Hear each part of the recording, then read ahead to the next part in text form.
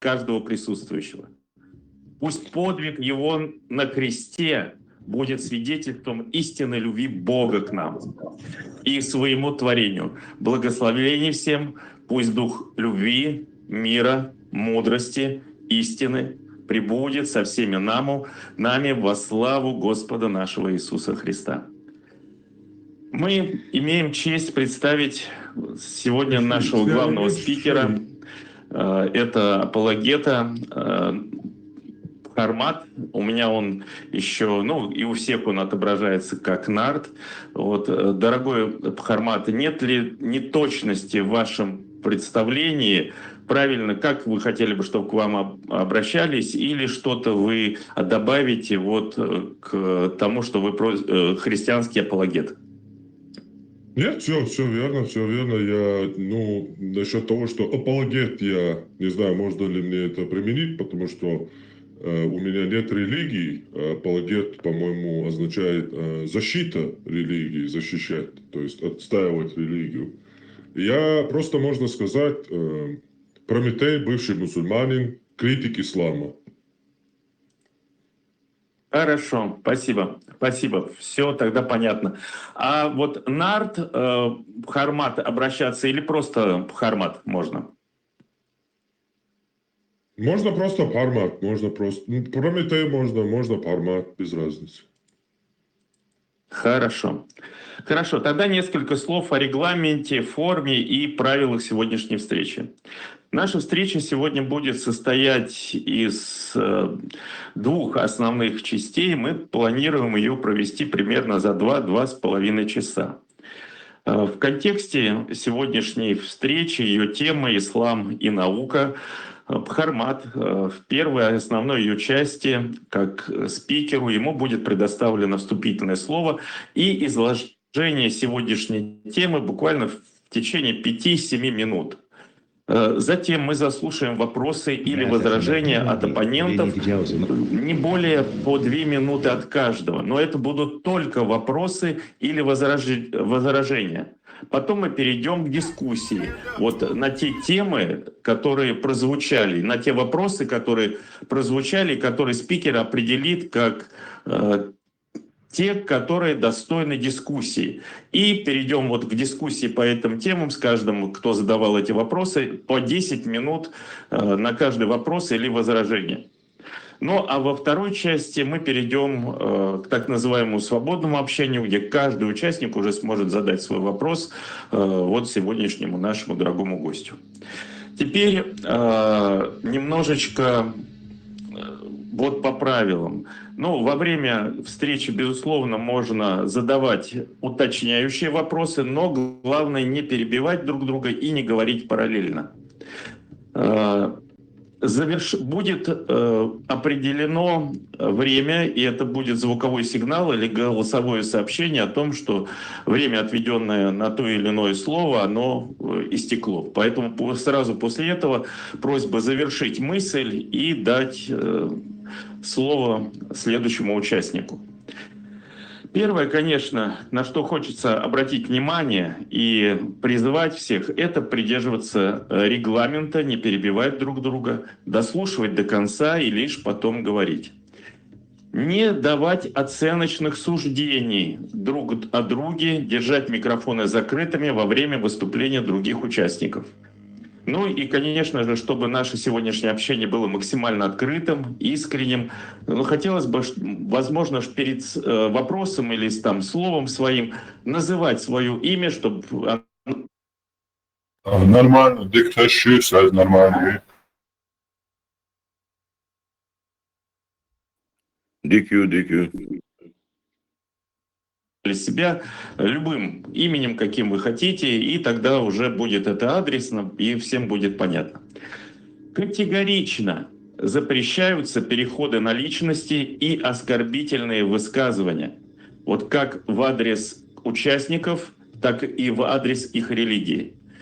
Также недопустимо, как я уже говорил, перебивать друг друга и параллельно говорить. За это будут сразу выключаться микрофоны, вплоть до удаления со встречи. И, дорогие братья и сестры, вот Анжелика тоже уже говорила, мы имеем положительный опыт такого межрелигиозного общения и надеемся тоже, что сегодняшняя наша встреча пройдет в атмосфере взаимного уважения, мудрости. Всем назидательного общения. Теперь мы переходим непосредственно к первой его части и предоставляем микрофон нашему гостю Бхарату. Пожалуйста, дорогой. Да, приветствую вас всех. Спасибо за приглашение, за предоставленную возможность. Хотелось бы внести одно уточнение. Мне просто сказали, что здесь есть кораниты. Просто я не знаю, мусульмане разные бывают, поэтому когда мы со всеми, нету конкретного человека, скажем так, кто осмеливается или не знаю, кому интересно выходить на дебаты, то проводится вот как мы сегодня со всеми, кто желает, в общем, выходить. Поэтому, если человек коранит, чтобы вот присутствующие здесь мусульмане как-то распределились, если люди кораниты, они здесь, если есть, пусть они как бы объявятся, потому что можно будет чередовать вопросы, потому что если я по исламу Ахлю Сунна валь Джамаа, который является 99% составляет мусульман, не беря шиитов, если мы скажем, приведем для них довод, то коранит вступит и скажет, ну, хадисы недостоверные, я в них не верю. То есть смысла в этом не будет. Поэтому вот этот 1% небольшой, который составляет из всей исламской уммы, которые отрицают хадисы, не признают, если они присутствуют, пусть они скажут, для них у меня отдельные аргументы будут, без хадисов, чисто по Корану. Поэтому хотелось бы, вот, чтобы в этом случае какой-то порядок у нас был. У меня все, Да. я готов начинать. Да, я думаю, что все участники вот услышали, и тогда вот просьба еще к своему имени, когда будете иметь слово, ну, определять и вот о том, о чем попросил наш главный спикер сегодня. Пожалуйста. Фармат, салам алейкум. Мне начинать или... Начинай, первый вопрос. Давай. Давайте начнем тогда с обычного, скажем так. Фармат, Потом салам посмотрим, алейкум. присутствует ли у нас коранит. И уже следующий аргумент коранитом буду чередовать. Фармат, ты слышишь или нет? Есть такой хадис в Сунан ат-Тирмизи. Я выведу на экран. К пророку пришли иудеи и сказали: о, Абуль-Касим, расскажи нам, что такое гром. Абуль-Касим, это имеется в виду обращение к пророку, отец Аль-Касим, у него сын был такой, потом умер он. Отец Асима, то есть Мухаммеду обращенный, иудей. Что такое гром? Он ответил: это ангел из числа ангелов, которому подчинены облака. У него есть огненные плети, которыми он гонит облака туда, куда пожелает Аллах. Они спросили: а что это за звук, который мы слышим, во время грома? Он сказал: это его окрик облакам, когда он гонит их, пока они не достигнут места, куда им приказано. Они сказали: ты прав. То есть иудеи подтвердили, что он прав. Вердикт Тирмизи этого хадиса, по-моему, у кого-то микрофон включен. Вердикт Тирмизи, хадис Хасан Сахих. То есть Хасан Сахих Гариб. Достоверный, хороший, редкий хадис. Альбани вердикт достоверный. Также приводится, как вы видите на экране, он от стольких сборников еще.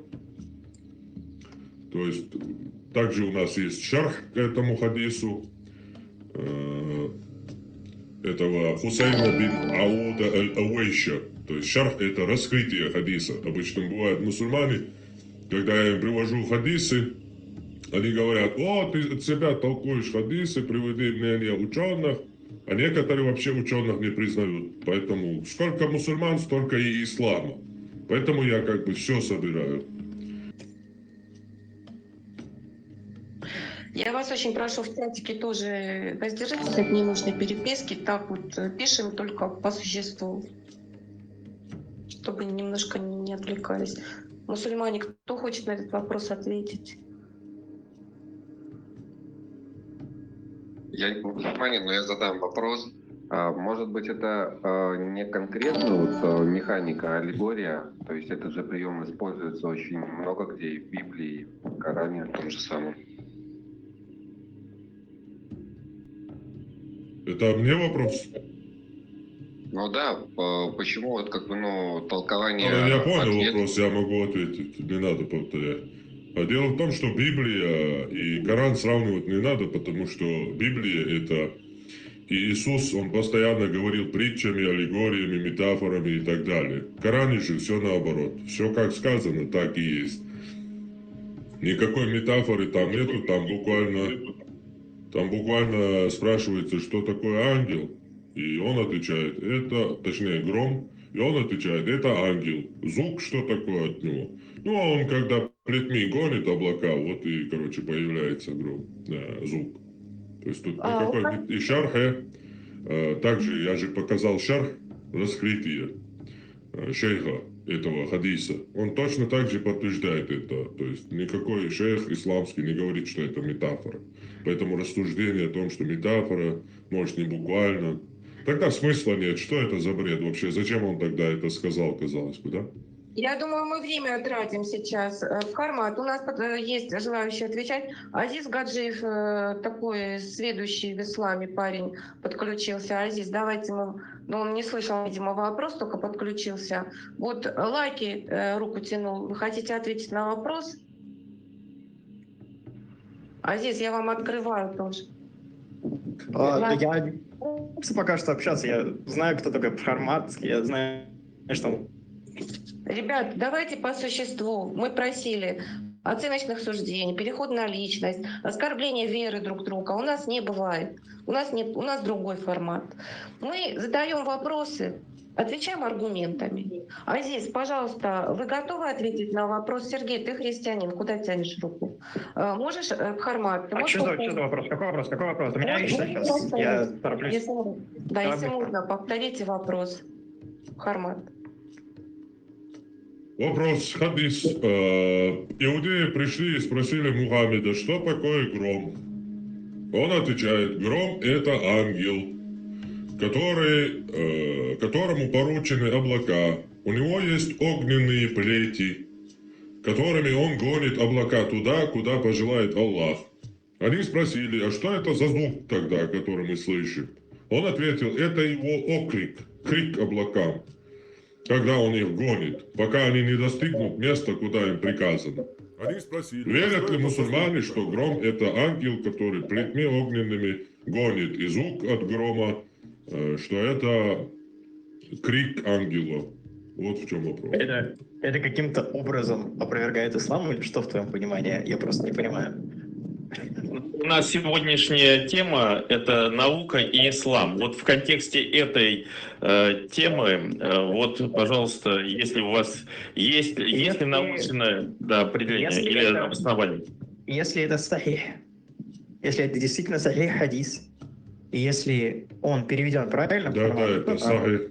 Да, это сахих. Да. Значит, да. Если так, если это сахих.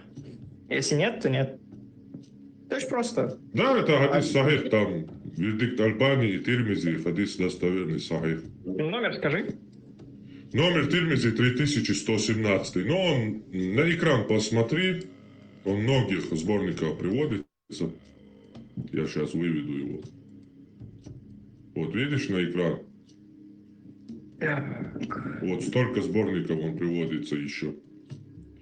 Ага, вижу, спасибо. Так. Не за что. А вот еще шарх на него от Хусейна бин Ауда аль-Авейша.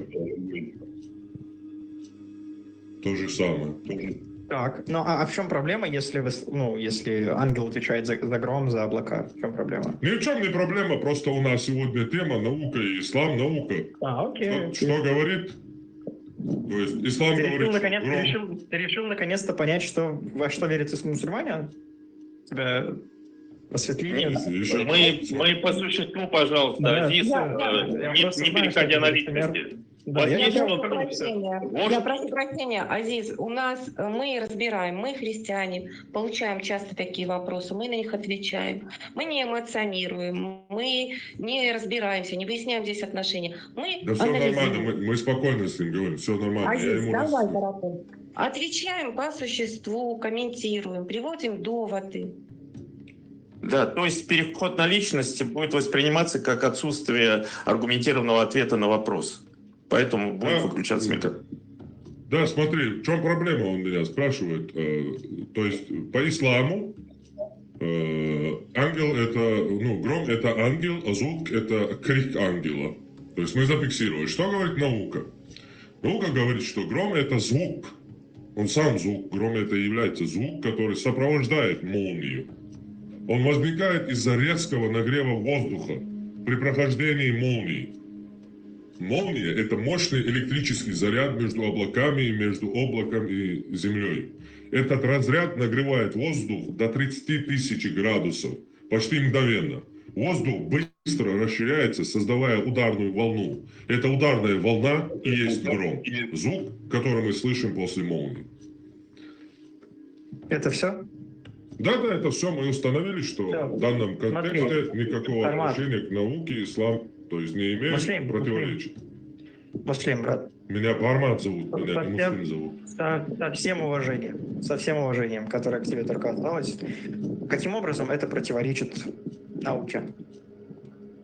Позиции ислама каким образом противоречат науке здесь?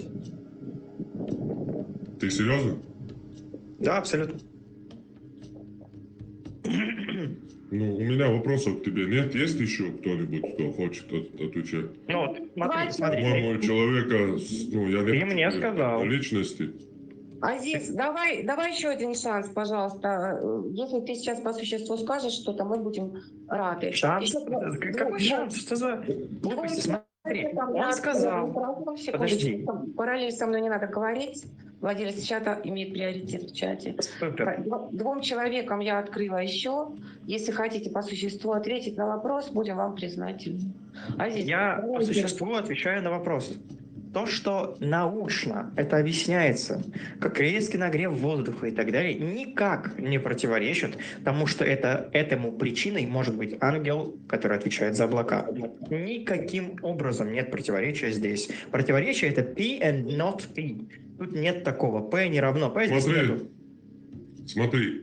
Гром – это, еще раз, нагрев воздуха – это тебе надо чуть-чуть уши прочистить и слушать внимательно.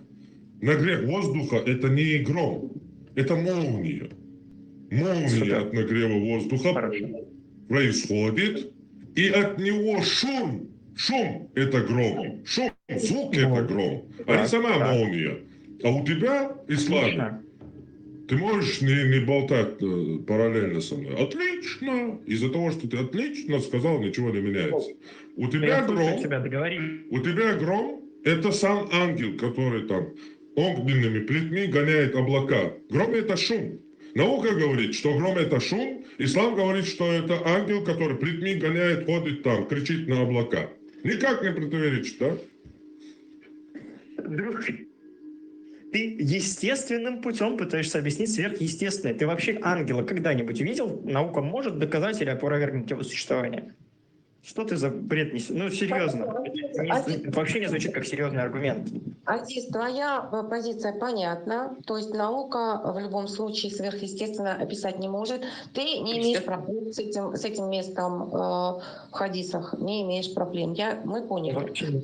Есть кто-то, кто хотел бы добавить что-то к этому? Ребят, я открыла двум тянущим. Умар хочет показать. Умар, пожалуйста. Правда, честно, очень странно.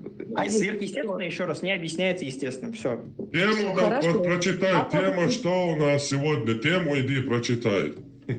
Все, Умар, пожалуйста, вам микрофон. Вы насчет коронитов, да, против? Если ты коронит, следующий могу тебе задать по коронизму. Ну, по коронизму же аяте Сура Нур, в 63-м аяте говорится, что что суну надо держать и все. А этот хадис, который ты сказал, это недостоверный хадис. Это достоверный хадис. Это сахих Недостоверный хадис. хадис. Зачем мне этот термизы, не термизы? Достоверный хадис, дай нам и все. Так, какие у тебя достоверные? Ты сначала напиши книгу свою собственную. Какие признаешь достоверные? Еще раз. Стоямба, чувак. Стоямба, алло. Этот хадис достоверный по признанному мухаддису, по науке хадисоведения, по признанному мухаддису. Ты можешь замолчать или нет? Ты можешь молчать? Не сам или нет? замолчи, да, когда я начал... Ты вообще Так, никто в ребята, исламе, тебя никто не знает. Стоп, всем, стоп. Во-первых, кто с таким, пожалуйста, этим не заходите. Мы такие карикатуры не допускаем на людей, кем бы они ни были, даже если мы с ними не согласны. Это первое. Второе. Не переходим в формат руганий и ведем цивилизованную дискуссию. Умар, есть у вас по существу что сказать? Если нет, переходим к другому вопросу. Если кто-то хочет ответить, пожалуйста. Ангел, я согласен с вами, я не переходил на личность, он перебил меня, во-первых. Во-вторых, я говорю, это хадис недостоверный, и все. Он противоречит. Все, твой ответ закончен? Да, закончил. Теперь у нас по регламенту 10 минут на дискуссию. Давай, иди сюда. Во-первых, есть признанные, общепризнанные мухаддисы в исламе. Это Альбани, это Тирмизи. И Тирмизи, и Альбани говорит, что хадис достоверный. Ты кто? Чей ты будешь? Ты вообще кто такой?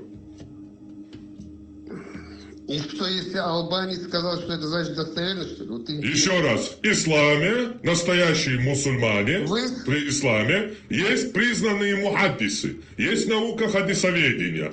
По науке хадисоведения Альбани и Тирмизи говорят, что этот квалифицированные в этом деле люди говорят, что этот хадис достоверный. А ты кто? Чей ты будешь? Я тебе еще раз говорю, ты знаешь, что такое религия ислам? Это не Тирмизы, не Альбани, понимаешь, да? Ты кто такой? Ты коранит, что ли? Алло, ты коранит? Небо пришло, который не коранит. Ты коранит? Ты хадисы признаешь? Пришло пророку, вот это и Ты хадисы признаешь? Давай по существу, проповедь не надо, проповедь читать не надо. Ты хадисы признаешь? Ты хадисы признаешь? Вопрос тебе задаю. Я тебе отвечаю, недостоверный хадис, который противоречит Корану, который противоречит достоверному хадису, и который нет свидетелей на этого человека, два свидетеля, и этот хадис должен идти цепочка достоверно до самого пророка. Непрерывно. Еще раз. И этих людей должны засвидетельствовать и увидеть. Ты мухаддис? Друг друга эти люди. Ты мухаддис? Достоверными хадисами разговаривают, и здесь Алло. все. Если Алло, ты мухаддис? разговариваешь. Ты мухаддис? Я мухаддис. Кто ты? Какая у тебя книга? Шарх, Я назови тебе свой. говорю, возьми книги Сахих Бухари. Шарх, назови Муслим, свой. оттуда давай. Алло. Сахих Бухари, Муслим, Алло, открой, 29-й. подожди. Алло, Бухари, 29-й. Муслим, открой. Оттуда Алло, возьми. 29-й. Юрий, Ребята, ты сказал, давайте что ты мухаддис. остановимся. Книгу назови свою, которую ты шарх Нет, сделал. разговор получается деструктивный, абсолютно неинтересно слушать. Переходим к Интересно, Ангел, я пускай он достоверную информацию Это выставляет. достоверный Нет, хадис, ну, еще раз Умар. повторяю. Я тебе Карман, еще раз буквально отвечаю, секундочку, термин Умар. буквально- Умар, буквально вот лаконично еще раз скажите, на каком основании вы считаете недействительным? Вот На просто собственном одним... мнении. Да, просто вот есть аргументация или есть эмоции? Это две разные вещи. Пожалуйста. Противоречие там есть. Чему оно противоречит? Какому аяту Корана противоречит это? Другим Какому хадисам хадису не- достоверному Бухари он противоречит? Да, противоречие. Ты только что из-за того, что тебе не понравился хадис, взял и выбросил его в мусорку.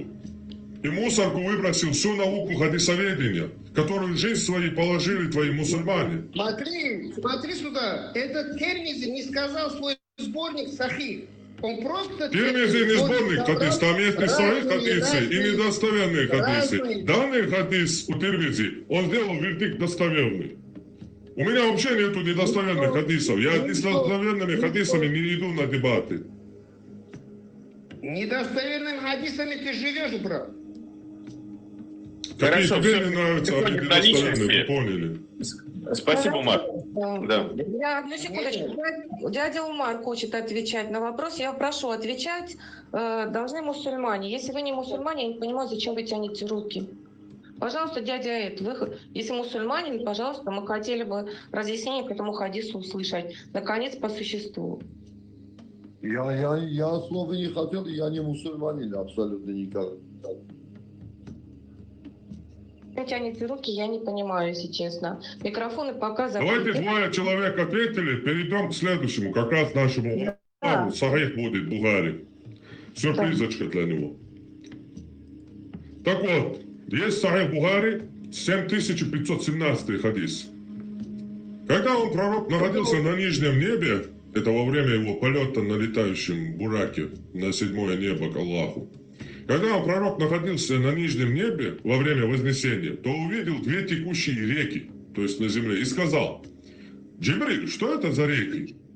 Джибриль ответил: «Это Нил, который в Египте, и Ефрат, который в Ираке, Сирии, вот в этом районе, которые берут отсюда свое начало, то есть с первого неба». Затем Джибриль привел его по нижнему небу, провел его, и он увидел другую реку, на берегу которой был дворец из жемчуга и хризолита. И он ударил своей рукой по реке и обнаружил, что глина – благоухающий мускус. Он спросил: «О, Джибриль, что это?» Он ответил: «Это Аль-Каусар, который припас тебе твой Господь».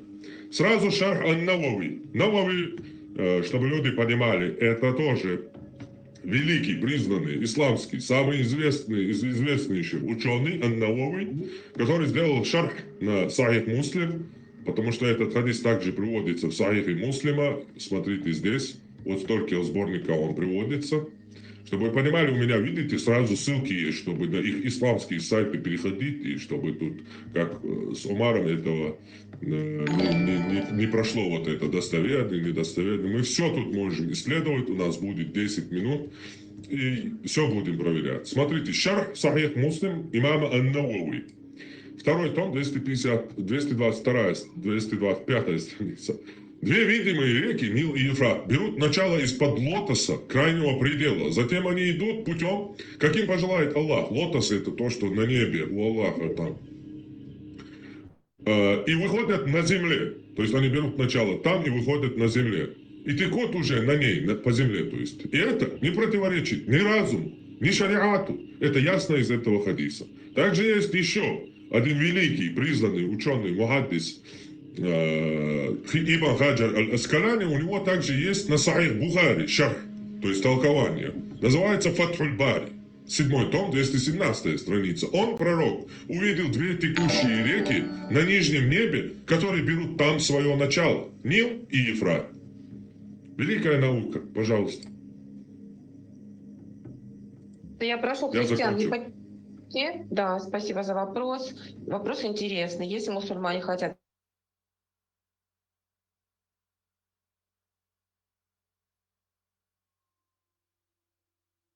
мусульмане, будьте поактивнее.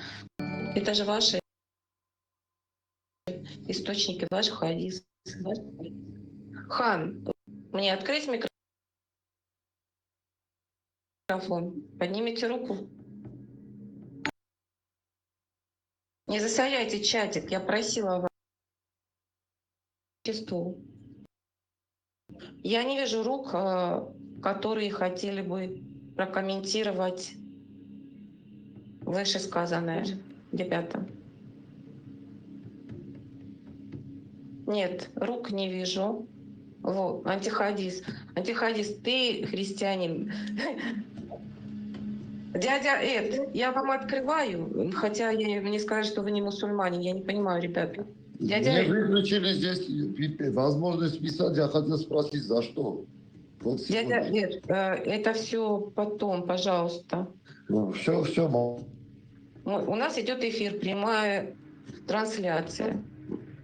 Кто будет отвечать на вопрос? Антихадис, я тебе открою, но вопросы это мусульманам.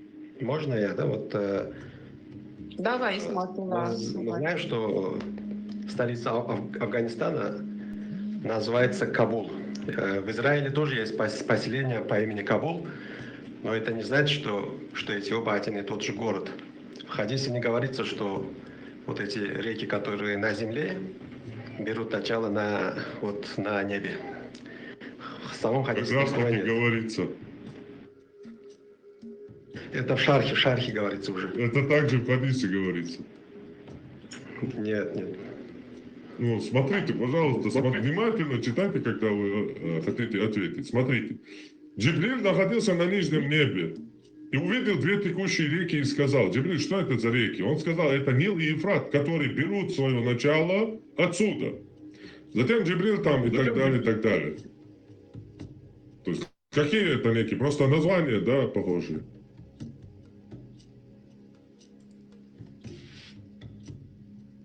Да, название одинаковое. Хорошо. Название одинаковое. У вас свой шарх. Еще один ученый ислама. Понятно. Ответа нету. И рук я тоже не вижу. Переходим к следующему вопросу.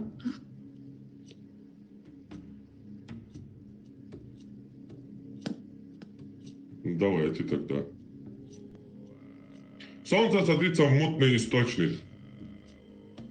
36-я сура, 40-й аят. Солнцу не надлежит догнать луну, и ночь не опережает день. Каждый плывет по своему пути. Тавсир ибн Аббаса, это двоюродный брат Мухаммеда, чтобы вы знали, единственный сподвижник, за которого лично Мухаммед помолился Аллаху, чтобы Аллах дал ибн Аббасу наилучший тавсир Корана, наилучшее понимание и толкование Корана. Его тавсир. Солнце движется к месту своего покоя, и ее стоянка. То есть у Солнца есть стоянка. Это также в Коране подтверждается. И говорится, оно движется днем и ночью, не имея покоя. Это установление могущественного, управление могущественного в наказании для тех, кто не верует в него. Всезнающего о своем творении и управлении ими. А Луну мы определили по стоянкам. Мы сделали для нее стоянки, как стоянки Солнца. Она увеличивается и уменьшается, пока не становится, превращается, как старый изогнутый черенок, как изогнутая сухая финиковая ветвь, которая пройдет над ней год. Солнцу не подобает ей догнать Луну, чтобы она зашла во владение Луны и исчез его свет. И ночь не опережает день, и ночь не входит во владение дня, и исчез его свет. А каждое солнце, луна и звезды в орбите плывут. В круге они вращаются и по своему пути двигаются. Тавсир ибн Касира, тоже очень признанный, самый авторитетный, можно сказать, толкователь Корана. Слова Аллаха Всевышнего: солнцу не надлежит догнать луну. Муджахид прокомментировал: для каждой из них установлены свои границы, которые они не приступают. Когда приходит время одной, другой уходит. И наоборот. По мнению Аль-Хасана, здесь имеется в виду ночь и полнолуние. Ас-Саури прокомментировал: солнцу не надлежит догнать луну. Это значит, что солнце и луна светят в свое время. Комментарий Икримы: они господствуют в отведенное для них время. Солнце не восходит посреди ночи. Сура 18, 86 аят. Когда он, то есть Зулькарнейн, обладатель двух рогов, прибыл туда, где закатывается солнце, он обнаружил, что оно закатывается в мутный источник. Около него он нашел народ, мы сказали: о Зулькарнейн, либо ты накажешь их, либо сделаешь им добро. Сразу, пожалуйста, мусульмане, сразу запомните. Потом, мне нервы не делают и говорят, что ему показалось. Ему не показалось. Аллах передает нам историю Александра не Македонского, а Зулькарнейна, исламского пророка, который обнаружил. Аллах говорит, что он обнаружил, а не то, что ему показалось. Он обнаружил, солнце как мутный источник заходит. Также Сунан Абу Дауд, Сахих хадис, достоверный, 402. Абу Зар, да будет доволен им Аллах, сказал: я сидел на осле позади посланника Аллаха, а солнце как раз склонялось к закату. И посланник Аллаха сказал: знаешь ли ты, куда оно заходит? Я ответил: Аллах и его посланник знают об этом лучше. Посланник ответил: оно садится в источник горячий. Также муснат имама Ахмада. Абузар. Однажды оно садится в источник мутной воды. Также Бухари. Оно заходит, а затем движется и склоняется в земном поклоне под престолом Аллаха. Вот столько сборников еще приводится этот хадис. Тавсир Ибн Аббаса, двоюродного брата Мухаммеда. Когда он достиг места захода солнца, он обнаружил, что оно заходит в мутный источник. То есть, это означает, Ибн Аббас говорит, горячий источник, а по другому чтению, в черную зловонную грязь. И нашел он там народ неверующих, мы сказали о Зулькарнейн, бла-бла-бла. Вот, в принципе, великая наука. Солнце заходит в мутный источник. Сформулируй, Мухаммад, вопрос сформулируй, пожалуйста. Ну, это полностью противоречит науке. Солнце никакой мутный источник не заходит, оно вообще на землю не садится, оно вообще где-то в центре стоит. И Понятно. вообще само выражение солнца не надлежит догнать Луну. Это первобытное мышление бедуина, который, посмотрев наверх, видя солнце и Луну, думал, что они как на одной орбите как-то ходят и не могут друг друга догнать. Если бы по науке Солнце стоит в центре Солнечной системы, а Луна это просто спутник нашей Земли. И вместе с Луной Земля крутится вокруг Солнца, который стоит в центре. То есть не догонит Луну, это в общем, Вопрос Солнце не понятен. догонит. Да. Кармат, вопрос понятен. У нас есть точка, который поднимал руку. Я так предполагаю, что он хочет ответить. Аршавер, я открыла тебе микрофон. Если захочешь прокомментировать вопрос, корректно, не так, как в прошлый раз, да? Мы забыли. Дальше точка. Будете комментировать вопрос? Желтый кружочек, точка. Вы тянули руку. Я вам открыла.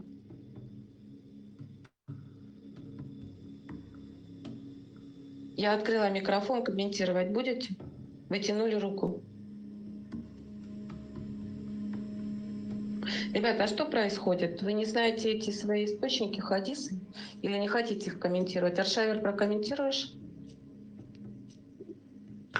Первый аят какой был, который комментировал? Первый ряд был, Солнце не надлежит догнать Луну. Ну, какой аят именно? Обозначь цифры. А номер имеешь в виду? Да, Солнце что-то, садится в грязный, мутный источник, это 18 сура, 86 аят. Это до него. Солнцу не надлежит догнать Луну, это 36 сура, 40 аят.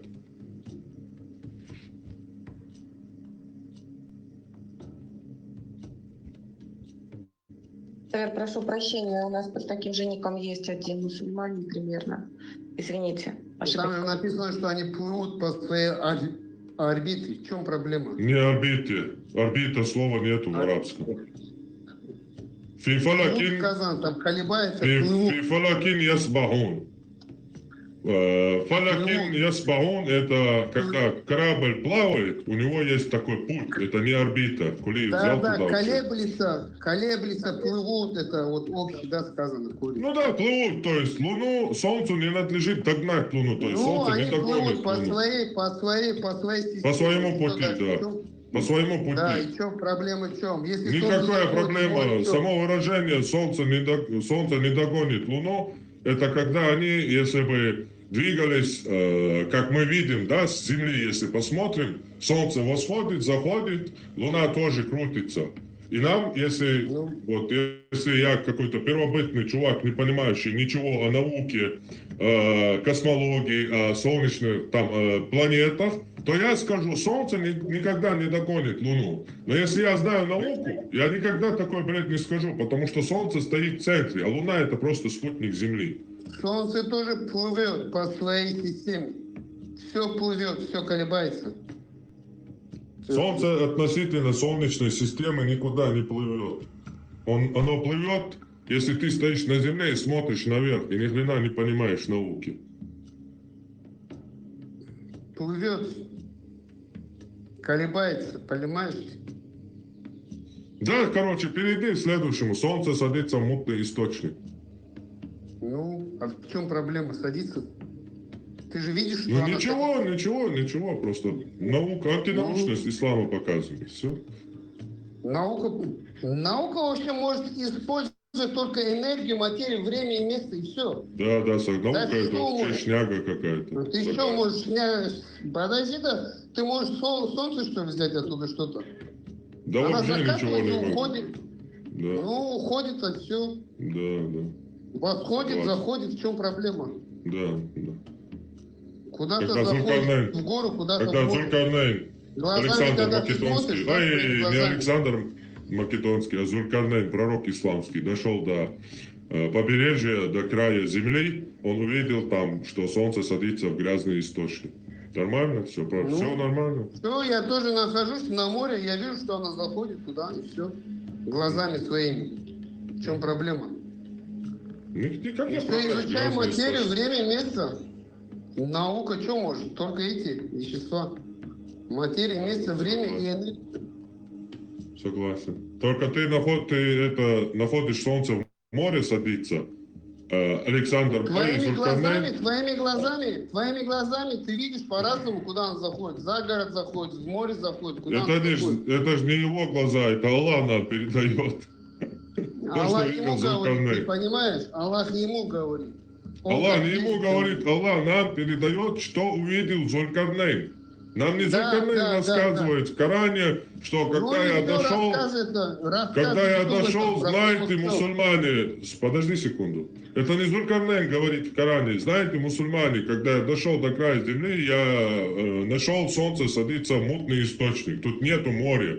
Забывайте все свои представления, когда вы на берегу моря видите, как солнце в море садится. Тут не море, тут некая мистическая зловонная грязь, мутный источник некий. Тут не о море речь. И я нашел, как оно садится. Нет, секунду, я не закончил мысль. И я нашел, как оно садится в мутный источник. Это не Зулькарнейн нам говорит. Нет, неверно. Это нам Аллах рассказывает о своем пророке, который когда-то жил, и который дошел до края земли и увидел солнце, как оно в мутный источник заходит. Не в море, не на берег моря он дошел. То, что ты на берегу моря видишь, и тебе кажется, что оно в море заходит, нет, тут не об этом речь, тут не море.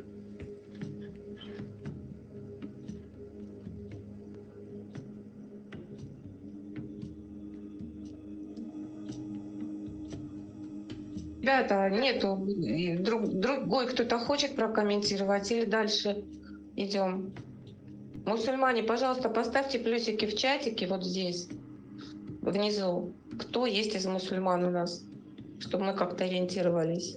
Я приглашала очень знающих мусульман, пока не подошли. Там в этом же аяте написано, что он обнаружил, когда он туда дошел. Ну, в чем проблема? Ну, Аллах нам говорит, что Зулькарнейн обнаружил. Не говорит, что ему показалось. Что ему показалось, не говорит. Да, Аллах нам передает, что когда-то. Да, Аллах передает. Увидел, что она закатилась туда. В чем проблема? Да. Мутный источник. Наука, великая наука, и все, ни в чем проблем нету. Ислам научит. Так мы 30 лет только и слышали, что ислам наука, научные подтверждения, ислам, вся наука взята из Корана, только об этом и слышали 30 лет. Да что ты говоришь? Ну да, так и есть, ты что, не в курсе?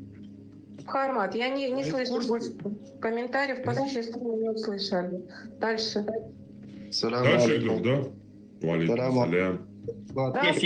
Есть. Кто говорит? Да. Я. Раб Аллаха, да. Я не знаю ответа, но ислам истина. Это не мусульман. Спасибо за мнение. Да. Это Нико голос изменил. Идем дальше, да? Дальше. Маша Аллах, давайте я лучше сразу буду говорить, что говорит наука, а потом, что говорит ислам. У нас тема, чтобы Омар и другие подобные люди, чтобы, пожалуйста, не предъявляйте мне претензий. У нас сегодня тема антинаучность ислама. Каждый раз задаете, при чем здесь наука, при чем здесь наука. Тему прочитайте, пожалуйста, прежде чем вступить в дискуссию. Если вы хотите, у меня есть другие темы, там, без науки можем просто противоречить ислам. Все у нас есть, просто у нас сегодня тему решили определить. Меня пригласили, чтобы я тему Нет, определил, формат. спросили. Формат. Ты смотри, ты с многим разговариваешь, тебя вызывали там определенные люди. Ты с Ну ними не вот сюда уходишь, может допустим, любой человек, нейтральная площадка, зайти. Я всегда Софии, прихожу. вот, подожди. Пожалуйста, Абу Абу Софии София, никто не приходи. выходит. Так он тоже может прийти сюда. Конечно, конечно. У нас мы открыты Нет. для... Умар, у вас по вопросу есть ответы, или вы хотите Я ответить на сейчас личный задаю пример? вопрос. Сейчас, подождите, я вопрос еще не сдал. Смотрите, основной фактор, от которого зависит температура на Земле, это солнечная радиация. Количество энергии, которое Земля получает от Солнца, напрямую влияет на температуру. Солнечная активность и угол падения солнечных лучей меняют в зависимости от времени года, географической широты и положения Земли на орбите. То есть ветер у нас на Земле появляется от, скажем так, потому что Солнце по-разному нагревает Землю. Где-то он сильнее нагревает, потому что Земля круглая и не прямо на всю Землю. Если бы земля была бы плоской, Солнце равномерно смотрело бы на всю Землю, и температура была бы одинаковой, и никаких ветров не было бы. Дело в том, что Земля круглая, и как бы Солнце неравномерно нагревает Землю, и воздух неравномерно нагревается. За счет этого у нас происходят ветры. То есть холодный воздух поднимается, снижается, горячий поднимается, или вот весь этот круговорот создает нам ветры на Земле. Вот это говорит наука. Что говорит ислам по этому поводу? Это Аль-Базар, Хумайди, Аль-Байхаки, Джами Кабир, Асбахани, и вот все эти, что вы видите, Суюти, Захаби, вот столько сборников передается этот хадис. Этот передается у имама Бухари, его труде Адаб аль-Муфрад. Хадис, вердикт хадиса Хасан Сахих, хороший, достоверный. Также Мишкат и так далее, вот это, что вы видите. Также в Сунане Абу Дауда. Глава о том, что говорить при сильном ветре. От Тирмизи также. Видите, да, сколько сборников этот хадис передается. Так вот, что говорит ислам? От Абу Зара передается, что пророк сказал: Аллах создал ветер в раю и огородил его закрытой дверью. И поистине к вам приходит ветер из расщелины той двери. То есть Аллах установил дверь в раю, и есть щель в этой двери. Он в раю создал ветер, сделал дверь там, и, щель в двери осталась. Из этой щели, к нам идет ветер, приходит ветер. И если бы раскрылась дверь полностью, рассеял бы ветер все, что между небом и землей. У Аллаха этот ветер называется азьяб, а у вас он именуется южным ветром. Также Аль-Адаб аль-Муфрад, хадис 906. От Абу Хурейри передается, что он сказал: людей застал ветер на дороге в Мекку, когда Умар совершал хадж. Ветер усилился, и Умар спросил тех, кто рядом: что такое ветер? Они ничего не ответили. Тогда я пришпорил свою верблюдицу, догнал его и сказал: до меня дошло, что ты спрашивал о ветре. И я слышал, как посланник Аллаха говорил: ветер от дыхания Аллаха. То есть рух Илляхи, от руха, дыхание духа Аллаха. Как хотите переводите, в данном контексте он всегда воспринимается мусульманскими учеными как дыхание Аллаха. Он приходит как милость и как наказание. Не броните его, просите у Аллаха его блага и ищите защиты от его зла. Также, вот видите сборник Дур Суюти, Джами Акан Куртуби, Тавсир Курану Азим Ибн Касира, Шейх Асбахани, бла-бла-бла и так далее. Передается от Ибн Аббаса, что пророк сказал: Аллах сотворил лошадей из ветра, в другой версии из южного ветра, поэтому они летают без крыльев. Имеется в виду, что они резвые. Антинаучный мой довод в данном случае заключается, что ислам противоречит данном аргументе, это исламское описание ветра противоречит научному описанию. Чтобы недалекие понимали, о чем речь.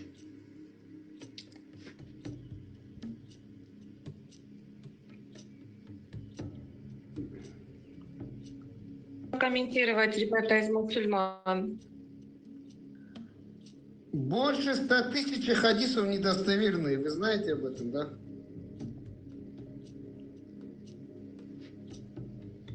Миллионы хадисов. Да, которые конечно, надо весь найти. мир об этом уже знает, да. Да, весь мир об этом знает. Но я привожу именно то, что мухаддисы квалифицированные в науке хадисоведения, самые признанные великие мухаддисы, удостоверили и сказали, что он удостоверен. Только такое Я не привожу. понимаю, почему мусульмане везде говорят за Эпштейна? Если по На их Аббаса и логике на Аллах других создатель наговорили всего, много. значит Эпштейна недостоверной создал информации. тоже он и соответственно. Тогда вам надо Если я свой знаю шарх один хадис выпустить. достоверный. Свой шарх Когда холодный выпустить. ветер и теплый. Да, если вы такой знающий самый исламский ученый, вам надо написать свои шархи, сделать свой тахридж и издать свой шарх. Тогда, если вас мусульмане признают, я буду брать ваши источники и ходить с ними на дебаты. Я прошу прощения, я хотела сделать небольшое такое уточнение. Есть такое понятие букаилизм. Это вера в то, что Коран содержит предсказания современных ученых, научных открытий, сделанных более 1000 лет назад. Это название в честь французского врача Мориса Бюкая. Эта концепция утверждает именно полное соответствие исламских текстов науки, используется как метод апологетики для обращения в ислам. Поэтому наши вопросы вполне справедливы, я так думаю. Приветствую, Карма. Друзья Я мусульмане. не понимаю, почему мусульмане везде говорят за Эпштейна? Если по их логике Аллах Так хоть создатель всего, прокомментировать. значит Эпштейна создал Пожалуйста, тоже если он и кто-то Абу Софию может соответственно пригласить, наставил у меня нет Эпштейна на его данных. Пригласите, мы с удовольствием заслушаем. Зайдите, вот, Джамат мусульман, туда скиньте эту, и Абу Софию позовите сюда. Они не дадут, Он Умар, они не дадут дать эту рекламу, если вы можете, скиньте, она закрепленных. Меня нету там. Ответ какой-то будет на этот вопрос или нет? Недостоверный хадис, да и все. Я же сказал, Бухари Муслим, дайте сюда Нет. достоверный. и Нет. всё. Нет, Хадис у вас достоверный. какая аргументация, что он недействительный? У вас просто недействительный и все, или есть какое-то обоснование этому? Вот насчет этого Абу София может. Там она противоречит, и цепочку надо посмотреть, там свидетели. Чему, какому аяту Корана это противоречит? Какому? Чему она противоречит? Ребята, Цепочку надо посмотреть вообще. Цепочка все есть. Эй, алло, Альбани просмотрел цепочку. Альбани посмотрел цепочку и говорит, что он достоверный. Что Албани? И что Албани? Альбани Ну что? это мухаддис, квалифицированный в данном случае что? человек. В отличие от тебя и Абу Ну и Софии. Ну и и что? что говорю? Он что, не ошибается? Он понимал, о чем он говорит, а ты не понимаешь вообще, что ты говоришь. Вот и все.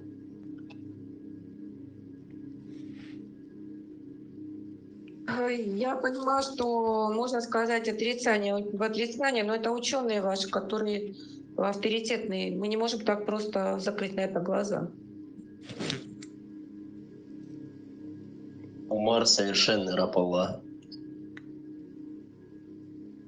Мусульмане в чате кто хочет прокомментировать, если можно. Ребята, будьте посерьезнее. Я спросила Абу София, уже двое пишут, я Абу София. Но мы же тут не играемся, правда?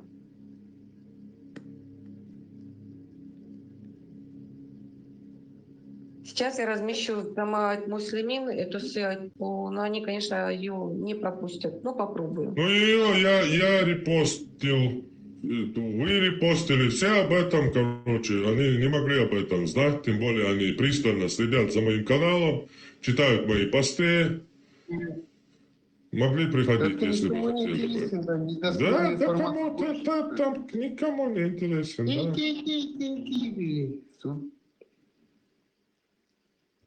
Не гори. Вы как дети, ребят, прекращайте. Ну. Взрослые дяденьки, ну, хорошо. Я так понимаю, что по существу ответа на этот аргумент тоже нету. Ну что, двигаемся дальше. Сейчас, пока следующий вопрос прозвучит, я попробую продублировать там ссылку на нашу сегодняшнюю встречу. Да, спасибо, маша Аллах. Следующий у нас 71 сура, 19 аят. Аллах сделал землю для вас ковром. Тавсир Джалалейна, если вы зайдете на Королевский институт исламской мысли, Аль-Бейт, Амман, Иордания, вот ссылочка на экране вы видите, Аль-Тавсир.ком. И Тавсир Аль-Джалалейна, тоже авторитетный, признанный общий тавсиролог, муфасир Корана. И Бог сделал эту землю плоской для вас. Это Королевский институт мысли исламской, иорданский. Это лежит, этот тавсир на английском языке, на их официальном сайте института. И Бог сделал эту землю плоской для вас. Это толкование на этот аят, ковром для вас. То есть сейчас будет аргумент, что по исламу земля плоская и полное противоречие науке. В этом будет заключаться аргумент. Наверное, никто не будет спорить, что по науке земля круглая. Правильно? Правильно. По исламу какая земля? Плоская. Сахих аль-Бухари, любимый Умара, 1145 хадис, передает со слова Абу Хурейры, что посланник Аллаха сказал: с наступлением последней трети каждой ночи, то есть треть часть ночи, Всеблагой и Всевышний Господь наш не сходит к нижнему небу. То есть он со своего трона, который над седьмым небом, встает и не сходит к нижнему небу каждую треть ночи. Говорят, не знаю, с кем он говорит, но он говорит: кто станет обращаться ко мне с мольбами, чтобы я ответил ему? Кто станет просить меня о чем-нибудь, чтобы я даровал ему? Кто станет молить меня о прощении, чтобы я простил его? То же самое дублируем в хадис Сахих Муслим. Это два самых авторитетных, самых достоверных сборника. Передали нам Усман, Абу Бакр ибн Абу Шейба, а также Исхак ибн Ибрахим аль-Ханзали. Слова принадлежат Суфьян, сыновьям Абу Шейбы. Исхак сказал: передал нам, а двое других сказали: передал нам Джарир от Мансура, от Абу Исхака, от Аль-Агара, Абу Муслима, который передал его от Абу Саида и Абу Хурейры, цепочка любимая Умара. Они сказали больше, чем хадис, сам хадис, цепочка. Они сказали, посланник Аллаха сказал: Аллах ждет до тех пор, пока не пройдет треть ночи.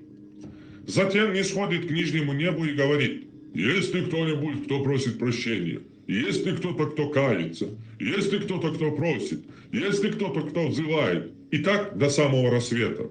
То есть, каждая треть ночи, есть земля круглая, и у нас на земле каждая треть ночи всегда. Понимаете, да? Ночью солнце, земля крутится, оно крутится и вокруг солнца, и сама крутится вокруг своей оси, и на солнце вот поворачивается с другой стороны. И куда не светит солнце вот это, да, там бывает ночь и треть ночи. То есть на круглой земле треть ночи всегда. Всегда где-то на земле есть треть ночи. Но если земля плоская, то бедуин в 7 веке сидит и смотрит наверх, для него земля плоская, с одной стороны выходит солнце, и в другом садится. То есть у него земля плоская и треть ночи.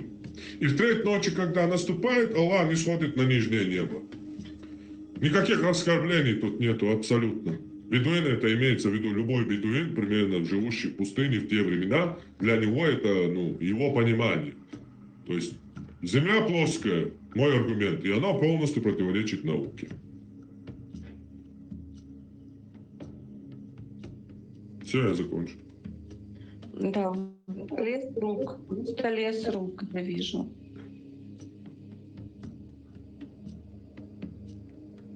Мусульмане, кто там есть в чате, кто хочет ответить? Я не вижу. Или тихо слушаем просто.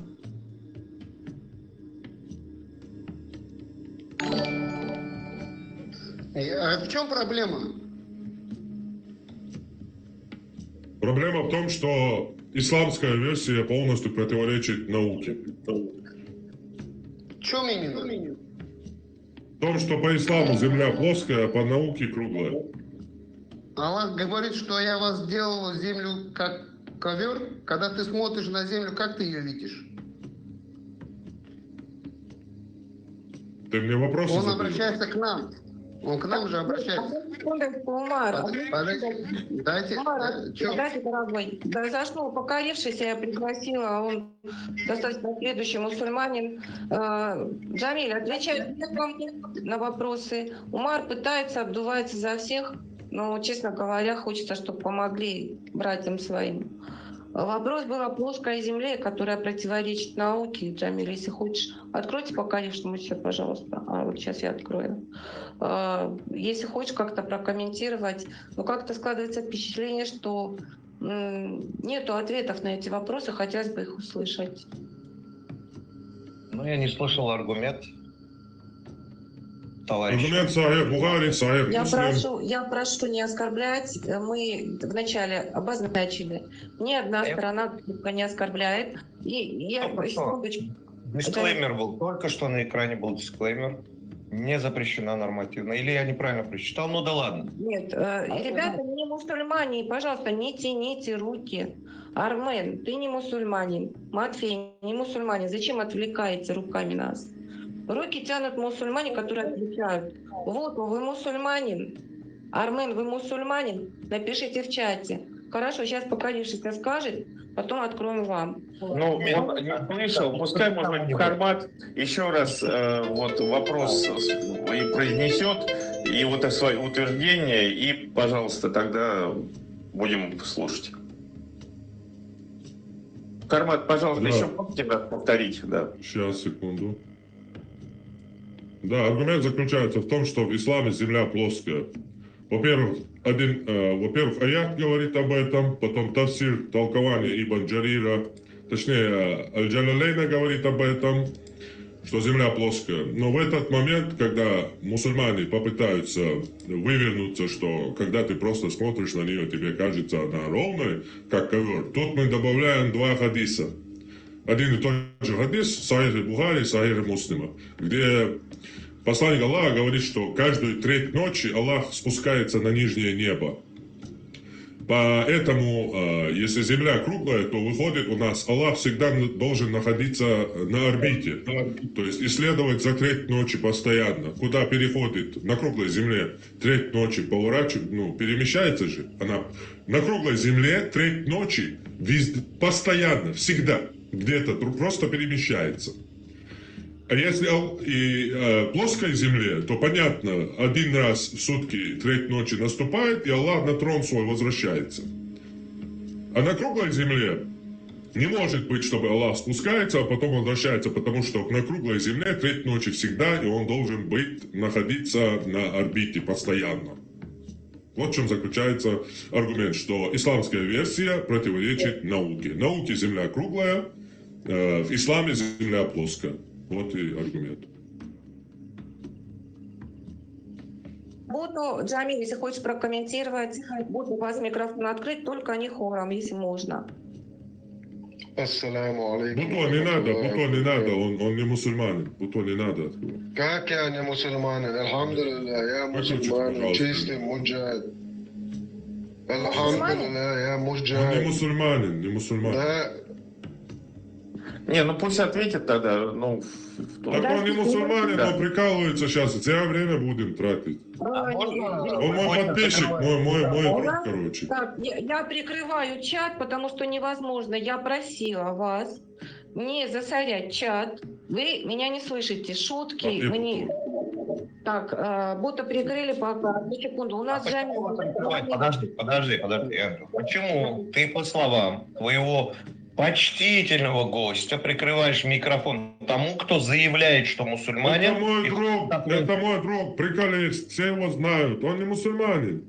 Покорившийся, ты Покорившийся, у мусульманин? тебя есть вопрос по существу? Вот, вернее, ответ по существу вопроса. Без комментариев того, что происходит. Арсен зашел, мусульманин. Давайте, вот два человека у нас неплохо разбираются. Арсен и Фармат, ты Джамиль. думаешь, Аллах нуждается временем, что ли? Я думаю, что Аллаха вообще не существует, чувак. А он... Я прошу секундочку, Умар, извините, пожалуйста, давайте дадим другим ребятам. Умар, вот Арсен зашел только что, я открою вам. Джамиль и Арсен присоединились, они достаточно знающие ребята. Давайте мы их послушаем, потому что, совершенно некому было отвечать. Арсен, вопрос по плоской земле, что это противоречит науке. Если хотите, Джамиль и Арсен прокомментировать, пожалуйста.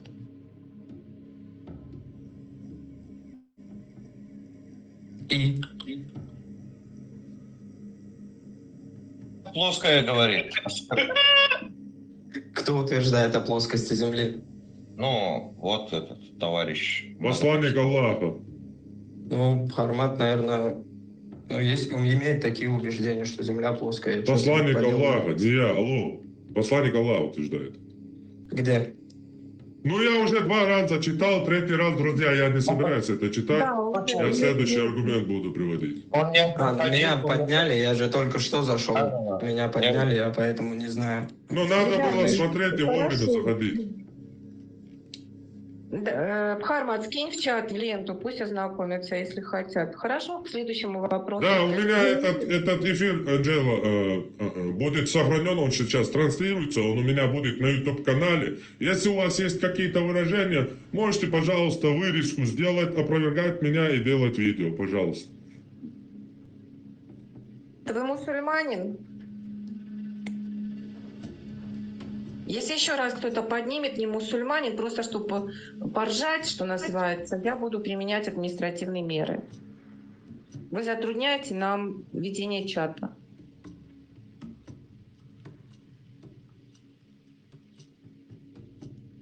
Да, по плоской земле видим, что нет ответов. Хармат, давайте тогда, может быть, следующий вопрос. Не, вот что Аллах спускается на 3-ю ночь, это Аллаху ничто, время, энергия, место и материя. Конечно, Аллах имеет день, Да, Аллах имеет место. Конечно, Аллах имеет руки, ноги. Не подобно. Да, выше всего, потом спускается 3-й ночью. Я открыла. Если ты не можешь своей головой разобраться, это ты... Так ни в чем не проблема, просто это противоречит науке и все. Мое дело сегодня.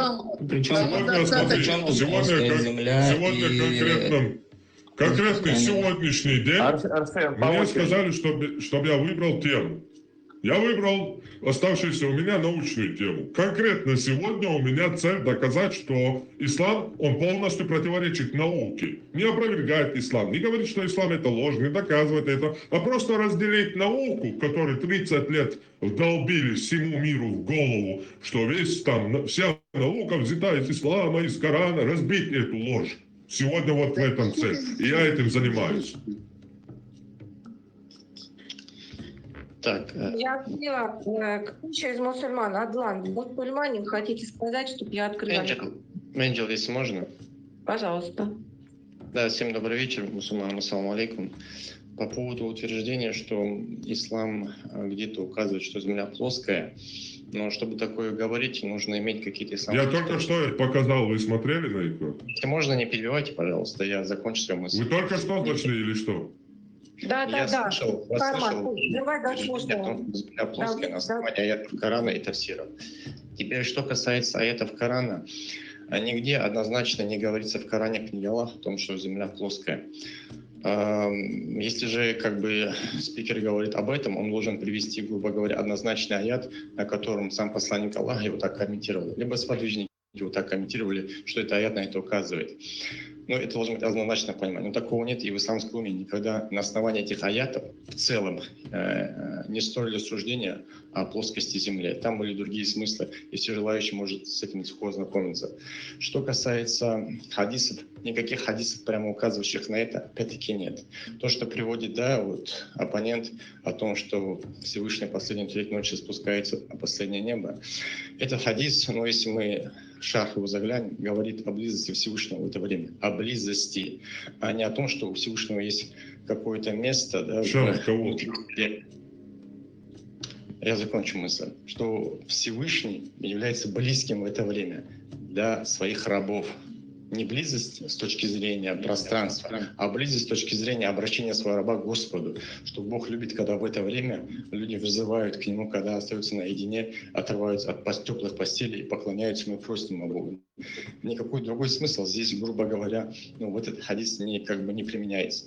И если мы хотим удостовериться в этом, мы можем просто шарх этого хадиса открыть, любых больших имамов, они... Шарх кого мы должны открыть? Давай откроем. Шарх кого? Кто говорит то, что ты сейчас сказал? Чей ты шарх сейчас прочитал? Все, смотри, откроем Мадарич Солертейн, это степень идущих, да, если на русский язык перевести. Большой имам, наверняка вы слышали, Ибн Кайм Джаузи. Касательно этого хадиса он прямо говорит, что этот хадис относится к тому, что под близостью Всевышний подразумевается духовная близость. И причина Всевышнего от того, чтобы Всевышний там спускался на небо и был в небе. Прямо об этом говорит, однозначно, двусмысленно. Теперь, что касается в целом об источниках, да, исламских, и чтобы строить на этом суждение. С точки зрения ислама, чтобы мы могли говорить, что ислам говорит то, время засекли. Нужно... Да, Я Карма, закончу вашу мысль. пусть говорит, потому что единственный человек, который дает какие-то аргументы, давайте не перебивай, послушаем. У нас должно быть все по справедливости. Я постараюсь долго не затягивать. Последний ваш аргумент, он же первый, что ислам утверждает. Чтобы говорить, что что-то ислам утверждает, нужно указывать доводы ислама. Доводом в исламе, на чем умма сошлась, является Коран, Сунна, и спорят по поводу иджмы, что такое иджма и так далее. Еще раз, потому что говорю, ни в Коране, ни в Сунне, нигде однозначно об этом не говорится. Более того, все, что вы приводите как намеки на плоскую землю, большинство ученых, не беря маргинальное мнение в этом вопросе, большинство ученых давали иные трактовки этому вопросу в те времена, когда еще доподлинно известно не было об круглости Земли. Поэтому нигде в исламских источниках, еще раз говорю, прямо не говорится о том, что Земля является плоской. А тафсиры какого-то либо ученого могут взяться, могут не взяться, и здесь нету, обязанности для мусульманина следования за ним. Все, я закончу. Да, у нас сейчас 10 минут. Ты очень хорошо сказал, тафсиры кого-то могут взяться, а могут не взяться. Поэтому шарх, который ты привел, из 15 века ученика Ибн Таймии, Ибн Кайма Аль-Джаузия, не назвав ни страницу, ни том, мы кинем в мусорку, мы можем его не брать и возвращаемся к Мухаммеду, 7 век, и его хадису, и к его аятам. А также мы можем добавить еще и шархи. Смотри, возвращаемся к Мухаммеду, и что нам говорит Мухаммед? Мы же тафсир, ты же сказал в конце, тафсир могут взяться, не взяться. А мои, что я привел, не будем брать, а то, что ты из 15 века, когда ислам захватил Персию, Гадишапурский университет был перемещен в Багдад, когда вся научная мысль, греко-римская. Еще ты сказал очень большую нелепость, что тогда не было известно в мире, что какая форма у Земли. Я до твоего сведения доложу, что Эратосфен Киренский в 3 веке до нашей эры установил не только окружность Земли, не только его радиус, но и его размер. То есть он на несколько метров только ошибся в размере окружности Земли, чтобы ты понимал. Эратосфен Киренский, ознакомься, пожалуйста. Так вот, если мы возвращаемся к этому пророку, выбросив тафсиры, как ты сказал, да, объяснение, то у нас получается, опять же, Аллах, что именно он спускается. Он именно спускается на нижнее небо. Дальше мы еще, у меня не на этом аяте все заканчивается. Также я привел тафсир Джалалейна, где буквально в прямом смысле, вы можете по этой ссылке, я могу его дать вам, перейти на Королевский институт исламской мысли Иорданский. И прямо там лежит на английский перевод, сам институт его перевел исламский. Аль-Джалалейна тафсир, что Бог сделал землю плоской для вас. И треть ночи спускается. Мы это поняли, 50 сура, 7 аят. Дополнение к земле мы растянули, бросили на ней твердые горы и установили на ней пары всякого рода, чтобы расти на них. Тафсир Ибн Касира, это сподвижник Мухаммеда. Ибн Каим, это 15 век, это вообще через сколько там лет? Через 8-7 веков, появился Ибн Каим после Мухаммеда, после смерти. А Ибн Аббас жил прямо с Мухаммедом. Его племянником. Его тафсир. И землю мы разложили над водой, твердые горы. Так что она не колебается на них, на земле. Также Ибн Аббас, он распростер ее на поверхности воды. То есть не вода на земле, как говорит наука, а вообще сама земля распростерта на воде. И землю после этого он распростер, то есть расстелил ее. И как прекрасны мы, расстилающие. Тавсир Куртуби, Муалим и бла-бла-бла и так далее. То есть, если мы возвращаемся, выбрасываем все тавсиры, возвращаемся к Мухаммеду, только что до тебя был Омар такой, он об этом и говорил, и ты об этом говоришь, выбрасываем все мнения ученых, там они бла-бла-бла, возвращаемся к Сахиху Бухари и к аяту.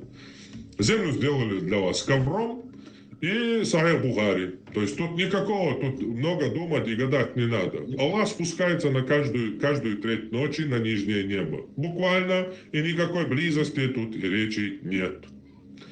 Все, земля по Корану плоская. Все, если вы закончили, я как бы продолжу. Скажу, не, у нас вот дискуссия 10 минут, мы можем, ты можешь перебивать. Да. Одну секундочку. Одна просьба. Когда один говорит, другой не перебивает. Ребята, это обоих касается, чтобы слушателям было комфортно слышать то, что вы говорите. Ну, я и не перебивал, как бы добровольно беру на себя эту обязанность. Но я как бы скажу, где человек прав, да, мы откидываем какие-то тавсиры, а где он не прав, тоже укажу. Что когда он говорит, мы откидываем все тавсиры, он лукавит, либо сознательно лжет. Почему? Потому что мы не откидываем все тавсиры. Большинство тавсиров говорят о другом. Если мы возьмем хадис, опять-таки, о том, что он привел, Бухари хадис, о том, что Всевышний спускается на последнюю треть неба, да, на последнюю часть неба, последнюю часть ночи, то этот хадис говорит об ином.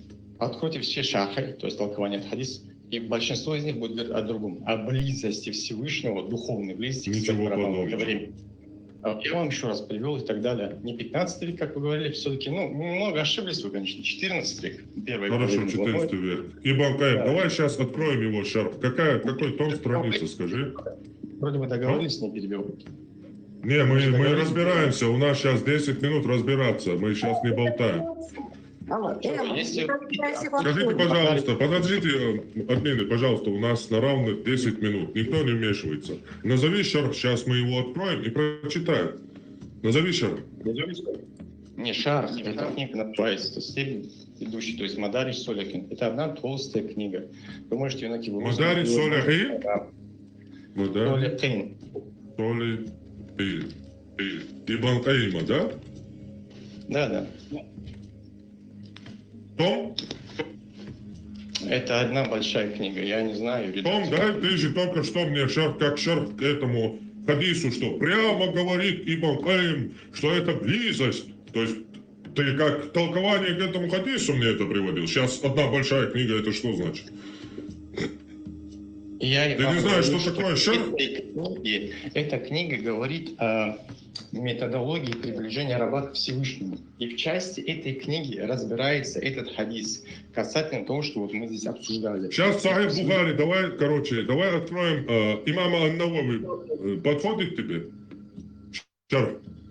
Куда он подходит ко мне? Имам Ан-Навави, это имам Умма Мусульман. Я его уважаю. У него шарх есть. Ты привел вообще какую-то книгу вообще по другой теме.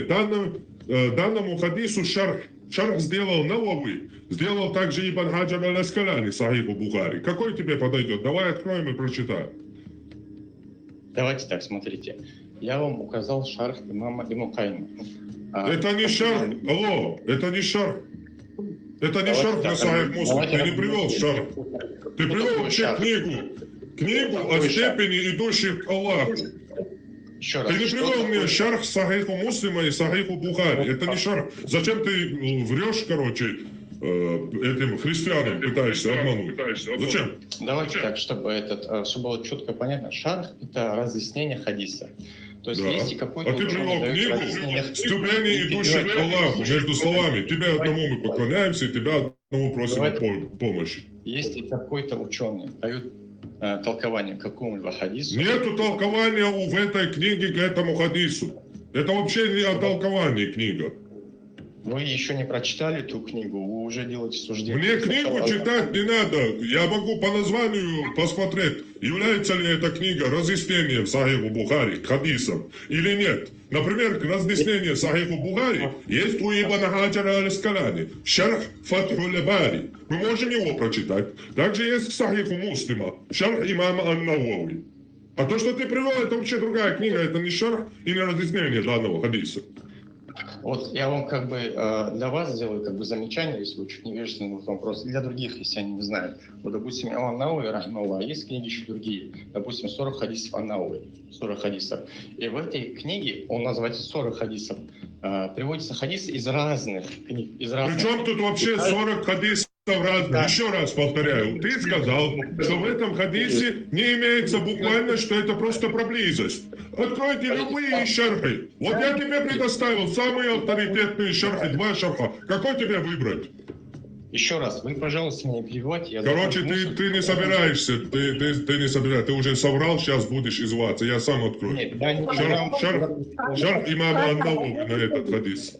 Ребята, одну секунду. Ну, он же сказал, откройте любой шарх, открываем. Самый известный, самый признанный шарх на Сахих Муслим. Открываем, пожалуйста. Шарх еще раз, давайте вариант. Проблем нет, еще раз. Еще проблем нет на какой-либо шарх. Я говорю о другом, чтобы другие знали. Шарх — это комментарий к хадису. И он может быть как в книге, которая посвящена в целом комментариям к хадисам, так и в книге, которая посвящена... Тогда скажи, если в этой книге есть толкование этого хадиса, назови том и страницу, пожалуйста. Дай источники, дай нам, далиль. Еще раз, я же вам вроде бы конкретно, четко вам сказал, какая книга, какой источник, правильно? Страница и том, пожалуйста, я слушаю. Я, допустим, 2-3 минуты на это потрачу, найду страницу и том. Пожалуйста, идите, мы никуда, у нас 10 минут есть, идите. Вот я уже потратил, нашел Ибн Хаджар аль-Аскалани, самый известный толкователь Сахиха Бухари. Вот открыл его, сейчас прочитаем. Вы обязательно его прочитайте, но давайте, прежде чем я не нашел, просто уговоримся. Я нахожу страницу, вам показываю, открываем ее, вы ее прочитываете и говорите: все, я снимаю свой вопрос. Раз Ибн Тайми сказал в своей книге, что здесь имеется духовная близость, я был неправ. Сначала идите, и потом поговорим, хорошо? Нет, зачем мы будем просто так время тратить? Вы скажете: да, я согласен, я не прав. Если вас... Вы идете или нет? Да, я скажу, да, я согласен. В этой книге есть толкование к этому хадису. Подтвердите свои слова, пожалуйста.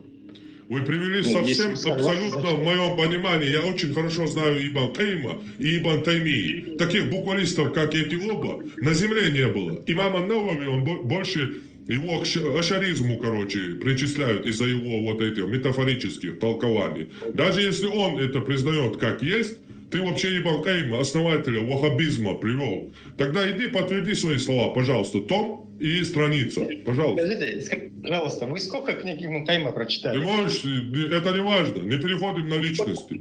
Идите подтвердите свои слова, пожалуйста. Ставьте, пожалуйста, вас суждение. Так, я открыл шарх имама Ан-Навави, читаем. Без них что, не можем этот хадис понять, что ли? Да не, я тоже об этом, брат. Не знаю, твой брат не могут. Я понял этот хадис, и все, Аллах не Да, конечно, ты понял, ты все понимаешь. Так, я открыл, он говорил, открывайте любой шарх. Смотрите, я открыл шарх, самый известный, самый признанный в Ахлис-Сунна валь-Джамаа шарх на Сахих Бухари. На этот хадис, 1145 хадис. Спасибо, что ты всегда рядом. Вот перевод на русский, Ибн Хаджар аль-Аскалани к Сахиху Бухари. Фасад. Так, с передачи от Аль-Хасана, Хасан, поистине его моча, так. Дуа в молитве в конце ночи, вот, 14 глава. Страница, если что, я вам скажу. Шарх Фатхуль Бари, Ибн Хаджар аль-Аскалани. Шармат, все вот. тебе. Вендета. 3 том, 29 страница. Если что, вот Живу оригинал. Смотрите, вот оригинал, вот перевод. Сказал Всевышний, Аллах Всевышний, они мало спали по ночам, то есть мало спали. 1145 хадис. Он сначала дублирует хадис Сахих Бухари. То, что я сейчас весь иснад его от Абу Хурейры, что посланник Аллаха сказал: «Не сходит Господь наш, благословен Он и возвышен, каждую ночь к нижнему небу, когда остается последняя треть ночи, и говорит: кто взывает ко мне, я отвечу ему, кто просит меня, я дам ему, кто просит у меня прощения, я прощу ему». Слова дуа и молитва в конце ночи. Передача Зарра. Слова сказал в передаче бла-бла-бла. От Табари и другие передали разногласия среди толкователей Корана по этому поводу. От Аль-Хасана, Аль-Ахнафа, Ибрахима Ан-Нахаи и других передано, что смысл. Они не спали всю ночь до утра, не совершали тахаджуда. От пути, то есть он первому сейчас толкует, сейчас были разногласия отца и да, обоих места. И это ошибки в чтении. Есть что-нибудь? И ошибся, кто посчитал. То есть он даже не делает здесь толкования. Он его пропускает, короче. Он просто дублировал хадис. Главу толкует. Может, на следующей странице. Давайте посмотрим. На следующей, может быть.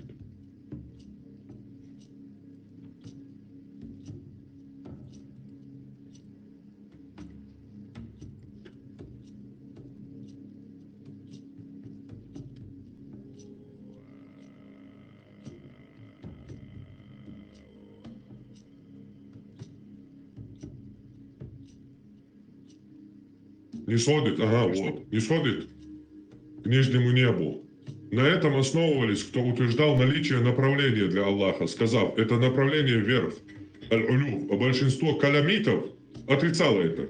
Каламиты это вот ашариты, которые Коран в метафору превратили, в итоге появились в исламе такое течение батаниды, исмаилиты, шиитское течение, которые метафоризировали все, и в итоге Каабу разбили, украли камень, установили его в сортире, 20 лет на него какали, а потом за выкуп вернули. То есть это вот каламиты, батаниты, ашариты, суфи и так далее, вот эти, они отрицали, говорит он, поскольку такое утверждение ведет к локализации Аллаха в пространстве. Причист Аллах от этого. Разногласия относительно смысла нисхождения, ан-нузуль, различны. Некоторые понимали его буквально и в истинном смысле. Это мушаббиха, антропоморфисты, причист Аллах от их слов. Некоторые отрицали достоверность всех хадисов на эту тему в целом. Это хариджиты и мутазилиты, что является упрямством. Удивительно, что они толковали подобные выражения в Коране, а хадисы отрицали, либо по невежеству, либо по уборству.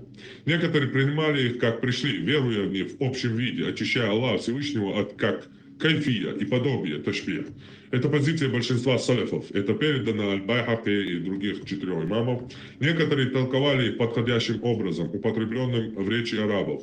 Некоторые чрезмерно толковали, так что это почти доходило до искажения. Некоторые проводили различия, где толкование близко и употребительно в арабском языке толковали, а где далеко и оставлено. Передавали без толкования. Это передано от Малика, а их позднее бла-бла-бла. Сказал Аль-Байхаки, самая безопасная вера без как биля кейф, то есть как он не сходит, и молчание о желанном смысле, кроме если это придет от правдивого пророка, тогда следует это. Доказательство этому служит их общее согласие, что конкретные толкования не обязательно, следовательно, тавхид, перепоручение смысла Аллаху, самое безопасное. То есть они не толкуют его и просто берут как есть, не говоря, не спрашивая, задавая вопрос, как он не сходит. То есть как есть принимают и не толкуют. Вот в этом позиция заключается салафов. Вот толкование. Некоторые сказали так, некоторые сказали так, короче, сяк. А я критикую ислам. Тогда толкование Ибн Кумини тоже прочитаем, и на этом, я думаю, можно переходить к следующему, да, брат? Да, если позволит, Энджел, я завершу мысль. Вот, каждый, кто желает убедиться в этом, просто зайдет по прямой ссылке, да, вот на этот труд, на русском переведен, или просто забрать на нейронку мнение имама Науи рахимахуллах по поводу нузуль, да, снеспускания, да, Всевышнего последних ночи, где он явно, однозначно, четко будет говорить, что запрещено верить, что Всевышний перемещается в пространстве. Это однозначно. Что косвенно сам подтвердил оппонент, говоря, что явно, пусть Аллах убережет о мнении муташаббихов, да, вот этих людей, ну, шаббихов, которые уподобляет Всевышнего творением. То есть, когда говорят, что Всевышний во Вселенной спускается, передает ему мир и так далее. И сам Аннауи, то, что текст прочитал, говорит, пусть Аллах убережет нас от такого понимания. Понимаете, убережет. И он ссылается на мнение, что говорит, мы просто говорим, что такой текст есть, а его трактовку мы в туда не вдаем сегодня. Вот и все, в принципе. И каждый может в этом легко убедиться, если нет никаких в этом проблем. И автор, или как бы оппонент сам это указал своими словами. Вы честно хотели ответить, старались, отвечали. Оценивать ваш ответ я не могу по причине незнания ислама, но вы достойно отвечали и вели себя корректно очень. Вот спасибо просто вам, да. Комментарий Ибн Тайми и следующий вопрос, да, если никто не захочет ответить. Как у нас многоуважаемый гость относится к Ибн Тайми? Не, вот это не ко мне вопрос, мне вообще. Это к тебе вопрос. Как ты относишься к Ибн Тайми? Я не зря трачу свое время. В смысле? Ибн Тайми, что хочешь? Мне по барабану вообще, какой Ибн Тайми. Я критикую, чтобы вы понимали, я критикую ислам. Можно? Да, молча можно критиковать? Ибн Тайми... Молча невозможно критиковать. Я критикую ислам Мухаммеда и Аллах. Маджмаль Фатава. Книги. Алло, ты слышишь вообще? В том томе. Я отвечаю на твой вопрос. Я критикую ислам, чтобы все понимали. Я критикую ислам Аллаха и Мухаммеда.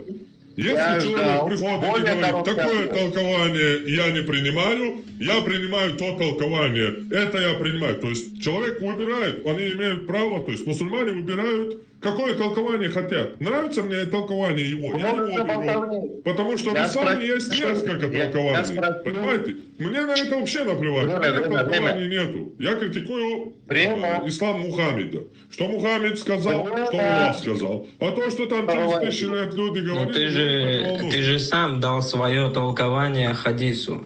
Почему ты говоришь, что ты критикуешь ислам Мухаммеда в то время, как сам дал толкование хадису? Ты сказал, привел хадис о неспускании и говоришь, ну вот же, земля плоская, согласно твоим каким-то сугубо личным рассуждениям. В смысле? Нет, я не сказал, земля плоская. Я сказал, что если Аллах, есть такой у нас, зафиксировали момент, что каждую треть ночи на земле Аллах не сходит. Я не сказал, он ходит, бегает, как он не сходит, я не толковал.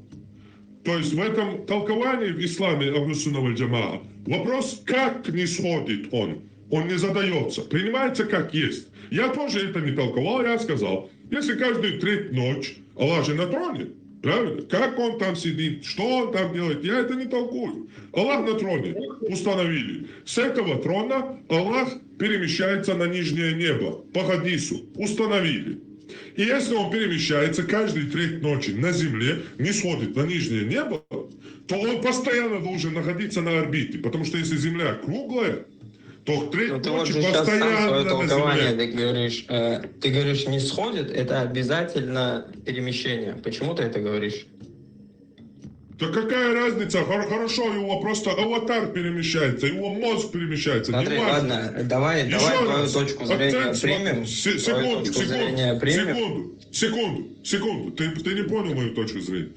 Вообще, что Аллах делает и как он перемещается, у меня к этому вопроса нету, потому что в исламе там появилось на этом огромное количество течений, как не сходит, нельзя задавать, где Аллах, на небе, не в этом вопрос. Вопрос в том, земля плоская или круглая.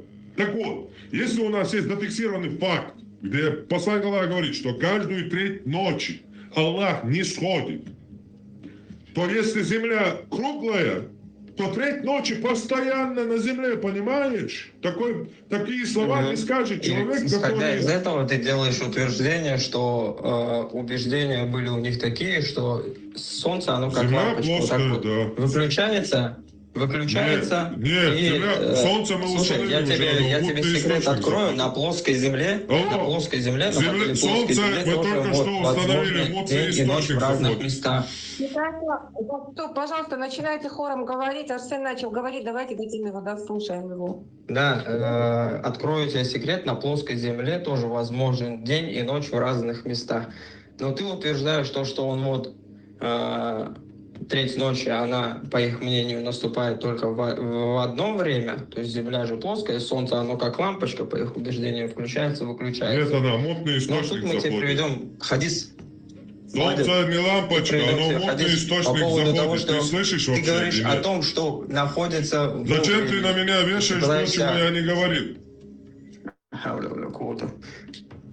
Ты зачем на меня вешаешь то, что я не говорил? Солнце заходит, мутный источник. Выходит с одной стороны и заходит мутный источник. Это не лампочка.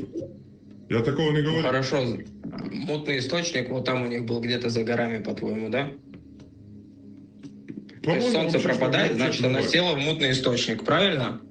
Это не меня надо спрашивать, это пророк. Ты, во-первых, пытаешься... Ладно, да, я доскажу. Это Абузар задал Я не вопрос буду тебе такой никакие- пророку твоему. Не буду И твой тебе пророк никакие ему утверждения ответил. приписывать. Алло. Ты говоришь Ты о мне том, не что... задавай, я не Мухаммед, я не пророк Мухаммед. Этот вопрос Арсен. подвижник задал Мухаммеду. И он ответил. Арсен, ты оно можешь по заходит в существу мутный источник. сказанного? Да, я хочу, человек Ты перебивает можешь и по перебивает. существу, не Не надо на отходя меня вешать от то, что я не тезисов. говорил. И отвечать. Не отходя, Хорошо. не отходя от тезисов. И если можно, Арсена, давайте дослушаем. Потому Да, что по непонятно, поводу того, человек что хочет сказать. 1/3 ночи не может быть, то есть она постоянно же где-то на земле, 1/3 ночи, значит, Аллах либо постоянно не сходит, да, согласно Не, и этому выражение пониманию не сходит, этого хадиса. полностью противоречит этому. Слушай, ты можешь помолчать? Нет, я не могу помолчать. Если земля на земле всегда где-то У тебя треть ночи, выражение не сходит, тебя оно понос полностью словесный. противоречит круглой земле. Ребят, стоп, давайте Тезис. остановимся. Сколько Можно времени провернуть у его? Арсена на ответ? Мы отошли от регламента абсолютно. Сколько времени у Арсена на ответ, Мухаммад? У нас 5 У минут. него нету вообще никакого времени. У нас сейчас 10 минут открытая дискуссия была.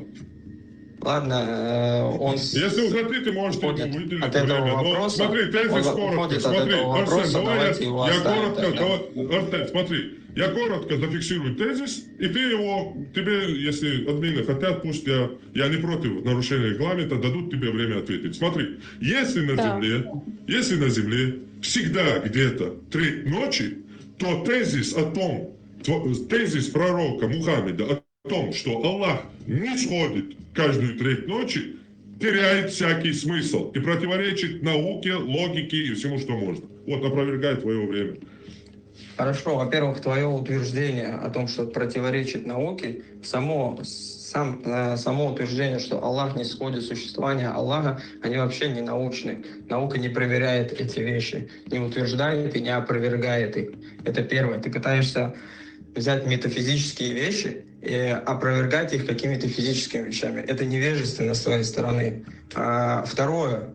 Известный хадис пророка, то, что время в руках Аллаха, и он поворачивает его как хочет. Аллах сам находится вне времени. Поэтому твои утверждения по этому поводу, они, тебе хочется притянуть кота за одно место, но не получается, понимаешь? Ну я же озвучил тезис. Мы договаривались корректно, без оценочных суждений. Чисто по фактам, пожалуйста. Да. Вот тезис был вообще о другом. Не знаю, что ты там говоришь. Еще раз. Если на земле каждая треть ночи всегда круглые сутки, то выражение Мухаммеда, что Аллах не сходит, то есть он на троне, что он не сходит в какой-то определенный момент треть ночи, противоречит круглой земле. И, ты понял. Вот тезис. Слушай, смена дня и ночи возможно и на плоской земле. То, что в одном месте будет ночь. Причем тут, если день. даже это оно вообще сменяется, никак треть не ночи противоречит всегда на круглой плоской земле. Всегда. Всегда, понимаешь? Ты можешь как-то вот построить цепочку. По твоим убеждениям, Аллах находится вне времени. Поэтому он не может не сходить треть ночи на этом месте сейчас, потом треть ночи в другом месте и так далее и тому подобное. По твоему убеждению, ты построй какую-нибудь логическую цепочку, почему это невозможно, но не запихивай. Еще раз, ты вообще не понимаешь мой тезис. Это разговор о другом. Давайте продолжим. Я согласен. Давайте зачитаю. Ангел, я хотел бы зачитать, что Ибн Таймия пишет по этому поводу, и думаю, пойдем дальше.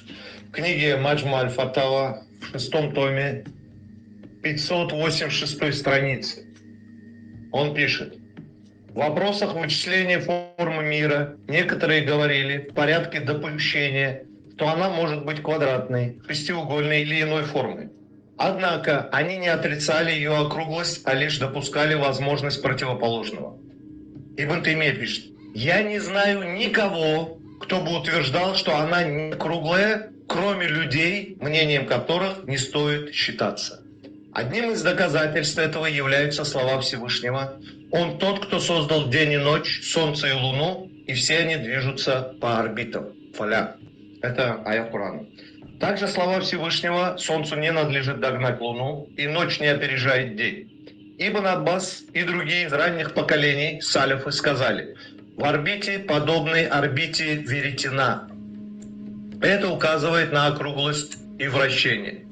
Основа этого в том, что слово «фаляк» в арабском языке означает нечто круглое. Говорят, фаляк – грудь верблюдица, тафалякка – грудь верблюдицы, он аналогии приводит. Когда она становится округлой. И часть веретена называется фалякой из-за ее округлой формы. Поэтому толкователи Корана и лингвисты единодушны в том, что фаляк означает нечто круглое. Понимание смысла в книге Аллаха берется двумя путями. От толкователей муфассиров из числа надежных ранних поколений, из языка, на котором был ниспослан Коран, арабского языка. Всевышний также сказал: он обвивает, покрывает день и ночь, точнее нет, ночью день и обвивает днем ночь. Они сказали, слово таквир, обвивание, происходит от выражения «я свернул чалму» или «обмотал ее». Также говорят о круглом предмете кура, шар. Ее основа – слово кура, где буква У превратилась в А из загласовки. Это то, что говорит Ибн Таймия. Он говорит: я не знаю никого, кто утверждал бы, что она не круглая, кроме людей, чье мнение не нужно учитывать. Я все. Источники, можно уточняющий вопрос? Где говорит Ибн Таймия и насколько... Книга называется «Маджму аль-Фатава». Да, Ибн Таймия земля круглая. Шестой том, Это известно. 586 страница. Я могу показать как оригинал, Не как надо, перевод. не надо, которого я покорешься, читал. не надо, спасибо. Мы знаем, что и у Ибн Таймии земля круглая. Это уже 14 век. Ибн Таймия жил в 14 веке. Ибн Таймия утверждает, я особо одарен, Ты уже 10 раз сказал это, алло. Он Ты говорит, уже сказал это. я не Мы знаю слышали все. никого. Мы слышали это, ты уже третий раз это говоришь. Никого. Спасибо за аргумент. Джамиль, остановись если он теперь. Остановись, мы услышали аргумент. Спасибо за твой довод. Теперь комментарий Бхармата.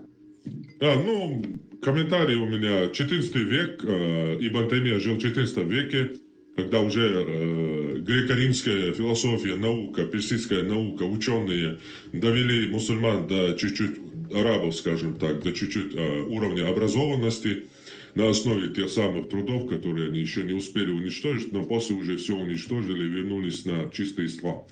У Ибн Таймии земля круглая, это однозначно, мы об этом знаем и спорить не собираемся. Короче, аргумент... В каком веке жил Ибн Таймия? Что? Ибн Таймия в каком веке жил? В 14-м. В 13-м, может. В 14-м он умер. Ну ты молодец, ты старался. Ну, в 14 веке он тоже жил же. Правда? Ну, не суть. В общем, как бы я привел уже ислам и понимание ислама из 7 века. Это уже еще я не привел толкование Ибн Аббаса, прямо двоюродного брата Мухаммеда, что земля вообще-то на спине кита находится. Я как бы еще Казанова туза не поднимал. Но не суть. Короче, мы можем признавать толкование, не признавать, мы поняли. В общем, можем переходить. Да, тут единственное, что хочется заметить, что вот та цитата, которую приводил покорившийся, там были перечислены сначала все плоские фигуры, то есть утверждение построено было на том, что там кто-то говорит, что это квадрат, кто-то говорит шестиугольник, а почему она не может быть округлой? Так дело в том, что округлость это тоже плоская фигура. Мы же говорим о шареобразной. То есть плоское, круглое, это есть, это плоская фигура. Обозначь свою роль в этих дебатах.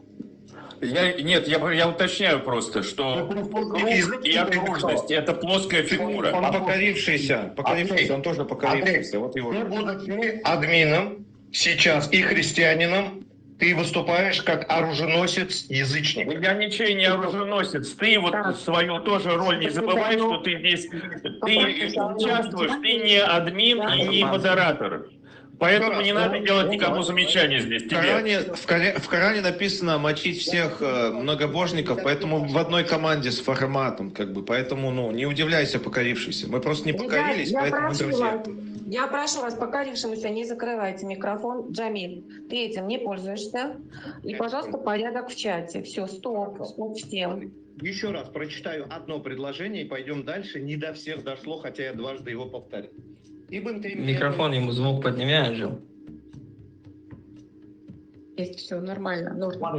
Ибн Таймия говорит: я не знаю никого, кто бы утверждал, что она не круглая, кроме людей, мнением которых не стоит считаться. Пойдемте дальше. Слышали твои аргументы. Я думала, что надо идти дальше. И я вас очень прошу, в прения не вступаем. Разумные доводы и цивилизованная дискуссия. Хармат, твой следующий довод. Следующий довод заключается в том, что у женщины тоже есть, извиняюсь за выражение, сперма, и у мужчины есть сперма. У мужчины она выходит из поясницы, у женщины она выходит из грудных костей. По толкованию мы поймем, это район, где носит ожерелье. Вот видите, у меня где ожерелье, вот отсюда у женщины сперма выходит, и у мужчины, из поясницы выходит, они сталкиваются, и так рождается ребенок. Читаем. 86 сура, 5-7 аяты. Пусть посмотрит человек, смотрю, из чего он создан. Он создан из изливающейся жидкости, которая выходит между чреслами и грудными костями.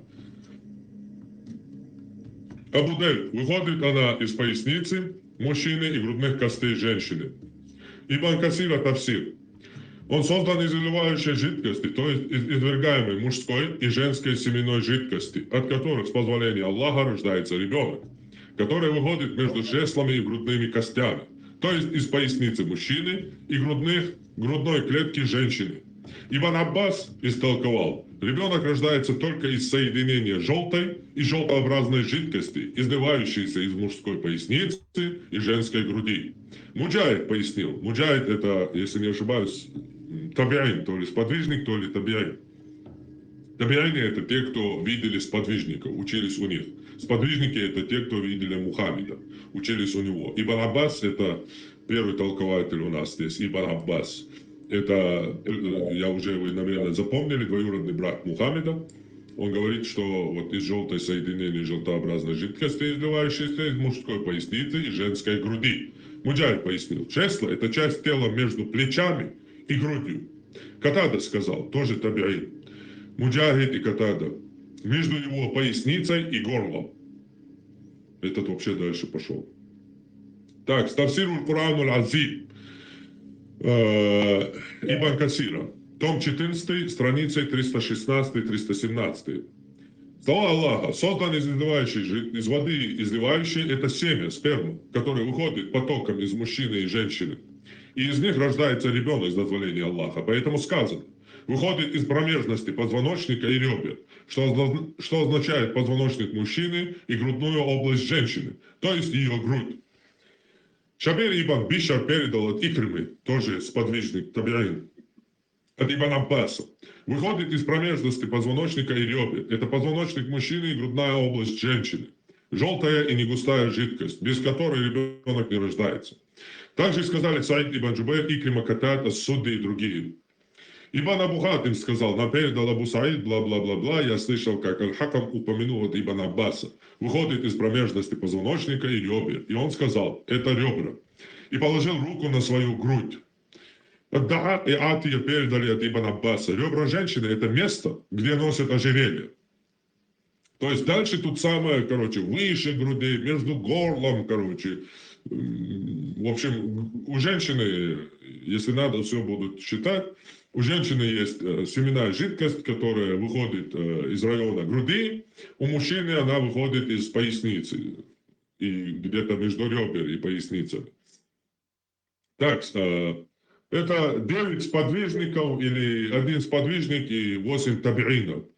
Короче, как вы видите на экране, да, сколько это передали. И 4 от Ибн Аббаса. И это только один тафсир. Я не беру остальные, потому что там все то же самое. Так вот, по исламу, как вы видите, на левом рисунке, по исламу вот оттуда выходит сперма мужская. А по науке она образуется в яичниках, или как они называются, в яйцах, короче, и выходит оттуда. У женщины, как вы знаете, вообще нету никакой спермы. То есть это противоречит науке. Вот мой аргумент, пожалуйста, можете отвечать.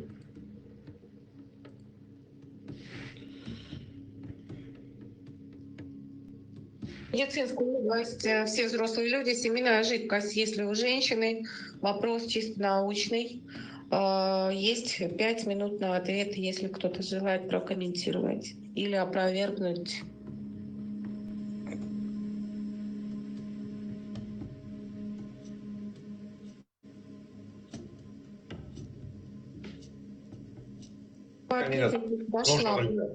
Нужно время. Может, кто-то... Хорошо, ребята, если есть кто-то хочет прокомментировать по поводу медицинских таких сугубо вопросов. Если можно, я добавлю пару секунд, если у меня время осталось. Пару секунд добавлю. Да, можно. Чужды говорит, хочет прокомментировать, если вы мусульманин. Ребята, кто прикалывается, будете в муте сидеть. Мы Сейчас серьезно... давайте грамотно сформулирую вопрос, закончу его. Коран утверждает, что человек создан из жидкости, исходящей между позвоночником и ребрами. Люди, которые арабские, хорошо. Но это описание противоречит физиологии. В спине и в ребрах нет никаких органов, ни тканей, которые производят сперму. Производство сперматозоидов идет в яичниках, а не в костях, ни в спинном отделе, ни в пояснице, ни в бедрах, ни в груди. Такой анатомический промах выглядит не как знание Творца, а как наблюдение неграмотного человека, опиравшегося на субъективные ощущения при половом акте. Творец не стал бы путать органы тела с костями, а здесь мы видим именно человеческую ошибку, выданную за откровение. Все. Хотели что-то сказать, если вы мусульманин, мы вас послушаем сюда. Если просто пишете, чтобы поприкалываться, еще раз говорю. Муслим, открываем тебе. Если христиане не поднимают руки, еще раз говорю, если вы русский не понимаете, скажу на китайском или немецком. Кто, я? Мы вас слушаем, Муслим. Да, муслим. Сколько минут у меня? Вы хотите по существу сказать, мы вас слушаем. Да, у меня ответ есть, просто он большой. Сколько минут у меня? Минут времени у вас, 5 минут. Засеките кто-нибудь, пожалуйста, кто у нас временем руководит. Я и тут, и там. И да, засекаю. Окей, я не знаю, успели или нет.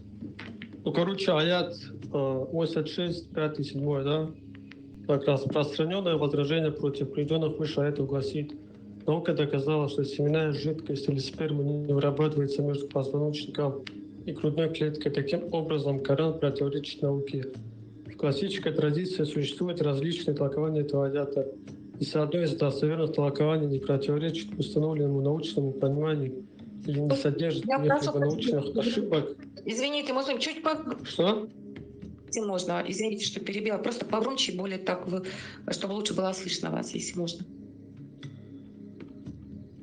Окей. Если одно из достоверных толкований не противоречит установленному научному пониманию или не содержит каких-либо научных ошибок, то приведенное выше возражение не противоречит Корану. Данное возражение подорвал бы авторитет Корана, если было бы все достоверное толкование противоречили устоявшейся науке. Под устоявшейся наукой здесь имеется в виду любое эмпирическое наблюдение или научный вывод, который крайне маловероятно изменить. Это не относится к научным выводам или теориям, которые могут меняться с течением времени в связи с новыми данными или наблюдениями.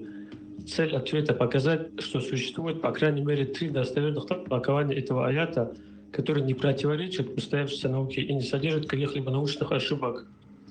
Прежде чем 3 толкования будут обобщены и объяснены, важно привести классические арабские значения соответствующих слов в аяте. Первое — яхруджу.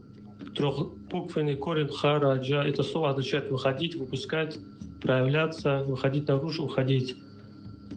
Второе — ассальб. Трехбуквенный корень сад лямба. Это слово означает поясницу или позвоночник. Это слово тоже может быть кинаей, лингвистическим показателем для мужского пола.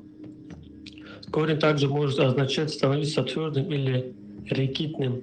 И атарай. Трехбуквенный корень тараба. Это слово означает ключицу, верхнюю часть грудной клетки или ребра. Это слово может быть кинай, обозначающий женщину. В данном ответе будет обсуждаться 3 мнения. В этом аяте говорится о жидкости, а не о сперме. И жидкость поступает между позвоночником или чреслами и ребрами. Даже если бы в Коране говорилось о сперме, сперматозоиды образуются в яичках, которые расположены между чреслами и ребрами. В этом аяте говорится о ребенке. Это первое толкование было, сейчас второе. В этом аяте говорится о ребенке, появляющемся из утробы матери, который находится между позвоночником или поясницей и ребрами. И третье.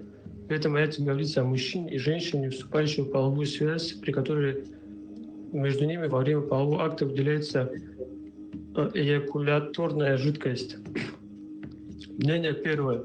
Приведенное выше возражение неуместно. В Коране нет упоминания о сперме или слова, которое ближе к значению сперматозоида. В нем упоминается вода или жидкость. Не используется слово нутфат, которое обозначает маленькую каплю жидкости. В Коране используется слово маа, которое означает жидкость или вода. Таким образом, это возражение неуместно. Даже если бы это действительно означало сперму, оно все равно не было бы неточным, как будет обсуждаться ниже. Термин ашуль также означает чресла, а яички находятся между чреслами и ребрами. Вторая. Поясница — это область, где человек надевает нижнее белье. Яички находятся между поясницей и ребрами. Этого мнения придерживалась большая группа ученых, и оно относится к извергающейся жидкости, входящей из промежутка между позвоночником или поясницей и ребрами. С точки зрения не является научной ошибкой. На самом деле около 70% эякуляторной жидкости, содержащей сперматозоиды, поступает из семенных пузырьков, которые расположены параллельно позвоночнику. Около 20% из простаты и 5% из пульбоуретральной железы, которые находятся в области поясницы. Семенные пузырьки. Сколько у меня время осталось? Осталось 37 секунд. Ну, здесь, очень большой ответ, я, наверное, не успею. Если коротко говорить, я не успею здесь ответить. Кому интересно, могу полный ответ скинуть, и Харвату тоже, если он хочет разобрать. Не, я его уже разбирал. Научных ошибок. Подожди, у меня время еще. Никаких научных ошибок, противоречий, ничего нету. Просто нужно правильно понимать это. Абхармат вообще смешно, когда Абхармат про науку говорит, который сам ни науки ничего не знает. Все, ты закончил? Я не могу прочитать, там огромный ответ. Да, вообще не надо. Если кто хочет, это статейка англоязычная, антишупа называется, они типа опровержение сомнений, которые на ислам кидают. Его взял, просто перевел и зачитал на своем видео Power. Ну, а ты шубки берешь, Стоять. Его взял и прочитал Powerful Muslim. Да, Powerful Muslim его зачитал. Я взял его видео и полностью разобрал его. На моем канале, кто хочет в Ютубе, есть ответ ему. Так вот, возвращаемся к тому, что ты зачитывал. Толкование, что это ребенок, что это то, что это все, это абсолютнейшая выдумка. На экран смотри, вот толкование. Вот толкование этого аята. Ибн Аббаса, Катады, 1 сподвижник и 8 табиинов. Ибн Аббас, Саид ибн Джубайра, Икрима, Катада, Судди, Муджахид, Суфьян ас-Саури, Дахак, Мума и Ибн Абу Хабибы аль-Мадани. В том, что ты привел, Powerful Muslim приводит в своем видео, нету ни одного имени. Вы просто-напросто на коленках выдумали, что в данном аята имеется в виду ребенок. Чушь полнейшая. Это вы выдумали в 21 веке. Вот толкование. И к тому же ты ошибся со своим антишупой. Это антишупа тем, кто говорит, что это сперма. Ошибся в переводе. Я этого не говорил. Я поэтому именно употреблял слово жидкость. Я не говорю сперма. Там говорится жидкость. Жидкость мужчины и жидкость женщины. У женщины она выходит в области груди. Вот смотри, толкование с 9 одного сподвижника и 8 табиинов. Что они говорят? Кто-нибудь говорит, что это ребенок? 3 толкования. Теперь вопрос к тебе. Назови имя одного толкователя мне. Одного толкователя, кто говорил такое. Ты же привел толкование 3. Это толкование Powerful Muslim. Приведи мне толкование хоть одного сподвижника или табиина. Во-первых, я не знаю, при чем тут Powerful Muslim. Во-вторых, как я помню, ты еще как говорил про сперму? Это можно будет... Ты мне только что зачитывал одну антишупу. Приведи мне имя толкователя, который говорит, делает толкование, которое есть у вас. Ты мне только что просто не понимаешь, что читаешь, зачитывал антишупу, которую я разнес в пух и прах, и на моем канале можно дословно посмотреть. Назови мне одного толкователя, который... Назови мне одного толкователя, который делал то толкование, которое ты сделал. Одного назови. То есть, чтобы вы понимали, это просто... Это никакой не разбор, ну, в смысле не разбор. Там так буквально говорится 3 толкования. Одни сказали, что это ребенок, другие сказали, что это то. Вот разбор, смотри, от ученых ислама. На экран смотри. Ибн Бишр, это Тавсир Ибн Касира. 14 том, 316-317 страница. Нет, меня забалтывать у тебя не получится. Этими своими антишупами ты можешь идти к другим людям. Вот перед тобой на экране толкование сподвижников Мухаммеда, которые видели его. Двоюродного брата 4-жды Ибн Аббас передает толкование, что это такое. Вы сегодня в 21 веке для кафиров придумали какую-то фигню там и его мне зачитываешь. Нет, не получится. Возвращаемся к исламу Мухаммеда. Я тебе говорю, там 3 толкования приводятся в разборе, ты понимаешь? Назови имя этого толкователя. Назови. Какого толкователя? Ты же только что говоришь, 3 толкования идет. Назови мне имя этого толкователя. Причем тут, подожди, причем тут имя, я себе разбор делаю. Причем тут имя? Какой разбор? Разбор вот сделали разбор сподвижники и табиины. Вот разбор. Давайте еще раз прочитаю, отвечай на аргументы. Причем тут имя? Еще раз, походу человек не понял. Смотри, 14 том, 316, 317. Смотри, вот толкование ученых, толкование алимов. Смотри, слова Аллаха, создан из воды издевающийся. Это семя, сперма. Это семя, сперма, которое выходит потоком из мужчины и женщины. И из них рождается ребенок с дозволения Аллаха. Никакой женской жидкости ребенок не рождается. Женщина просто яйцеклетку производит, сперматозоид доходит до яйцеклетки, оплодотворяет его, и происходит ребенок. Никакой женской жидкости не участвует в формировании ребенка. Давайте вот чисто... Что означает толкование? Дайте Что означает? Давайте посмотрим, что говорит квалифицированный людей. Ребята, дорогие, порядок в чате. Муслим, не хором, пожалуйста. Один после другого. Покорившийся, ты хотел что-то сказать. Нет, давайте вот одну ясность внесем сначала для нашего... Хорвата, у него в чем проблема? У него проблема в том, что он берет какой-то... У меня никаких проблем нету, я беру и толкование сподвижников показываю. Неправильно. А потом на основе... Подожди, я говорю, потом на основе своего неправильного... Я показываю толкование, алло! Я показываю толкование, на экран смотри. Как будто наука это какая-то монотон. На экран смотри, посмотри на экран. 30 секунд, да, Муслим? 30 секунд. Как с наукой складывается? Скажи, вот что такое наука? На экран посмотри, я не приделаю толкование. Я привожу тебе толкование. Один момент. Прежде чем работать с толкованием, знаниями и с доводами. Если у тебя пробелы в знании анатомии, давай мы сначала там обозначим, что такое изливающая У меня пробел жидкость знания и откуда она выходит. анатомии. Откуда она выходит? Давай проанализируем. Смотри, ты говоришь, у женщины никакой жидкости нету. Но то, что ты назвал сперматозоидами... Нет, я не сказал, что у женщины никакой жидкости. Стоять. Я не сказал, что у женщины нету никакой жидкости. Стоять. Нет, не дам. Нет, не дам. Не дам. Потому что ты на меня ложь вешаешь, сам создаешь песочный домик и его, короче, опровергаешь. Нет, стоять. Стоять. Спокойно. Давайте на тезисы отвечаем, на те, которые говорились, покорившимся. Я не говорил, что у женщины нету никакой жидкости. Ты будешь слушать, что я говорил или нет? Что я говорил или нет, если ты неправильно услышал? Ты будешь слушать или нет? Его тезис противоречит. Ты со мной обращайся, ты со мной общаешься, со мной говори. Со мной говори, пожалуйста. Давай еще раз тезис послушаем. Еще раз. Никакой жидкости не участвует в образовании ребенка.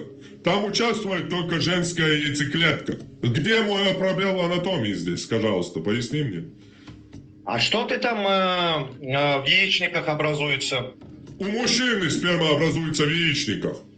У мужчины пока она образуется... Стоп, братья, стоп. У мужчины она образуется по исламу, смотри, по исламу у мужчины она образуется. По анатомии я сказал. По анатомии яичника она образуется.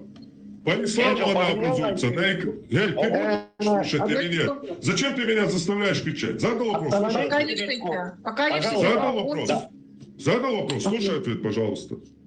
Я не задавал. Тихо, Энджел. Смотри, Усмири, пожалуйста, истеричку.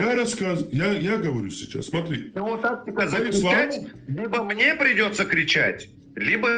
Если ты мне будешь задавать вопросы, я буду отвечать.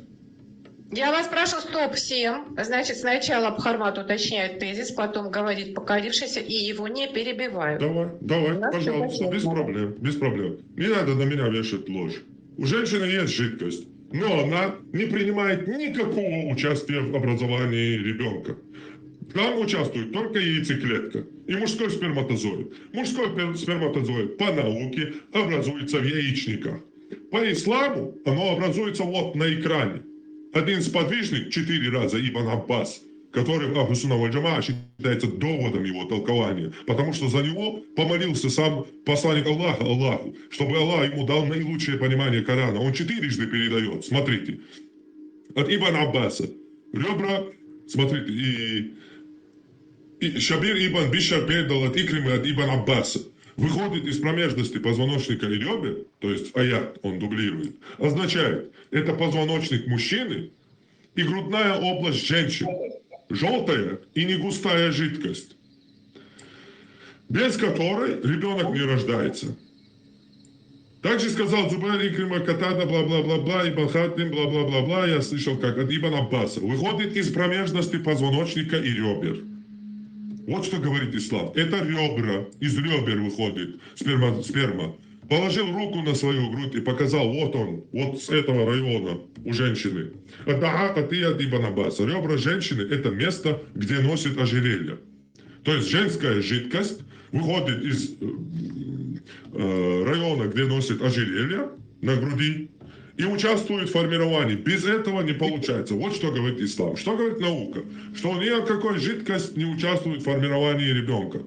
У мужчины сперма образуется в яичниках. По исламу она образуется где-то в пояснице, там из позвоночника и еще где-то. Все. Я закончил. Хармат, теперь мы послушаем покорившийся, не перебивая. Вот сколько он захочет, в течение 5 минут закончит раньше. Пожалуйста, твое право, Джамиль. Хорошо. Смотрите, для начала стоит отметить, в толковании Асада выделено. Выходит из поясницы мужчины и грудных костей женщины. Так переводит и дает толкование Абу-Адель. Асади пишет, которая выходит между чреслами и грудными костями. И дальше добавляет, существует мнение, что имеется в виду поясница мужчины и груди женщины. Согласно другому мнению, выделяет Асади, в этих аятах речь идет об изливающемся семени, То есть только сперме мужчины, которая выходит из области между поясницей и грудью. То есть подразумевается вся брюшная полость. Оно подкрепляется тем, это я продолжаю толкование Асади читать, оно подкрепляется тем, что слово «тариб» – грудь используется только в отношении мужской груди. Тогда как женская грудь называется не тариб, тараиб, а сади. Лучше всего известно об этом Аллах, пишет Асад. Ибн Касир пишет, которая выходит между чреслами и грудными костями, то есть из поясницы мужчины и грудной клетки женщины. Ибн Аббас истолковал, как ребенок рождается только из соединения желтых желеобразных жидкостей, изливающихся из мужской поясницы и женской груди. Муджахид пояснил, чресло – это часть тела между плечами и грудью мужчины. Катада сказал, между его поясницей и горлом. Это, опять же, говорится только о мужчине. Теперь, что касается анатомии, краткого курса анатомии. Если Коран говорит об изливающейся жидкости, глаза на экран, пожалуйста. Если аят говорит об изливающейся жидкости, эта изливающаяся жидкость образуется не в яичниках. Он многократно сказал. Я поэтому и переспросил. Он говорит, сперма образуется в яичниках. Нет, в яичниках сперма не образуется. Сперма представляет из себя жидкость, которая имеет, состав, там разный. То есть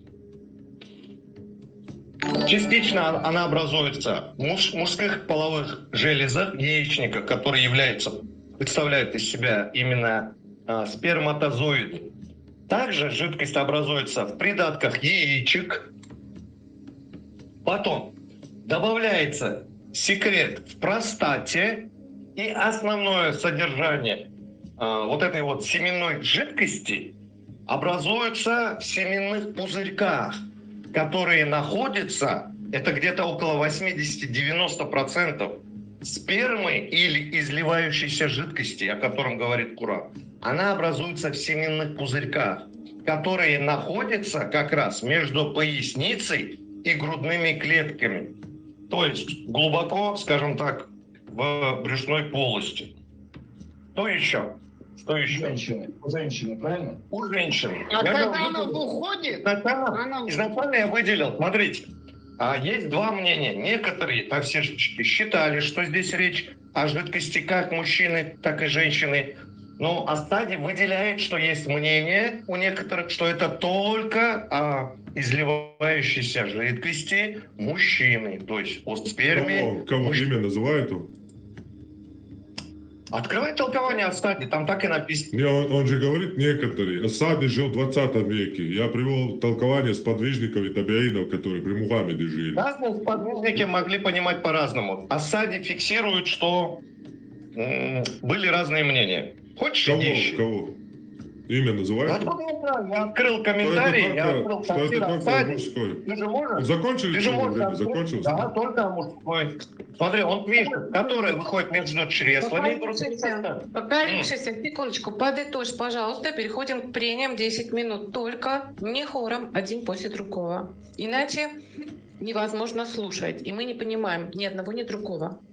Подытожу. Да. Асади выделяет и фиксирует тот факт, что этот аят понимали по-разному. Кто-то понимал как жидкость мужчины и женщины, кто-то понимал как только изливающаяся жидкость мужчины. Вот.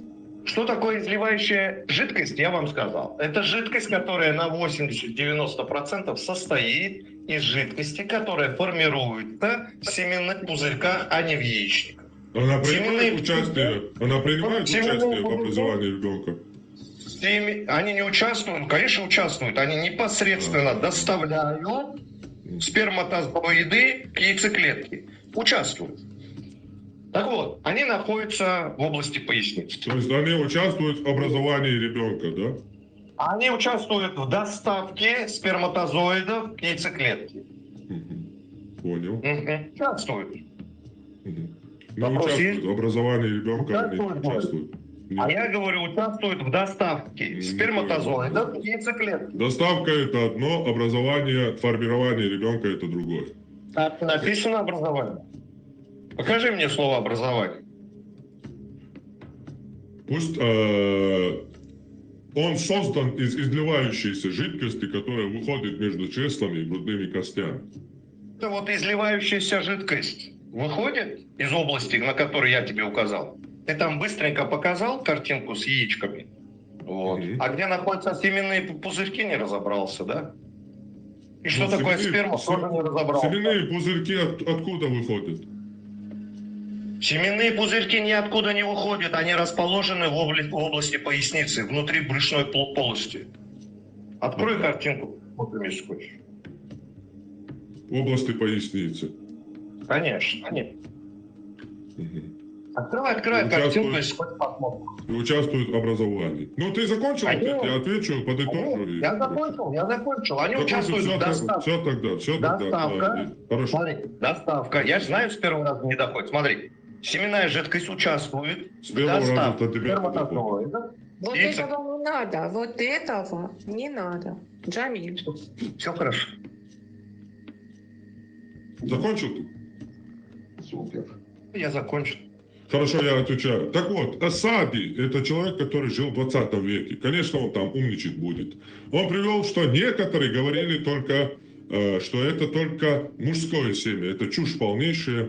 Я привел Тавсир Ибн Касира, где он приводит, ссылается на ранних, где он приводит толкование одного сподвижника Ибн Аббаса, который, опять же, непосредственно является двоюродным братом Мухаммеда и единственным толкователем, который видел Мухаммеда, и непосредственно Мухаммед помолился Аллаху, чтобы Аллах дал ему наилучшее толкование.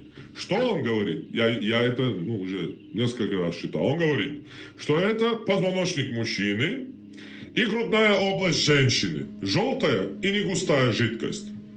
Вот его толкование других то же самое. Это область от плеч до груди.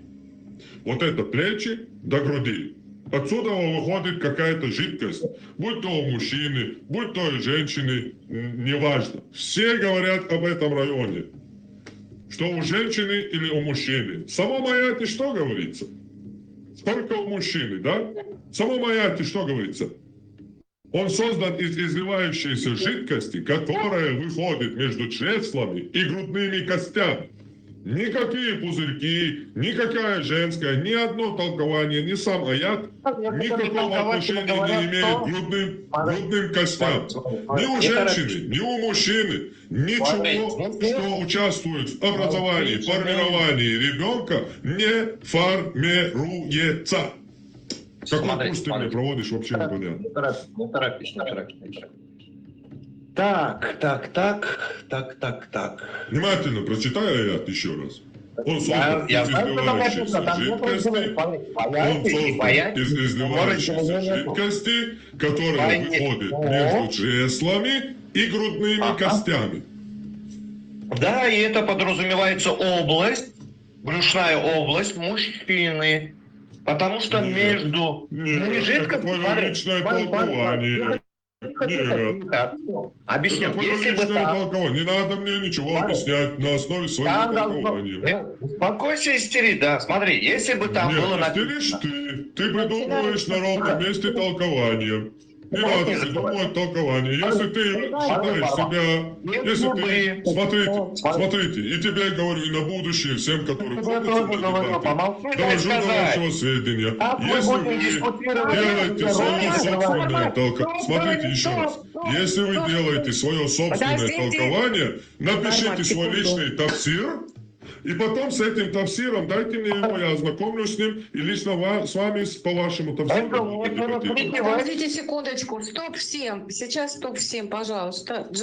Джамиль должен иметь возможность тоже говорить на равных, отвечать. Пожалуйста, давайте, все должно быть по-честному. У нас 10 минут. Хармат, мы твою позицию поняли. Джамиль, покорившийся. Ты не видишь антинаучности этого момента, да? Давай мы тебя послушаем, твою аргументацию. Размытость. Я вижу размытость формулировки. И я не вижу здесь какого-то научного чуда. Но и противоречия никакого не вижу, Энджел. Потому что после того, как ты своего гостя выпроводишь, мы пойдем в книгу «Бытия», в котором Бог говорит Аврааму, что выведу потомство... Давайте сейчас без этого, стоять.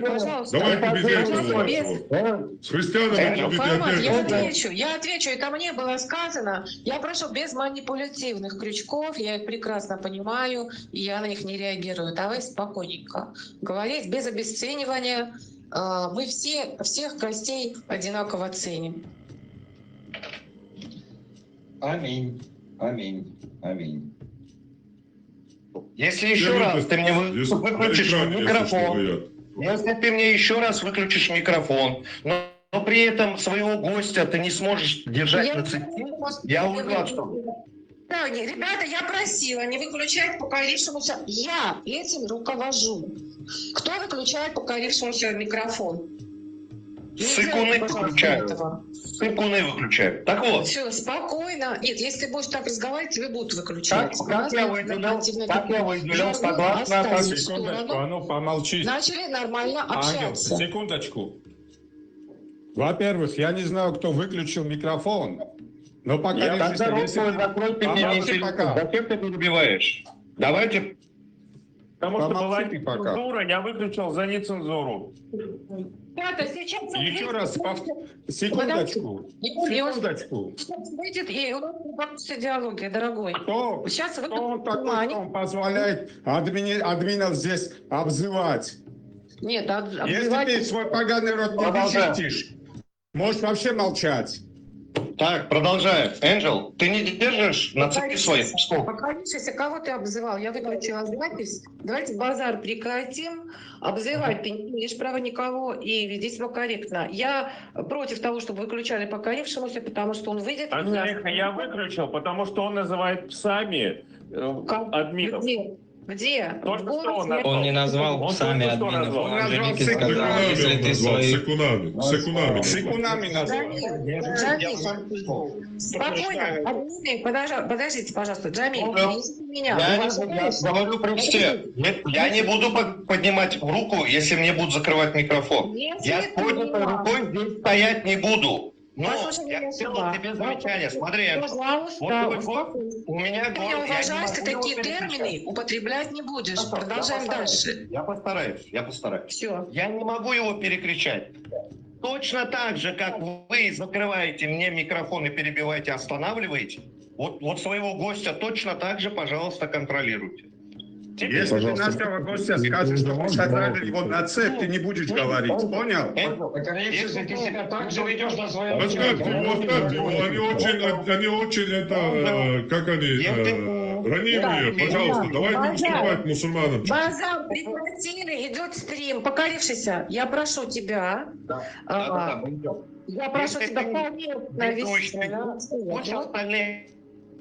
Он никого пока не оскорблял. И такие выражения себе не позволял. Поэтому замечание тем, кто это позволяет себе, идет запись.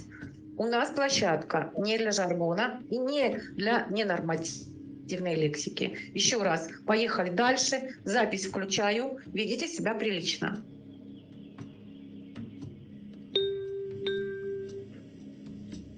Здравствуй.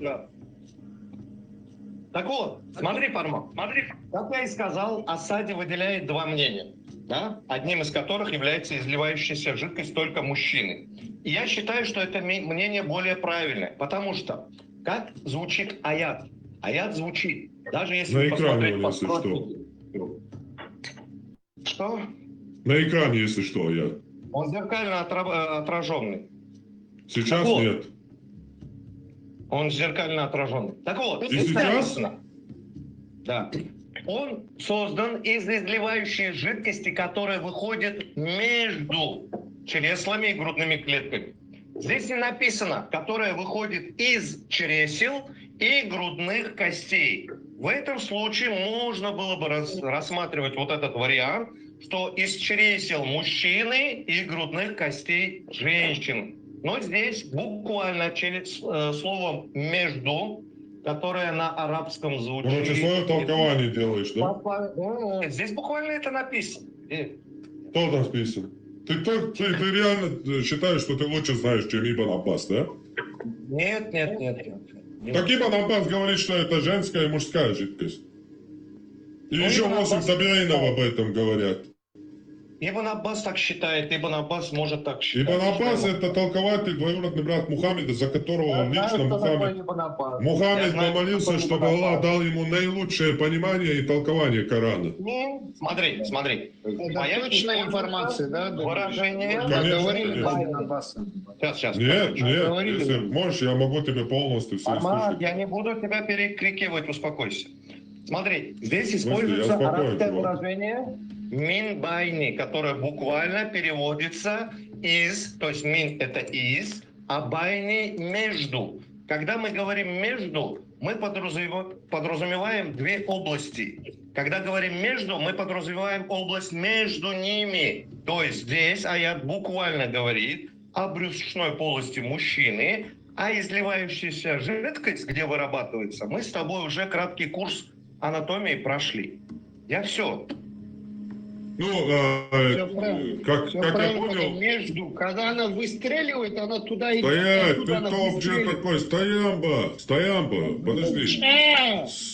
Смотри, в общем, ты сделал свое личное толкование на основе, как говорил Ибн Таймия, о заблудших батынитах, в общем, нусайритах и так далее, что они языковым, на основе знания языка, языковых манипуляций, опираясь на собственный разум, толкуют и извращают книгу Аллаха. Ты из тех. Так вот, Ибн Аббас и 8 табиинов говорят о том, что здесь идет речь о жидкости, которая у мужчины выходит где-то между районе ребер, там, позвоночника, а у женщины жидкость выходит из грудной области, где носит ожирение. Ты делаешь свое толкование, свое личное. То есть у меня к тебе, опять же, к современным мусульманам, нету никаких претензий. Я критикую ислам Мухаммеда и сподвижников. То есть первых мусульман, которые видели Мухаммеда, учились у него, брали у него уроки. То есть настоящий ислам. А сколько раз я уже говорил, сколько муссульман, столько и ислама. Пожалуйста, вы можете верить в это. Ислам, Коран говорит о том, что... Моими доводами будешь послушать? Нет, с твоим исламом никаких проблем. Можешь проповедовать свой ислам и заводить туда людей. Никаких проблем. Все, что ли? А вот Коран говорит, что жидкость образуется у мужчины между чресел, у женщины между грудными костями. Так вот, никакого участия, никакой жидкости, которая образуется в области грудных костей, наука не подтверждает. Все, я закончил, можно идти дальше.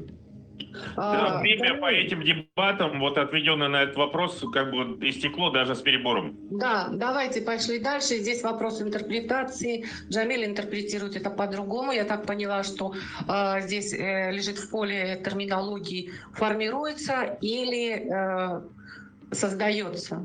Но вы смотрите по-разному на этот вопрос. И Хармат привел ученых, и что я считаю сильным аргументом. Если их понимание такое, то... Не только ученых, а сподвижников и табиин. Первые 3 поколения мусульман. И Ибн Аббаса, самого главного. Это достоверно или нет, еще надо узнать. Еще Секунду. Ангел, сейчас самый главный момент. У нас есть модераторы, у нас есть админы. И самое главное, у нас гость. Если кто-то нашего гостя пытается оскорбить, ему отключаем микрофон без права говорить. НБ, я бы тебе, знаешь, что посоветовал бы? Я тебе посоветовал бы закрыть свой рот и следить за чатом, в котором... Он специально давит на тебя. Он специально давит на тебя, потому что видит, что это тебя цепляет, чтобы тебя вывести из себя. Не позволяет. Да, у него нет аргументов, просто он пытается вот этим хамством вот вывести из нормального общения, потому что нет аргументов. Стоп. По аргументам тут уже Парматова, покорившийся раз был. Что за админ? Подождите, Арсен. Только что оскорбил. Ты удивляешься потом, что тебе закрывают, и я ничего... Ты удивляешься потом, что тебе закрывают, и я ничего с этим не могу сделать. Потому что я тебя просила, не переходи на личности. Это старший админ, один из руководителей чата. Ребята, вы себе даете отчет в том, что вы говорите.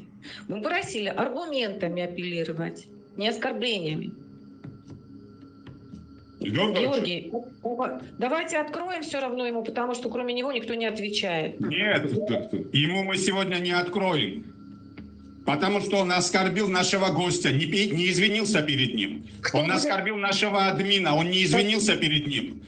Что он о себе возомнил? Кто он такой? Хорошо, тогда мы будем сами с собой. Я согласен с HP. Да, я тоже согласен. Пусть попросит прощения, если он готов извиниться. У меня к вам вопрос. Я поняла ваше мнение. Я согласна, что это было очень грубо и очень некорректно. Но мы тогда будем сами между собой аргументы. Ребята, Анжелика, мы будем смотрите, сами у нас... разбирать тогда, если мусульмане не будут закрытые сидеть, или как?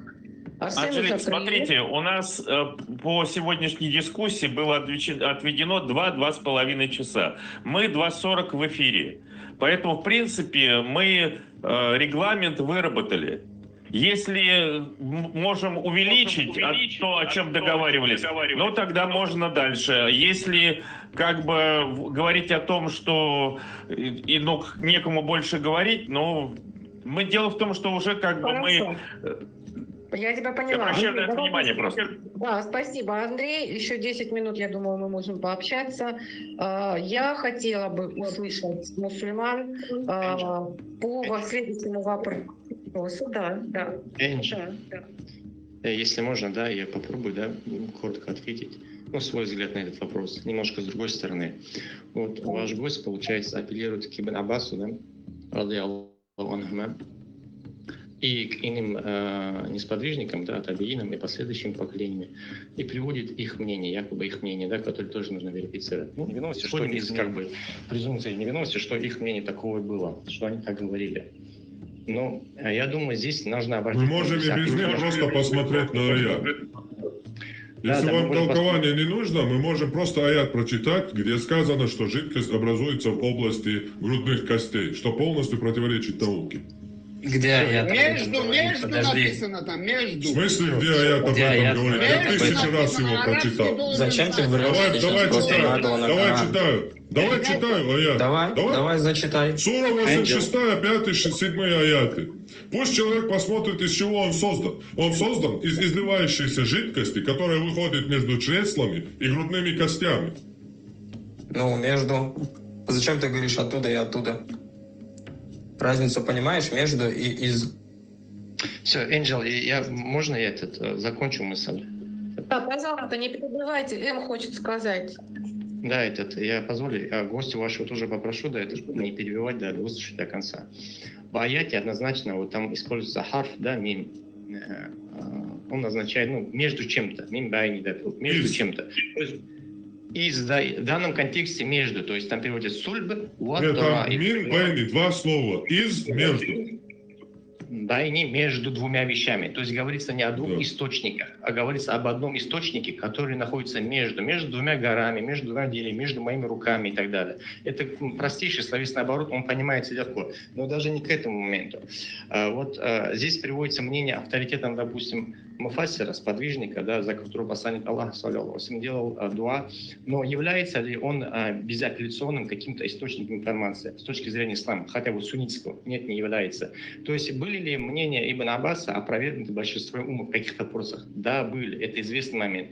При этом не уничижая его заслуги, его достоинства. Абсолютно точно. По ряду вопросов и другие же сподвижники, тот же Али, да, четвертый праведный халиф, прямо указывал на ошибки Ибн Аббаса в каких-то вопросах. Это известная вещь. Просто нужно углубиться в вот этот вопрос, да, разногласий и понять, что все ошибались. Абсолютно все ученые во все времена и сподвижники, они все ошибались, и не было ни одного, который не ошибался.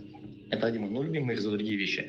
Теперь касательно самого аята. Из аята можно какое-то однозначное суждение вывести, о котором, допустим, ваш гость заявляет и поставить его в противовес науке? Нет, нельзя. Более того, сами арабы, которые делали тафсир, задумайтесь, зачем сподвижник делает тафсир на то, что и так понятно, да, что ну, здесь четко говорится, это выходит. Нет. И они обращаются к Ибн Аббасу и другим, говорят, что это означает? Сульби ватарайб. Что это сульб? Что такое тарайб? Ну, грудные клетки там более-менее понятно.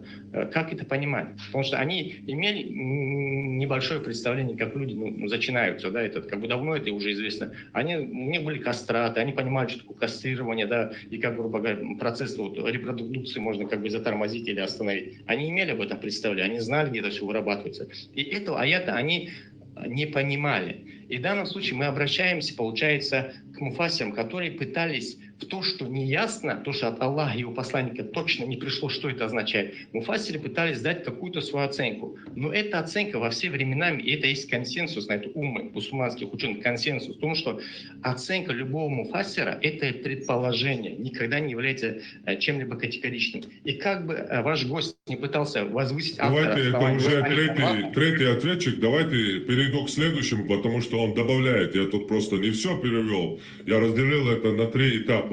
Следующее, что я закончу? Нет, вообще не можно, чтобы вы тут слово сказали, потому что вы третий ответчик. Я не вас спрашиваю, я могу закончить? Ну, это по моему праву вы можете только третий, как будучи третий, выходящий за регламент, тут говорить. Я поняла. Мы выходим за регламент, но я дала бы закончить человеку. Он Я бы не дал, я не согласен. Почему? Он очень корректно. Ну, потому что я согласился на регламент, и выходить за регламент я не разрешаю. Хорошо. Твое право. Если я нарушаю регламент, я потому что этот третий человек занимается абсолютным забалтыванием, который опровергает следующий довод, в котором я приведу хадисы о сперме еще до углубленно, где Мухаммед сам это разъясняет. Я не буду продолжать свою, получается, аргументацию, потому что гость вас заявил... Ты вообще не имел права слова говорить, если честно. Ты третий человек. Отвечают только двое на один аргумент. Ты можешь на следующий ответить. У нас был регламент, давайте дальше. Я согласен. Хорошо. В любом случае, спасибо за ваше мнение. Поедем дальше. Давай ты в следующем аргументе ты ответишь полностью. Тебе будет 5 минут дано, и ты сможешь спокойно полностью ответить. Окей. Смотрите, это слишком длинная тема, мы с вами там много хадисов, поэтому как бы не будем заморачиваться на поверхностных местах, которые я привел. Дополним их следующими, давайте. Сахих Муслим. Книга предопределения. Глава о том, что человек формируется в утробе своей матери, записывается его удел, его срок, его дела, а также то, счастливым он будет или злосчастливым. Хадис 2643 сообщается, что Абдулла бин Мас'уд, запоминайте эти имена сподвижников, которым Мухаммед говорил про формирование ребенка, сказал: правдивый и достойный доверия посланник Аллаха сказал нам: поистине каждый из вас формируется в чреве своей матери в течение 40 дней в виде капли семени. Затем он столько же пребывает там в виде сгустка крови. То есть 80 дней уже прошло, и еще столько же в виде кусочка плоти. Итого у нас 120 дней получается. Через 120 дней к нему направляется ангел к утробу матери, который вдувает в него душу, и он получает веление записать 4 вещи. Удел, срок его жизни, его дела, то есть каждый шаг, который он сделает в жизни, записывается еще до рождения, а также то, счастливым он будет или злосчастливым. Тут, как я понял, просто мусульмане, когда я какие-то аяты, хадисы приводил, постоянно говорили мне, в основном: ты сам толкуешь, приведи мнение ученых. Тут, как я понял, мнение ученых мы в сортир отправляем. То есть мне не надо их приводить, да, получается? Аль-Куртуби, Шарх на Сахих Муслим и так далее. То есть, смотрите, собирается в утробе его матери, согласно некоторым хадисам Ибн Мас'уда, объясняется, что когда сперма попадает в матку, и Аллах желает создать из нее ребенка, она распространяется по телу женщины, достигая каждого ногтя и волоса. Затем она пребывает в утробе 40 ночей, после чего превращается в кровь, Сперма превращается в кровь матки. Это и есть ее собирание. Это время, когда она становится сгустком крови. Аляка – это кровь. Затем становится сгустком крови, бла-бла-бла. Затем Аллах дувает душу, бла-бла-бла. То есть, сперма попадает в матку и находится там в рассеянном виде. Аллах собирает ее в родительно. То есть, он от Ибн Мас'уда передал хадис в своем шархе. Поэтому я его зачитал. Сперма попадает в матку и находится там в рассеянном виде. Аллах собирает ее в родительном месте, место зародыша в матке. В этот период, первый. Когда же Аллах хочет создать из нее человека, попадает она, сперма, под каждый ноготь и волос женщины и пребывает там 40 ночей. Фатхуль Бари, Ибн Хаджар аль-Аскаляни. То же самое. Ибн Мас'уд прокомментировал хадис следующим образом. Это шарх на хадис, где приводится хадис от Ибн Мас'уда, от пророка. Когда капля спермы попадает в матку, и Аллах хочет создать из нее человека, она проникает под каждый ноготь и волос женского тела и пребывает там 40 дней.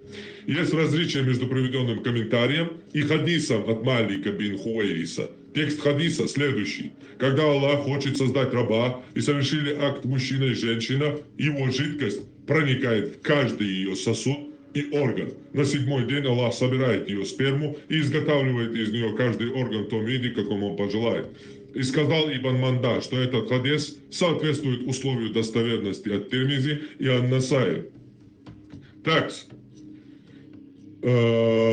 еще раз думайтесь, мало того, что Аллах и его посланник верили в женскую сперму, так они, жидкость, которая участвует, так еще они верили, что если женщина кончит первой, то ребенок будет похож на нее, или будет ее же пола. А если мужчина кончит первым, то ребенок будет похож на него. Вы вообще представляете, какая-то, у женщины нет спермы.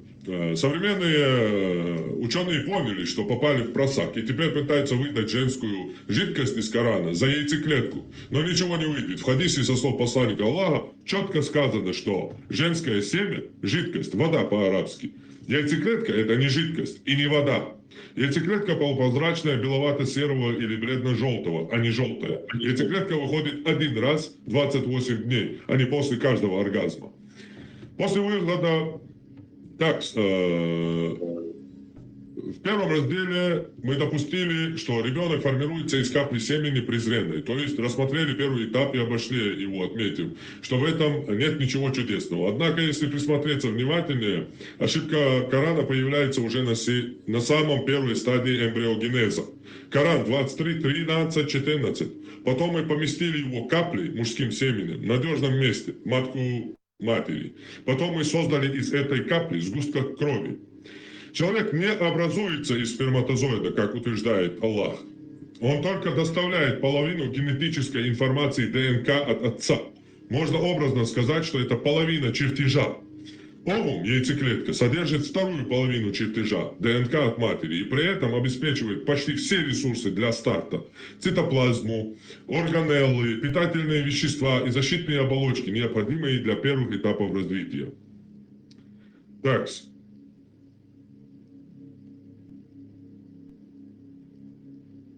Как мы поняли, на определение пола из прочитанного хадиса происходит через 120 дней. То есть 120 дней, через 120 дней Аллах отправляет ангела, и тот, записывает 4 вещи. Его пол, удел его жизни, его дела, срок его жизни, злосчастливым он будет или нет. И сейчас.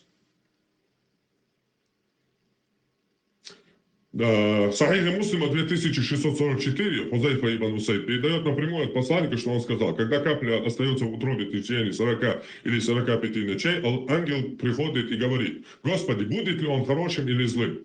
И оба эти варианта записываются. Затем ангел говорит: Господи, будет ли он мужчиной или женщиной? То есть по этому хадису через 40 дней или 45 дней. Так вот, если кто не знает, есть такой метод, называется он экстракорпоральное оплодотворение.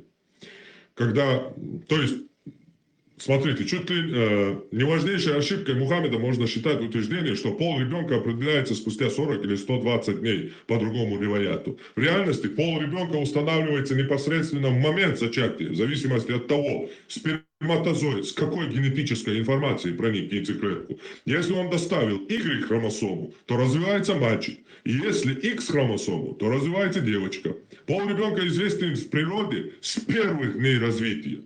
Однако в хадисах мы явно наблюдаем иной путь формирования пола. Наиболее четко это видно в хадисах муслима, где употребляется глагол «якди», «якди», принимает решение. В одной версии хадиса и глагол «яв'алу», делать, в другой. Является ли пол ребенка такой сокровенной тайной, как утверждает Коран? Мухаммед и улема? Отнюдь. На сегодня всем широко известна и знакома процедура УЗИ, пройдя которую можно спокойно выяснить пол будущего ребенка по внешним половым признакам. Удивительно, что ангел, сидящий в утробе, на 17-й неделе не может визуально определить пол ребенка по тому же методу, а задает вопрос Аллаху. Это еще раз показывает, что пол ребенка по исламу на 17-й неделе еще не ясен, что подходит под примитивные знания и понятия пустынных бедуинов. Также есть ЭКО, так называемый сокращенно ЭКО. К настоящему времени есть признанная и действующая процедура экстракорпорального оплодотворения, сокращенно ЭКО, согласно данным раньше Национальный регистр. В России с 1995 по 2021 год 369 327 детей было рождено после оплодотворения инвитро. На Конгрессе European в 2018 году Society of Human Reproduction было заявлено, что согласно мониторингу на 2014 год в мире насчитывалось 7 миллионов людей, рожденных с помощью ЭКО. Производится эта процедура следующим образом. Берутся здоровые женские яйцеклетки и переносят чашки Петри в специальную культурную среду. Затем к ним добавляют здоровые сперматозоиды. 120 тысяч на одну яйцеклетку. Один из них оплодотворяет яйцеклетку, либо же сперматозоид вводится вручную методом IKCE. После оплодотворения в течение нескольких дней эмбрионы содержатся в искусственных условиях инкубатора. Затем эмбрион переносится в матку. До переноса эмбриона в матку методом ПГД можно выявить генетические отклонения, а также пол будущего ребенка, то есть первые дни оплодотворения. Это на 40 дней раньше, если следовать хадисам Сахиха Муслима, и на 120 дней раньше Сахиху Бухари, если следовать хадисам. Вдобавок к этому можно самому избрать пол ребенка, то есть ты буквально можешь пойти вот это ЭКО и выбрать, какого ребенка ты хочешь, сына или дочку. Выбрав нужный эмбрион. Технология ЭКО проверенная, действенная и используемая при разных обстоятельствах отрицает утверждение ислама о невозможности выяснения пола ребенка или его появления выбором Аллаха лишь на 40-й, на 120-й дней. Врачи выявляют пол сегодня до того, как Аллах решит это. И ангел занесет к себе в свиток, ведь природа сделала все за них. И так далее, короче, долгая тема. Все, можете отвечать, пожалуйста. Нет, твои доводы понятны. Формат отвечать будет кто из мусульман.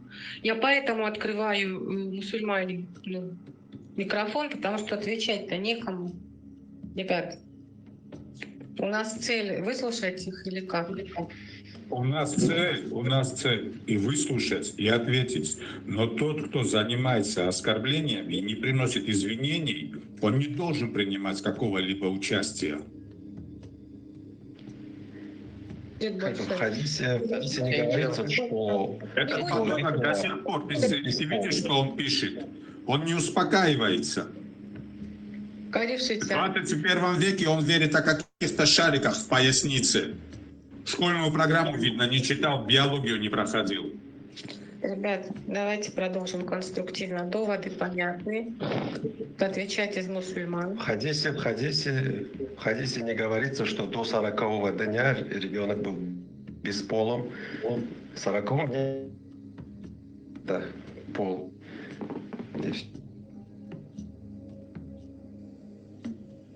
Нет, на 40-й день, после 40 дней ангел спрашивает, мужчину сделать мне из этого эмбриона или женщину. И Аллах определяет, мужчину или женщину. Сегодня мы можем сами выбрать, хочешь сына, хочешь дочку, выбрать сперматозоид. То есть это не Аллах определяет, а уже в сперматозоиде находится его этот хромосом. Исматулла, Ангел просто записывает. Он не делает. проблема, Исматулла. Понимаешь, пол ребенка не тогда, когда указано по исламу, да, а гораздо ранее уже формируется. Вот это основная причина того, что он В хадисе не говорится, что до этого ребенок был бесполым. Там говорится, когда ангел запишет это. Вот ангел запишет. Там четко, нет, не запишет. Там четко и ясно говорится, когда определяется пол ребенка. То есть будет он мужчина или девушка. Это на 40-й день определяет ангел и Аллах. Вот что говорит хадис. Прямо и недвусмысленно. Нет, там ангел спрашивает, это мужчина или женщина Давай спрашивает. я тебе покажу. Ну, пусть спрашивает, пусть записывает. Нет, он не записывает, опять же. Ребенок, мужчина или девушка, он говорит. Что мне сделать? Что мне записать? Какие дела ему записать? Будет ли он счастливый мне записать? То есть то, что он записывает, то и происходит. Это происходит определение его дел, его срока, его пола. Это определение. То есть это определяется. Нет, все это еще до этого ангела записано в Лавхуль Мавхус. Ну, ангел еще раз записывает. Ну, для себя может. Да, для себя, да. Хорошо, понятно. Энджел, я встану в очередь, как время освободится. Да, пожалуйста, Исматулла, я думаю, уже сказал свое мнение, теперь ваша очередь. Я надеюсь, у вашего гостя нет права тут сейчас тоже перебивать. У вас есть 5 минут, вас будут перебивать. Я думаю, я быстрее управлюсь. Что касается, да, вот слова 40, да, здесь я нужно, думаю, обратиться опять-таки к словарям арабского языка, лишанный араб или другим, да, и посмотреть, что означает слово. Предлагаю всем пойти сейчас вам нейронка легко это как бы сделать, быстро переведет и так далее. То есть слово 40, оно имеет не буквально иногда цифровое значение, хотя и такое значение оно тоже имеет, но оно также имеет и ряд других аллегорических значений этого слова. Я думаю, о них многие знают, да, исходя там из других текстов. Как пример можно привести, да, не почувствовать запах рая на расстоянии 40 лет, или там я лучше буду там 40 лет стоять и так далее. То есть здесь по слову 40 или 70, да, 42, часто 45, имеется в виду что-то зрелое или что-то бесконечно большое, огромное, ну, совершенно достигшее определенной степени, да. В контексте этого хадиса можно понимать, предполагать. Я же как бы не претендую на истину, да, я думаю, здесь истину никто не знает, хотя ваш гость претендует на другое. Можно предполагать о этапности завершения одного этапа, 40, один этап завершился, потом второй этап, потом третий этап и так далее. И, но буквально подходить к цифре 40 и говорить, что других значений у цифры 40 нет в арабском языке, это абсолютно невежество. Просто зайдите, ну, я не знаю, прямо сейчас в Google забейте, что значит для арабов цифра 40, и вы увидите даже... Там и 42, и 45 тоже.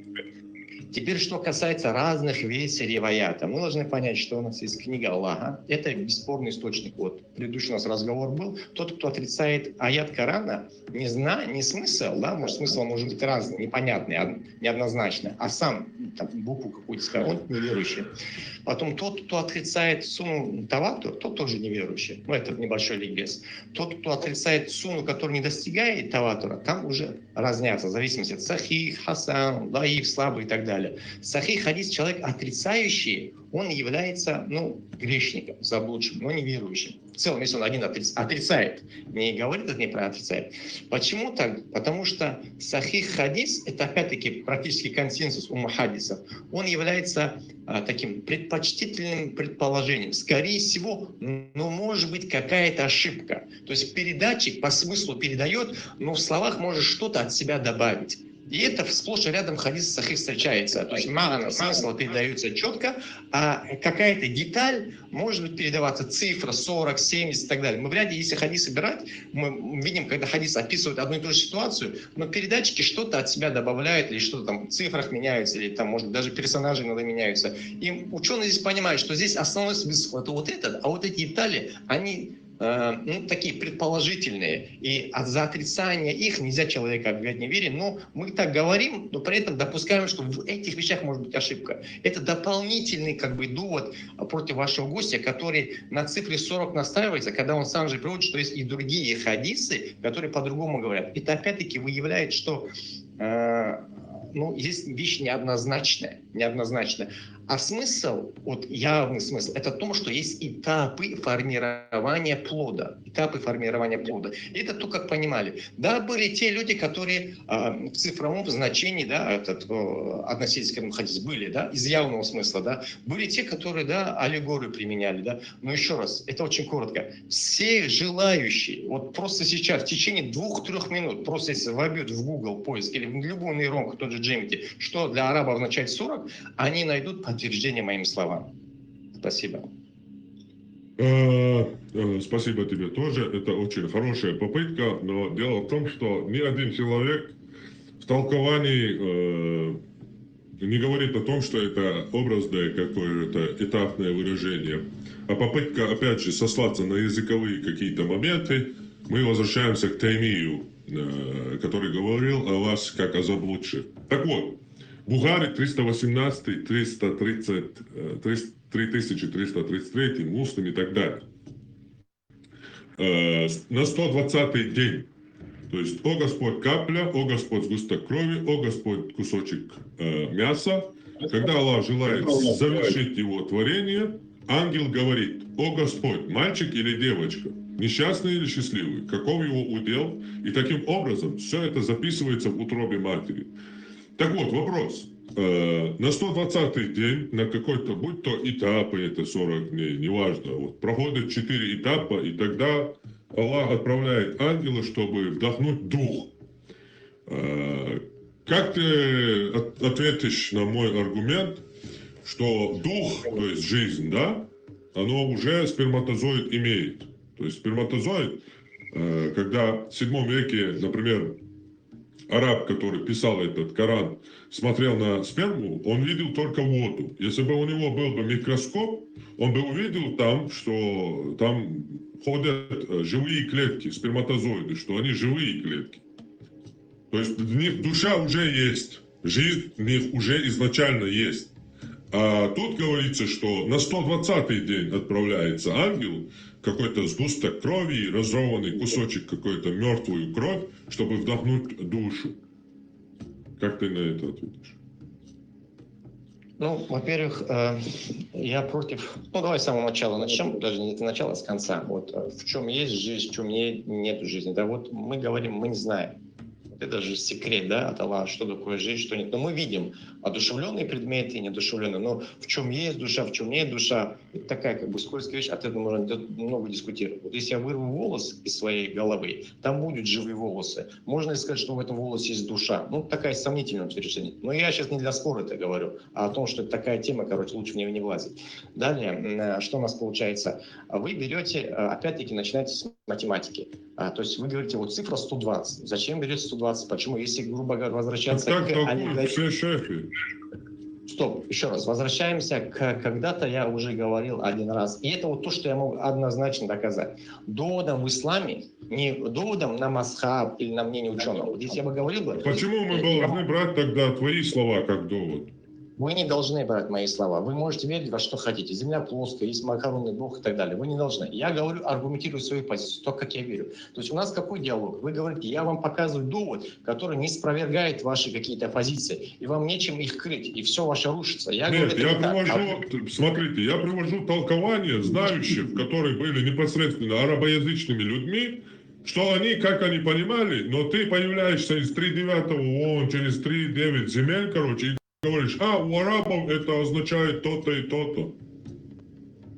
Все, я понял. Еще раз. Я на вас свои взгляды не навязываю, да? Вы можете во что хотите верить. Но раз вы говорите, что это мой довод опровергает... Я вообще не верю в эти сказки. Все, я вашу позицию понял. Вы неверующий, на арабском кафир, да, но тем не менее, я говорю о своей позиции. Вы же ислам против науки, вот заявленная тема. Соответственно, разговор не о вашем язычестве, а разговор о нашей позиции. И поэтому я опровергаю те доводы, которые вы на нас наводите. Поэтому, говорю, это никак не опровергает. Теперь то, что ты опровергаешь, никакие доводы ты не опровергаешь. Ты берешь и делаешь толкование с буквального 40 или 42 ночи там сказано, ты берешь и говоришь, это просто этап значит. Ну, кто говорил такое? Говорил такое хоть один ученый, хоть один сподвижник, хоть один табиат. Если вы будете более выдержаны, я думаю, пользу получат все люди от разговора. Хотя бы выслушать разные позиции, да? Но надо дать другому высказаться. Так вот, вы можете, пожалуйста, не выставлять себя жертвой и разговаривать дальше. Мы с вами разговариваем.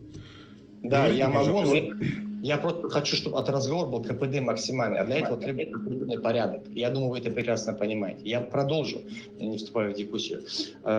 Теперь я согласен на уничтожение. Я среди 9 земель, я абсолютно не знающий человек. И точно так же, как и вы, думаю, еще менее не знающий, более не знающий человек. Да? Может, нет, я вообще свои знания тут не использую. Я привожу то, что говорили сподвижники. То, что говорили табиины. И никто не говорил про 40 этих, типа, что это этап. На нумерологию, кабалу сейчас перешел, короче. Подождите, вы можете привести каких-то авторитетные источники, которые подтверждают вашу трактование этого? Энджел, давайте смотрите, я как бы не на допросе, я считаю, конечно, что это неправильно. Я смогу, но я считаю, что это не совсем правильно, грубо говоря, подыгрывать. Ну хорошо, назови тогда имя одного ученого, который говорил, что это не буквально 120 дней или 40 дней, это просто у арабов такое было. Можешь назвать его? Я позволю себе, опять-таки, вот, буду, как бы, наверное, не реагировать на ваши какие-то реплики. Почему? Потому что не получится. Не, вы как хотите забалтывание, дайте я свою мысль закончу, а когда мой словарный запас иссякнет, вы можете что хочешь говорить. Дайте я закончу.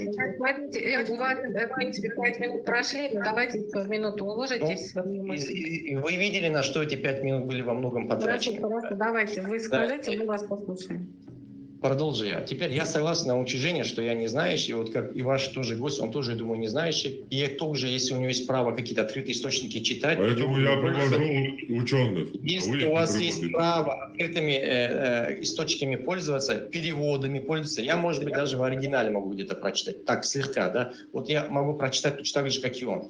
Теперь я не претендую, что я, еще раз говорю, я с самого начала сказал, предположение, что это не истина. Но я далее сказал, что в этом конкретном тексте шаг не может... Аллаху алим я всегда скажу, если это вопрос... Тогда зачем вы вообще что-то говорите? Вообще зачем вы вступаете что-то говорить тогда? Еще раз, тема ислама и наука. Вы приводите довод против науки из исламских источников. Я вам говорю, что... Ну и твой ответ заканчивается сначала забалтыванием, вы много болтаете, а потом в конце говорите, Аллах знает, я не знаю. Зачем вы вообще говорите что-то? Много болтаете, это будете вы считать как оскорбление? Нет, не буду. Ребят, если я без довода, без аргументов, без источников буду что-то здесь наваливать, то скажите мне, пожалуйста, что я болтаю. Я посмотрю на себя в зеркало. Правда? Пусть договорит, пожалуйста. Личные суждения, вот то, что у меня в голове, все прилагательные, которые у меня в отношении вашего гостя есть, я могу их публично высказывать, все свои оценочные суждения? Я вообще ваши оценочные суждения не говорил, я на личность не переходил. Я без обращаюсь к Я говорю, что вы просто болтаете без довода, без источника. Тормози, тормози, пусть человек договорит, пожалуйста, Бхармат. Оскорбился. Я не оскорбился. Вы можете своим словам приводить источники или мнения хоть одного мусульманина, хоть одного ученого? Можете? Нет, не можете. Тогда что вы делаете? Болтаете просто. Да, если у вас вы наберетесь терпения, да, спасибо, что вы позволили мне разговаривать. Я закончу, попробую свою мысль, если у вас хватит терпения. Теперь, я никогда не утверждал, что я говорю истину. Я говорил, предполагаю. Но и вы тоже, в свою очередь, делаете предположение. Теперь, восходя к... Я ничего не делаю, я привожу толкование. Теперь, муфассирам. Теперь восходя не к муфассирам, а тем ученым, хадисам и другим, которые делают шарх на этот хадис, в том числе сподвижников. Шарх всегда является предположением. Это то, на чем умма сошлась. Тот же Ан-Науи, рахимахуллах, который вы привели здесь, да, он в том же шарх Муслиме, который вы привели здесь, он четко говорит о том, что такое хадис, ахад, сахих и так далее, и что такое на нем шарх. Это всегда предположение. Всегда предположение. А предположение не равно не А ты сейчас что делаешь, говоря о 40 днях? Это тоже предположение. Ты предполагаешь. То есть что мы будем выбирать? Твое предположение или предположение ученых? Вы можете выбирать любое предположение, какое вы хотите. Опять-таки, про макарону Бога в том числе. Я говорю, я не знаю истину в этом вопросе. И мусульмане тоже могут ее не знать. Но я говорю, что есть одно мнение вот такое. Есть мнение другое. Есть, то, что 40 цифра в арабском языке означает то, что я сказал, это факт. Просто откройте арабский словарь. 40 дней проходит, буквально сказано, никакие аллегории сюда не подводят. И никто, ни один из арабов, ученых, толкователей такого не говорил. Оценочное суждение подходит сюда или не подходит Это сюда. не мое оценочное суждение, это истина. То, что соответствует действительности. Еще раз, вот то, что вы сейчас сказали, это истина, соответственно, вы должны сказать, тут отрицать. Что ни один из известных толкователей, муфассиров в данном хадисе не говорил того, что говорите вы. Что в данном хадисе используется использование именно о 42 ночей, в другом риваяте 45 ночей, 40 ночей, что это просто какой-то этап. Никто так не говорил. Еще раз, смотри, вот то, что вы сказали, я говорю истину, я вам здесь могу конкретно говорить, вы ошиблись. В лучшем случае, а в худшем случае соврали. Почему? Потому что на этом практически единогласие ученых, как минимум джумхур, большинство, о том, что в данном хадисе имеется в виду просто этап, 40 дней это просто арабское выражение? Нет, в том, что вы говорите... Можете привести вот одного такого? То, что вы сказали, что в этом хадисе, в вашем шархе это истина, что ваш шарх это истина, это все... Я не говорю, что мой шарх истина, я говорю, что нету никого, кто говорил то, что вы говорите. Вот истина. Вы это сказали, что я говорю, это истина. Короче, вы вообще не поняли, вы слышать не умеете. Да, я слышать не умею. Будет, если кто хочет. Что я говорю, что является истиной. Люди видят и слышат. Кто умеет слышать и слушать, а кто не умеет. Это все не умаляйте значение других. Но я опять-таки попробую закончить свою мысль. Уже, я не знаю, 8 раз попробую. Ислам не зиждется на мнениях ученых, даже сподвижников. На твоем мнении он зиждется. Он зиждется на книге Аллаха. Зиждется на суне его пророка. И теперь то, что из книги Аллаха приходит в ясном значении, то является бесспорным. Латайму соля, выстаивайте намаз. И тот, кто скажет, намаз не надо выстаивать, тот неверующий. То, что приходит в ясном значении, то, что приходит в иносказательном значении. Смотрите, давайте без этого забалтывания. Хадис прямо и четко говорит. На 40-й день, в одном риваяте, в другом риваяте, на 120-й день направляется ангел, который вдувает духу, определяет пол ребенка. Наука говорит, что прямо сперматозоид доставляется, даже можно экстракорпорально взять какой ты хочешь с Y-хромосомом, берешь сперматозоид с Y-хромосомом, добавляешь его в яйцеклетку и себе ребенка, мальчика получаешь. Или девочку получаешь. В хадисе говорится, что это на 120-й день определяется. Что вы говорите по хадису этому? Все, закончили еще раз. Наука говорит, в сперматозоиде есть душа? Нет, наука, вообще сперматозоиды, мы говорим о том, что это живая клетка. Наука говорит, назад сейчас повторил то, что там уже наука определяет его Y-хромосому. Если хочешь, можешь взять сперматозоид с Y-хромосомом. Наука что говорит о душе? Науки вообще нету души. Это религиозно. А зачем ты притягиваешь тогда это сюда? Потому что это жизнь, имеется в виду жизнь. То есть оживляется. С чего ты решил? Кто так сказал? А что такое сказал, душа? Что душа это... А что такая душа? А что такое? Поле. Мы говорим о поле, Арсен. Мы говорим о поле. Он уже несколько раз повторил, что в сперматозоиде есть жизнь. Да, он так и говорит. Душа, не жизнь, а душа. А что такое душа? Я не когда знаю. душа покидает, по вашей религии, когда душа покидает тело, жизнь заканчивается или нет?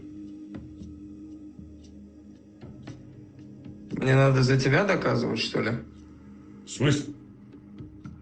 На вопрос тебе надо отвечать. Ну, ты хочешь моим Один языком вопрос, доказать один свое утверждение, или сам вопрос. докажешь? Когда душа покидает тело, жизнь этого человека заканчивается или нет? Он Да, становится да, безжизненным? заканчивается. Тело, жизнь заканчивается. Ну да, что такое тогда можно сказать душа? Это же жизнь оживляется. Аллах сделал из глины безжизненная вот статуя. Нет, в Коране четко говорится, потому что они спрашивают тебя о душе. Скажи, известно вам о ней мало.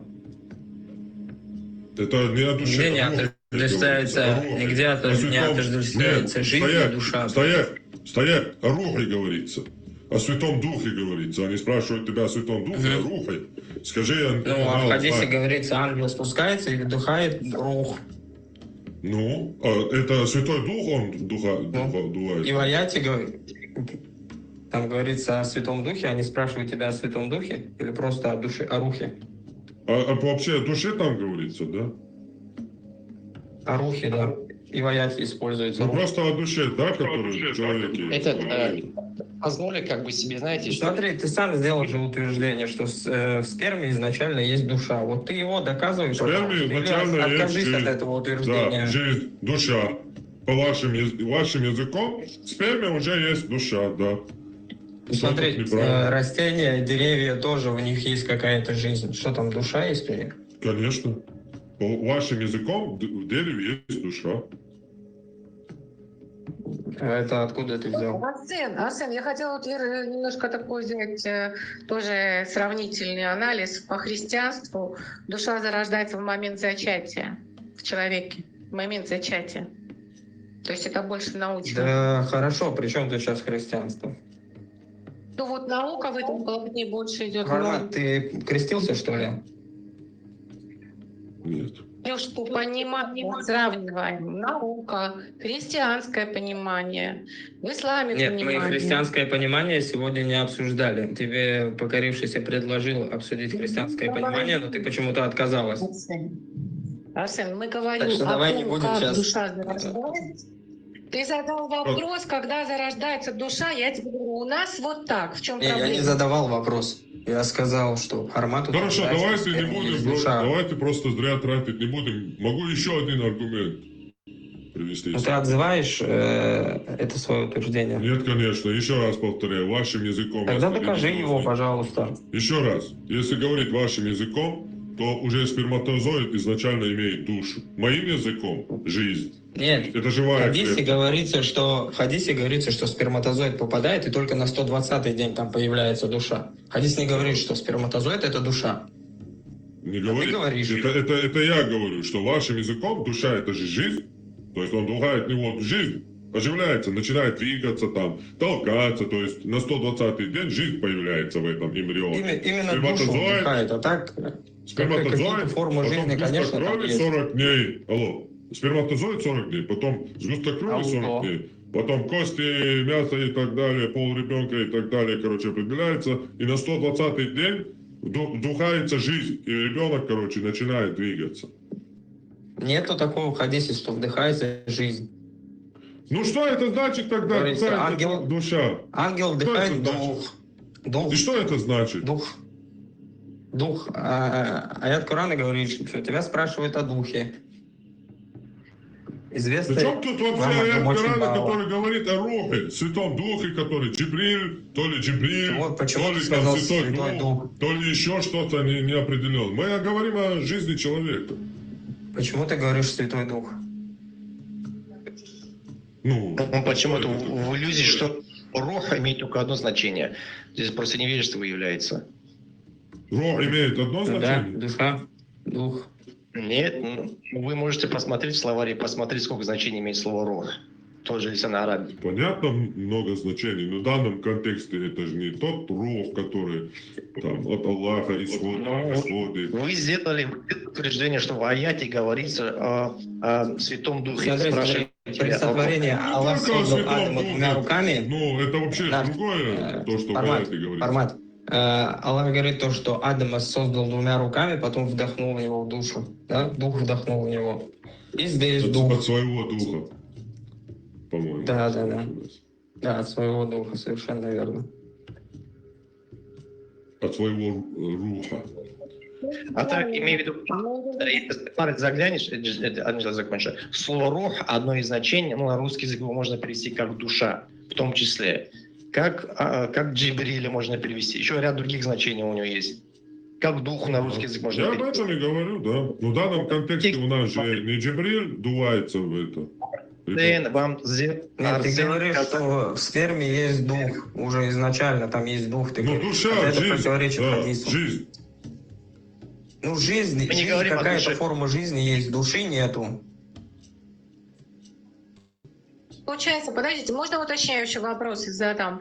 На 17-й неделе получается, что души еще нету, когда уже ребенок сформированный. Вы можете посмотреть по УЗИ картинки. Это уже ребеночек с пальчиками, со всеми деталями. И у него еще нет души, 17-й, либо получается. 40-й день, 42-й, 45-й, там, да, там разные хадисы противоречат друг другу. Но суть не в этом сейчас. На УЗИ Да, что, на душа 40 показывается? или на, короче, на 120. Ну да, там хадисы разногласят по этому поводу. И, к слову, и 40 дней тоже достоверный хадис, и 120 дней тоже достоверный хадис. Ну, надо посмотреть, какой более сильный, и ему следовать. Оба сахих муслима и сахих Бухари. Один достоверно Бухари, сравнивая. да.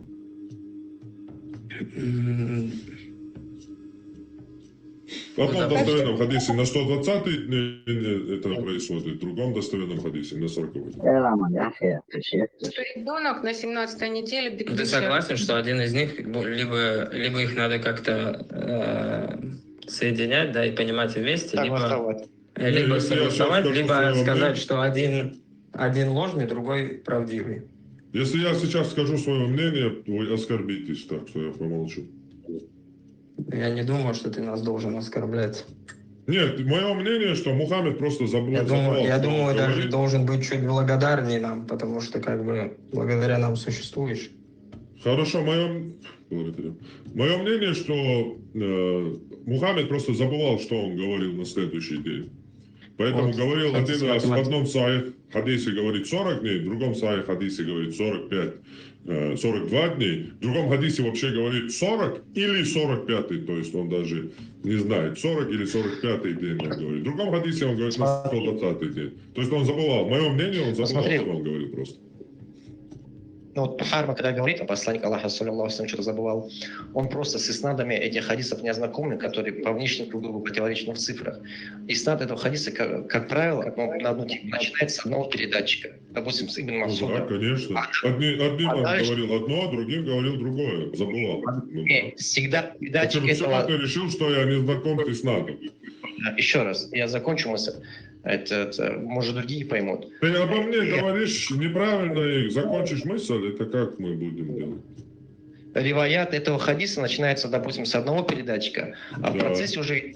То есть перепутать мог не посланник Аллаха, саллиллаху алейхи ва саллям, и не он перепутал, а перепутать могли другие передатчики. Так хадис достоверный. Никто не перепутал ничего. Еще раз, ученые мухаддисы сказали, да, люди могут перепутать, вообще проблем нету. Это известно. Но если люди могут перепутать, достоверный истат, установленный по науке хадисоведения, самый авторитет. Мы говорим о самых авторитетных, выше больше нету. Сахихи Муслима, Сахихи Бухари, выбранные передатчики, да? Если они могли перепутывать, то мы можем весь Сахих Бухари, Сахих Муслим выкинуть в мусорку. Ты о чем вообще? Ну, смотрите, это вот примерно так, для других скажу. Вот если вам приходит достоверное сообщение... Забалтывать, конечно, ты будешь, но тут я, не забывай обо мне. Да, ну я буду вам адресовать свои слова, другие услышат. Если вам придет достоверное сообщение, вот к любому из вас, что ваше имущество горит и так далее, ваше имущество горит, от близких людей или по новостям передадут, хоть вы своими глазами это не видели, не слышали, вы, скорее всего, какие-то действия предпримете на основании этого сообщения. Так вот, сахих хадис – это такое вот сообщение, которое пришло вам доверительным способом, на основании него вы обязаны действовать. Теперь ты мне говоришь, и Францик стоят. И теперь ты мне говоришь, что это достоверное сообщение, которое до меня дошло, оно недостоверно. Правильно я понял тебя? Я говорю, что термин достоверности не достигает истинности, абсолютной. Смотри, истинности. та информация, которая дошла до меня, вот этой передачи, когда она доходила меня, могли быть те, кто путались, да? Могли ошибиться, да. Вот, если это там в этой цепочке были люди, которые могли ошибиться, и они также в следующих сообщениях во всех находятся, то что мне дальше, я буду доверять этим передатчикам, что ли? Да, а Коран и хадисы в целом говорят о том, что мы должны им доверять. Как мы можем им доверять, если они путались? Вот смотрите, вот у вас же есть наверняка знакомые люди, у всех есть знакомые люди, которым вы доверяете. Ну, наверное, нет таких людей, которые скажут, что тот такой-то человек никогда не путается, никогда ошибок не делает. Все люди ошибаются. Но тем не менее мы людям доверяем, несмотря на их ошибки. Нет, позвольте вмешаться очень коротко. Но тут одна проблема. Это стало основой того, во что вы верите. Человек сказал это отцу. Еще раз, я об этом говорил. Основой нашей веры является книга Аллаха, достоверная сунна, и сунна в целом. Каждое отдельное сообщение, которое не достигает истинности, мы обязаны утверждать, верить, что так, скорее всего, было, но допускать, что что-то здесь может быть не то. Назвать, ну, скажем так, грешником того человека, который это отрицает, ну, допустим, праведника слова отрицает, да, ну, с чего, потому что человек всегда правду говорил. Но при этом, грубо говоря, допускать, что этот человек не неверующий. Почему? Потому что у него есть какое-то оправдание по причине того, что люди могут ошибаться. Мы допускаем это. Люди не просто на слово берем, мы верифицируем и проверяем любое утверждение. Поняли? Смотри, это одна и та же глава. То есть 46-я книга, первая глава, Сахих Муслим. То есть Абдулла ибн Мас'уд, вот он передает, он слышал, что 40 дней, по 40 дней. То есть это полностью достоверный, нигде не путавшийся, не путающийся, полностью надежный передатчик из Сахиха Муслима. То есть там нету никаких претензий ни от одного ученого, что они путались или где-то были замешаны в чем-то. Они полностью достоверны. То есть по цепочке от Абдуллаха бин Мас'уда мы устанавливаем, что ему при его, в его компании, в компании Абдуллаха бин Мас'уда, то есть Мухаммед сказал, что 40 дней, столько же еще пребывает в виде сгустка, и еще столько же в виде кусочка плоти. То есть 120 дней, и тогда... Там не совсем столько же сказано. Там написано «мисля залика», подобно тому. Ну, это что значит тогда? Ну, поэтому некоторые согласовывают этот хадис. Подобно говорят, тому, подобно 40 дней. Что ты переводишь одно и то же слово, столько же переводишь по-другому, где смысл вообще не теряется. Подобно тому, столько же, это одно и то же. То есть 120 дней. То есть в компании Абдуллаха Мухаммед говорил 120 дней. В компании Хузайфа ибн Усайда Мухаммед уже говорил 40 или 45. В компании Хузайфа ибн Усайда в другом хадисе 42. А в компании Анаса ибн Малика, то есть он приходил, смотри, сидят сподвижники, Мухаммед приходит, там Абдуллах, и говорит, вот 120 дней все происходит, и через 120 дней направляется ангел. Потом через неделю Мухаммед забывает, что он говорил, приходит в компании Хузайфа ибн Усайда и говорит 40 или 45 ночей, после этого ангел приходит. А в компании Анаса ибн Малика через еще месяц или 2 года, вообще забыв, что он говорил раньше. 40 или 45, он говорил, это, скорее всего, сомнение передатчика, это не слова пророка. Ну, хорошо. Знаешь, а тут смотри вообще, что говорит он. Тут смотри, что он говорит вообще. 2646. При компании Анаса он вообще что говорит, смотри. Напрямую передает от посланника Аллаха, что он сказал. Аллах, превознесенный и славный, назначил ангела, который наблюдает за утробой. То есть там с первых дней находится ангел. А не на 120-й и не на 40-й. То есть это разные иснады. Я прекрасно знаю, что это разные иснады. Но дело в том, что и этот иснад, и тот иснад, это полностью достоверно. Что у нас остается здесь? Что Мухаммед просто забывал, что он говорил. И все. Последний, к чему ты привел? То, что ангел с первого дня там уже находится? Да, потому что в предыдущих хадисах говорится, на 40-й день направляется ангел, на 42-й, на 45-й направляется, в другом на 120-й день направляется ангел. который записывает что-то и дугает. А в последнем сказано, что ангел наблюдает за Что утробой. уже там находится, да, изначально. Нет, наблюдает за утробой. Ну, установил Ты сейчас матери. Хармат, ты сейчас приклеиваешь свое Ну что ты значение. цепляешься, я не могу понять. Назначил ангела, наблюдающий за утробой. Он изначально наблюдает за утробой. И он говорит: о Господь, как понятно, он изначально Смотри, отправлен, чтобы вдохнуть душу, стоять. Где он находится, скажи мне, пожалуйста. Стою. Наблюдает, смотри, за утробой. Дальше хадис прочитай.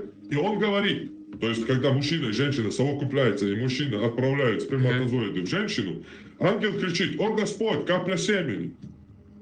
О Господь, теперь это сгусток крови. О Господь, теперь это кусочек плоти. Где он находится? Вообще без понятия, где он С находится. первых дней он находится в утробе. Смотрит за утробой. Здесь Где он об этом смотрит... сказано? Ты опять как вот со спермой Короче, душой задолбал ты меня. приклеил свое мнение. Задолбал. Все, стоять на русском. Ну, я имею такой функционал, да. Извини. Ребят, стоп, давайте уже, наверное, можем немножко закругляться. Если есть, давайте пару-тройку вопросов от зрителей мы обещали. И на сегодня можем уже закруглить. Да, можно. Армату? В следующий раз продолжим. Кто хочет вопросы из аудитории? Можно я? Ты как кто на винзавод? Я на кирпич. Да, 2 человека, я. Нет, давай дадим Ну, другим. Армату или кому? Или мусульманам, типа? Ну, да, ну, не знаю, кому захотят. А понимаете, Ну, ребята? Хармату хотел задать вопрос. Ну, что Хармат как скажет, так и сделаем. Ему Хармат. отвечать. Решать. Или все, я тебя замучил, со мной не хочешь говорить. Ну, вопрос задавать можешь, просто детские там словарные, короче, у тебя. Ладно, Оставляет детский право не словарный отвечать. Настроения нету с этим русским языком твои, короче. Цепляние за слова. Зря время. А что мне с русским языком? Хорошо. А Буталых? Полный И капстец. Ну, не, я задам.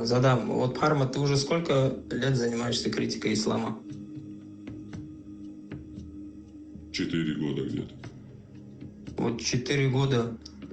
Почему за 4 года ты не приводишь какие-то свои, ну, лично найденные шутки, а излагаешь то, что уже было, грубо говоря, задолго до тебя, по интернету гуляет и так далее и тому подобное? 4 года, если ты этим занимаешься. Назови мне одну шутку, которую я приводил. Ну вот, например, по поводу вот этих вот в дыхании души, 40-й, 120-й день, да, мы знаем, это гуляет по интернету, по поводу жидкости Что уходит из что значит души? Ну вот хадис, который сейчас разбирали, вот эту претензию, по поводу сегодня из того, что я слышал, да, Где по там поводу шутка? того... Сейчас, подожди, пожалуйста. Кажется, что вопрос он личного характера, не относящийся к теме. Не, он не личного характера. Я не знаю, что в интернете витает. Я ислам изучал сам. Я ничего не Где, в как интернете сам? витающего. Антишубухат отвечает, кто-то закидывает. там, Антишубухат великий. полностью. Любой антишубухат разобран мой. Каждый антишубухат. Хорошо. Ну, ладно, ты шубхи разбирал. я Они никогда тебе не отвечали? привожу. Шубхи я никогда Они не тебе привожу. отвечали или кому-то другому? Капли спермы уже находится жизнь. Говоря вашим языком, в нем душа. То есть это живая клетка. Это не Ты мой вопрос понял? безжизненный, который лежит. Вашим Арсен, языком я это бы, душа. правда, я Моим бы пошла языком на это следующий жизнь. вопрос. То есть Я тут так- никакой Короче, шутки вопрос. нет. Почему ты за 4 Изначально, года с не момента, с придумал первого, ни одной я же шутки отвечаю, своей? ты мне вопрос задал. Я отвечаю на вопрос. А на С какой первого вопрос дня в отвечать? сперматозоиде находится жизнь. То есть вашим языком душа. Где шутка? На какой вопрос ты отвечаешь? Мой вопрос был, почему за 4 года ты ни одной своей шутки не выдал, а просто Я копируешь из интернета. за 4 года ни одну шутку не выдавал. Вообще. Вот и все. Ты не хочешь отвечать, я так понял. Ангел там руки Еще раз. тянут. Ты может, можешь перед назвать тем, мне как- одну шутку, которую я приводил? Я никогда не привожу шутки. Вопрос по Я поводу, привожу например, аргументы и доказательства, а не шутки. Ну понятно, Шутки у почему у вас. тебя нет своих аргументов тогда? Почему ты копируешь аргументы? Все аргументы мои. Из-за того, что они где-то какие-то из моих аргументов Давайте находятся стоп. в интернете, что Это не поделать? твои Ну, аргументы, я это не- было за я не 10 лет до единственный- тебя. Я не единственный умный чувак. Я не один такой умный. Есть еще умный. Ребят, но- давайте, понятно все, давайте по существу вопроса, он, правда, немножко такой личный. Мы все-таки по богословию, по таким вопросам. Кому открывать формат? Ну, если мы заканчиваем, если мы заканчиваем, может открыть поочередно всем, кто тянет руку, чтобы они высказались. Ну давайте, Алан Март, и потом... Христианам и всем открывать. Все сейчас начнут одновременно говорить, нет, по очереди. Да, привет. Меня слышно? Хорошо. Да. Когда обсуждали чресла и грудь, вот там я заметил, в Коране вообще-то написано, что человек создан из капли. По-моему, раз 10 об этом говорится. Спрашивается, какой капли? Мусульмане мне говорят, это сперма. И тут опять-таки, как будто женщины вообще нету. Да, если с одной стороны говорится из жидкости мужчины, из жидкости женщины, а потом говорится из капли, из капли, из капли. Причем разве человек не знает, что он создан из капли? Это разве не противоречие? Потому что значит из капли? Человек не создан из капли, это уже ошибка. Человек создан, как формат несколько раз говорил, один сперматозоид нужен, один, и одна яйцеклетка, никакая капля там не нужна. Потом там не говорится, пытались его опровергнуть, говорили, сперма вырабатывается где-то в брюшной полости. Там не говорится, где вырабатывается сперма. Правильно? Зачем это? Как можно было говорить между грудной клеткой и чреслами? И мужские половые органы не находятся между грудной клеткой и чреслами. Это тоже ошибка. Потом вы говорили, я не знаю, может, я пропустил сначала, вы говорили о том, почему, согласно Мухаммеду, рождается мальчик, и почему, согласно Мухаммеду, ребенок бывает похожий на мать или отца. Говорили, да? Да. Ну, не подробно, но упомянули. Кто первым кончит, Мухаммед сказал, кто первым кончит, на него и будет похож ребенок. Да, это в одном случае будет похож, а в другом случае тот будет, пол ребенка тоже определяется, кто первый, да, получит оргазм. То есть, если мужчина, значит мальчик, если женщина, значит девочка. По этому поводу что мусульмане сказали? Ну, там он в общем аргументе был большом, длинном, на этом не зациклились, ничего нет. То есть ответа у них такового нету. Как это научно пояснить, никакого ответа я никогда не слышал. Да, ответа нет, наверное. Да, ну все, у меня только комментарий такой был. От 10 кончит, да, сказано? Спасибо. Кто опередит короче? Да, тебе удовольствие приносят такие термины, да, использовать? Кончить, сперма. Ты ко мне эфир приходи, дружище, если ты так любишь со мной говорить, будем часами говорить. А ты меня не заблокируешь? Ацем, Сабр, пожалуйста, дайте следующему участнику Я сказать. просто спокойно смогу, понимаешь, со всеми своими эмоциями, как у себя дома. Да, у нас Так мне неудобно, я как в клетке сейчас. У меня нет возможности поругать тебя за твои детские выходки. А Буталых, следующий вопрос. Пожалуйста, не ругай. Ассаляму алейкум ва У меня есть хадис Сахих Бухари, 109 глава продажи рабов, 2229 хадис. Однажды мы сидели у пророка и спросили: «О посланник Аллаха, мы захватили пленных и любим богатство. Как ты считаешь, можно ли извергать семени в лоно?» И посланник Аллаха сказал: «Разве вы делаете это? Вам ничем не навредит, если вы не станете делать этого, ибо поистине всякая душа, которой суждено появиться, непременно появится». Бисмилля. Кому был, простите, и не совсем понятно, это был вопрос или комментарий? Это был насчет зачатия, это ответ насчет зачатия. Да, и там смотрители добавляли, что говорили, даже если на камень кончат, то все равно родится ребенок.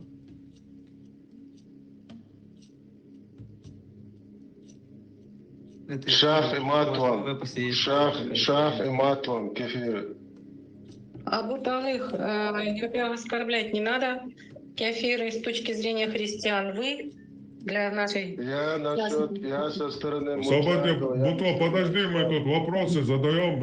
Если ко мне вопросы делаем, подожди. Почему контору палишь? Вообще, короче, рамсей попутал. Контору не пали, я тут в халате пришел. Так, нормально разговариваем. Следующий Добрый вопрос. вечер. Один вопрос у меня, Ангел.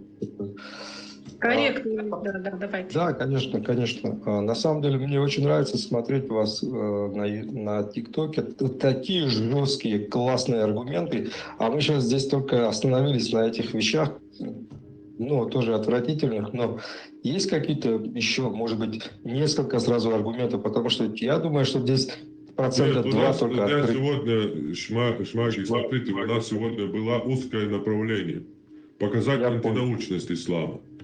Там вначале мы провели неопровержимые моменты, тут как бы на сперме, на ребрах, на толкованиях, тут есть место. Просто у нас разговора не было бы, понимаете, я первый час-два просто приводил аргументы, на которые не было никакого ответа. Просто да, мы принимаем, ветер исходит из рая, да, мы принимаем. Солнце садится в мутный источник, да, мы принимаем. То есть у нас разговора не было, у меня монолог был. Я рубил аргументами, показывал полностью бредовость по науке ислама. Как он полностью является, если смотреть с точки зрения науки ислама, бредом. А потом как-то нам же надо тут устроить show must go on, да? Проводить какие-то, где они могут что-то отвечать, как-то бороться с этим. И вот приходится вот так делать и действовать, понимаешь? Иначе что, я победил все, я домой, короче, закрываем тему, никакого контента, никакого движения дальше не будет. Хармат, я могу интересный вопрос подкинуть по поводу научности. Вот как объясняется, кстати, так к мусульманам вопросы как-то задавала, вот Арсен, не помню, как ответил, но, видимо, меня не убедило. Как насчет звезд, которые созданы для метания в шайтанов? Вот есть, как это объясняется? Огненный. Это объясняет Мухаммед. Есть хадис такой. К Мухаммеду пришли и спросили, что ты скажешь про колдунов? Он сказал, они лжецы. Ему ответили, но они же говорят правду. И Мухаммед разъясняет им, что именно из того, что говорят колдуны, является правдой. Так вот, джинны друг над другом, джинны, шайтаны друг на друга поднимаются до первого неба, слушают там, что говорят ангелы. Ангелы там рассказывают друг другу повеление Аллаха. То есть, что сказал Аллах, они между собой там шепчутся, и джинны это подслушивают и передают вниз. И в тот момент, когда они передают эту информацию, услышанную от Аллаха, через ангелов, передают вниз, Аллах пуляет, или ангел, не знаю, сейчас будут начинать, короче, ангел пуляет, Аллах пуляет. Ну, из контекста видно, что Аллах пуляет в них звезду, и иногда получается так, что Аллах промахивается, и информация доходит до колдуна, то есть на землю вниз. И вот именно то, что и дальше колдун говорит это слово и добавляет все остальное ложь. И именно это слово является правдой у колдунов, объяснил Мухаммед. Это аят или хадис? По-моему, это хадис, аят, да? это достоверный хадис. Нет, про звезды, которыми... Это уже аят, да. Звезды шайтанов. Мы украсили нижнее небо звездами, что там было, светочами, чтобы, ну, пулять, что ли, короче. А что, звезды не падают, что ли? Что, звезды не падают, что ли? Нет, конечно. А что, не куда они падают? Это раз. И это не звезды, это комета пролетает. Падают? Это не звезда, это просто древнее первобытное уложение. Это не звезды, это комета. Звезды вообще не падают. Падают? Куда они падают? Куда? Куда подсказку, туда и падают. Ладно, Анжелик, уже же вопрос. Я предлагаю на следующий раз ответить. Мне интересно будет услышать, как небесным телом можно пугать шайтанов огромным. Ну хорошо, давайте вопрос у нас был Галустян. Я открыла, по-моему, да? Открыла тебе микрофончик. Ума, ко мне приди на эфир, пожалуйста, вместе поговорим. Ты очень интересный. Я просто хотел поблагодарить этого человека, выразить респект и все. Спасибо. Спасибо за твою мнение. Ребята, нуль я открываю. Я прошу всех, кто будут задавать вопросы, корректно, без всяких там казусов. Я вас очень прошу. 0. Да, привет, формат. Спасибо, что пришел. Ну, я хотел не вопрос задать, я хотел новый шубугат закинуть. Если можно. Давай. В общем, шубугат такой немножко сложный для понимания. В общем, люди состоят из глины.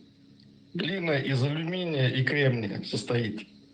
А человек состоит из углерода. И вот этот огонь, если взять огонь, что он горит, допустим, газ поджечь, будет углерод, водород и кислород. Состав огня такой. Это наш состав. И у нас тоже горит огонь. Я тебя в личку закинул, короче, эту шутку. Более подробно. Мы, да? Из Значит, созданных. Да, мы джинны, короче. Да, мне откровение пришло во сне. Я это понял. Все, я прочитаю, ознакомлюсь. Спасибо большое. Да, и следующий вопрос у нас от кому? Кому открыт микрофон? От кому? Да, здравствуйте. Очень интересно было слушать. Уважаемый Бхармат, в принципе, без каких-то апелляций все разъяснил, и как бы мусульманам, я думаю, стоит признать, что им нечего ответить на все это. Вот хотя бы как у человека, кто изучает ислам, вот спросить у него, как он думает, в чем феномен ислама, что несмотря вот на такие, казалось бы, да, там абсурдные вещи, ислам вот уже 1500 лет одной из ведущих религий, и как бы число верующих все больше и больше. Все очень просто. В чем ислам Все очень и, просто. собственно, самого Мухаммеда? Все очень просто. Прошу мусульман не оскорбиться. Дело в том, что дааватчики ислама, то есть те, кто проповедники ислама, проповедуют его, распространяют, они абсолютно беспринципные лжецы. То есть у них полностью прогнившее нутро. Они не брезгают ничем и врут полностью. Они ловят какого-то христианина этнического и заливают ему уши полностью чушь собачью, которая не имеет никакой основы в самой религии ислама. Они полностью переворачивают, толкуют, лишь бы затащить этого человека в ислам. То есть на ложь, на такие понятия, как честь, совесть, правда, добродетель. Для призывника оно полностью отсутствует, потому что его главная задача, главная добродетель, главное все доброе в исламе. Его научили, что это затащить человека в ислам. Какими угодно путями. Как Мухаммед сказал, я удивляюсь, или я радуюсь, или слава тем людям, короче, в хадисе, которые цепями на шеях приводят людей в ислам. То есть, а тогда, в древности, феномен ислама это был террор. Как Аллах сказал в Коране, я поддержу тебя террором. То есть террор это английское слово, означающее ужас. Там прямо буквально говорится ужас. Я поддержу тебя ужасом. Рубите им пальцы, рубите им ноги. То есть когда они приходили к одной деревне, они людям рубили руки и ноги накрест. Чтобы вот это зверство дошло до следующей деревни. И Мухаммед говорил, Аллах поддержал меня террором за месяц пути. То есть за месяц до того, как я дошел до врага, они разбегались в ужасе. То есть в этом ужасе, в этом извращении над людьми. В смысле я вру? Да, ума, все, да, это его мнение, это мнение Бхармата. Это не мнение, друзья, это не мнение, я привожу буквальные хадисы, если надо, я могу... У меня есть отдельное видео, у меня есть на канале, YouTube-канале, то ты можешь замолчать. Я сейчас время, у нас сейчас, подождите секунду. Подождите, Анжела, подождите, я на вопрос отвечаю. Тихо, стоп, всем. Я включаю микрофоны для вопроса-ответа, не полемики, ребята, пожалуйста. Еще вот там очень многие хотят вопросы задать. Давайте не вступаем в полемику, еще будет возможность у вас опровергнуть, это не последний раз, я надеюсь. Да, смотрите, у меня на канале есть обращение к Ангеле Меркель, где она обратилась там с трибуны ООН, что ислам и терроризм это разные вещи. То есть я беру это и прямо аятами, прямо со словом террор, в англоязычном переводе, потому что террор это английское слово, доказываю и тафсирами, и хадисами, все это видео есть, что я сейчас рассказываю, все это можете в этом видео посмотреть, и если у вас есть опровержение, опровергните мое видео, опровергните. Можно я добавлю буквально? Можно добавить. Минуту. 146 глава, 146 глава Сахих Бухари. Нападение на спящих многобожников, вследствие чего могут поражение детей и женщин. Однажды в Адане, проходящим мимо меня, спросили пророка, допустимо ли нападать на спящих многобожников, вследствие чего могут пострадать и женщины, и дети? На что посланник Аллаха ответил: они принадлежат их числу. Кроме того, я слышал, как посланник Аллаха сказал, заповедным может являться лишь то, что принадлежит Аллаху и его посланнику. Он спрашивает про террор аят. Смотри, это сура Аль-Имран, 3 сура, 151 аят. Мы вселим ужас в сердца неверующих за то, что они приобщали к Аллаху за товарищей. Если ты посмотришь этот аят в английском переводе, ужас, это переводится как террор. Ужас на арабском, на английском будет террор. То есть Аллах буквально говорит, что пророка поддержал террором. Дальше там все толкования, все аяты, все хадисы, все в этом видео приводится. Можешь посмотреть. 9 сура, 29 Рубите пальцы, подожди, сейчас не будем уходить. Рубите пальцы, рубите руки и ноги так, чтобы они не могли ходить. Это все там разъясняется. Все аяты и все толкования, все хадисы я там привожу. Ребята, когда битва идет, когда битва идет, да, когда нападаешь на христиан,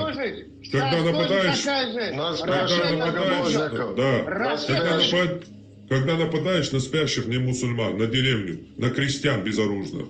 Вот битва эта исламская великая. Ребята, давайте вопросы дальше. Я прошу, сейчас скажите, одну секунду. Когда модератор говорит, пожалуйста, дайте возможность сказать. В чате то, что пишете, ребята, недопустимо.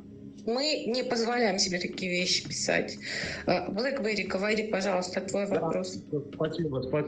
Карма, там вот, когда вот этот Джамаль, он же покорившийся, говорил про семенные пузырьки, что где-то там в груди они образуются. Нет, они образуются на задней поверхности простаты к бокам от нее, сзади мочевого пузыря и спереди прямой кишки. И у них исключительная функция, только единственная, это вырабатывание фруктозы для кормления, обеспечивания жизнеспособности и подвижности сперматозоидов. То есть вот, то есть функция основная семенных пузырьков, другой нету. То есть она же настолько необходима, так же и кровь. Вот, то есть она не там, не в груди она вырабатывается, он не прав. Мнение? Так, пан Томас. Смотри, просто да, это Мухаммад. Вот смотри, я хотел вопрос задать. Формат какой? Я понял, что вопросы личного характера задавать Хармату нельзя, вашему гостю. Но его вычет воззрения, который... Я запомнил. Насколько воззрения... Можете задавать любой вопрос. Я просто сам решу, отвечать или нет. Можете задавать любой. Да, дальше. А тут просто у нас плеяда вот этих ребят выработалась, которые кто поддерживает, ну понятно по каким предпочтениям, кто-то поддерживает, кто нет. И я не понимаю, их нужно опровергать, просто их услушивать. Нет, просто ясности. Если мы задаем вопросы гостю, я бы хотел вопрос задать. Да, я бы тоже хотел бы, чтобы вот эти комментарии и так далее не делали, как бы по регламенту вопросы задали и уходим. Я не знаю, кто мусульманин, Мухаммед, очень много новых зашло, я не знаю, кто я за 5 секунд отличу, когда будет задавать христианин со своей позиции, когда будет мусульманин со своей позиции и так далее. Вот Абу Талих, когда задает свой вопрос, понятно, о чем он говорит? Все, 5 секунд пошел. Вопрос задай, пожалуйста, гостю. Давайте ваш вопрос. Я же не задал вопрос. Вот Арсен задал вопрос, ему сказали, не надо, это личный вопрос. Я об этом. Вопросы гостю задаются. Если вопросы гостю задаются, я прошу вас формат определить. Вопросы гостю. Вопросы, а не вот желание как бы, да, мы за тебя, а еще нужно вот это. Мухаммед, вы считаете, что это возможно? Я сколько просила в чате не писать, все попало, и все равно пишут. Невозможно управлять иногда толпой, бывает, людей. Это, к сожалению, так. Ребята, вопросы по существу. У кого есть? Руки. Фантомас, есть вопрос? Интересно по существу? Давайте без комментариев, только без комментариев, там, мусульмане смогли, не смогли, давайте это, одностороннее вот это нападение на мусульман будет, это некрасиво, неправильно. Вопросы чисто и все. Я коротко, брат. Приходите свободными, приходите богатыми, братья. Я закончу. И оставайтесь свободными до последнего вздоха, я бы добавила, Фантомас. Хорошо, у кого еще вопросы есть? Абу Талих вы уже говорили, если есть у кого-то, вот я вижу другой. Румин, или как вас зовут, открыла микрофон. У нас очень много новых людей, имейте в виду, что корректные высказывания и уважительное отношение ко всем. Рамин, открыла вам. Анжел, я прошу прощения, вы после Фантомаса вроде говорили, что я могу вопрос задать. Ну давайте. Или Ронин, вы так пишете, что невозможно прочитать какими-то иероглифами. Давайте вы. Да, добрый вечер. Формат, я где-то год назад задавал вопрос личного характера, но на который тоже говорил, если есть возможность ответить, если нет, нет. И вот буквально спустя год у меня сформулировался вопрос. Да, значит, подобного рода борьбу в достаточно патриархальных обществах, семьях, как у нас, да, у южан, вести достаточно тяжело, и не у всех хватает духа и желания идти против слова старшего. Вот у меня вопрос, каким образом можно дополнить идеологию вот этой борьбы и найти баланс между донесением истины молодым поколением и старшим. Ну, это тяжелый вопрос. Объясню, почему задаю, потому что, скажем, так один на один в онлайне можно, да, что-то объяснять человеку, но он придет домой, где его будут ждать его родня, и очень тяжело, то есть выходить из этого тяжело. Ты как просто должен встать и уйти, по сути, да, стать отшельником, отделиться от своей семьи. Вот это не каждый готов сделать. И вот вопрос, как этот баланс найти.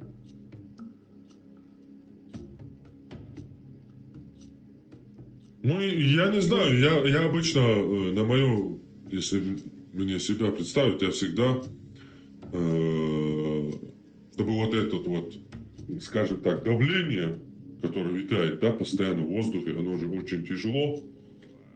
Ты живешь абсолютно среди людей, которые, ну, по твоему мнению, да, это твое мировоззрение, вокруг людей, которые абсолютно, которые не понимают, у них какой-то придуманный мир. То есть они не здесь и сейчас, ты не можешь остановить его и поговорить с ним. Вот смотри, то-то и то-то, то-то, короче, он где-то там, где-то среди райских гурий и так далее. То есть в этом смысле, скажем так, метафорически или банально озарять то, что дома, внутри, на улице, вокруг тебя, вот своим светом чистоты, морали и своих традиций. И на себе показывать это все, чтобы у людей было, или у подрастающего поколения, было на что смотреть и сравнивать, чтобы вот этот у них баланс был, они одни и те же, которые там, надев халаты, идут прямиком в одну сторону, не понимая, куда они идут. Чтобы кто-то задумывающийся или кто-то там видел стоящего, и у него тоже был шанс задуматься. То есть этим способом полагаю, что окружающую среду поменять, менять его, улучшать есть возможность в данном случае. Хорошо, спасибо за ответ. Ронин, я вам открыла. Будете спрашивать? Да, большое спасибо. Бхарман, приветствую. У меня вот такой вопрос, по большей части методологический. Когда приводишь мусульманам мнение их вот алимов, таких вот первых, по типу Ибн Аббаса и так далее, они иногда просят привести более близких к нам алимов. Вот все-таки котируются какие больше? Такие, которые более авторитетные, старые или как? Ну, как ты видишь, как я и говорю, сколько мусульман, столько и ислама. Мне вообще наплевать на то, что они сегодня толковали, вчера толковали, Ибн Таймия толковали, еще кто-то толковал. Если он не приводит хадис, если они в своих толкованиях приводят какой-то хадис или прямую ссылку на кого-то прежнего, да, то тогда можно, да, я читаю, как бы, признаю, но если они в своих толкованиях ничего не приводят, и у них мнение уже модернизированное, подстроенное под время, конечно же, у них и толкование будет подстроенное под время. Но Коран-то он завершен в 7 веке. Естественно, кто является настоящим мусульманином, по моему мнению, это люди должны, если исповедуют ислам, полностью и всецело принимать толкование первых людей, тем более Ибн Аббас, за которого Мухаммед помолился. В смысле? Ибн Аббас неправильно толковал Коран? В смысле? Молитва пророка не сработала, что ли? Или как? То есть первые вот эти мусульмане, которые видели пророка, жили с ним, которые учились у него, кто может знать лучше ислам, чем они? Но как ты видишь, сегодня мусульмане считают себя умнее всех этих людей и начинают какие-то, как говорил Ибн Таймия, там на языковом вот этом моменте делать по своему разуму какие-то толкования, делать противоречия и так далее. То есть, такое у нас.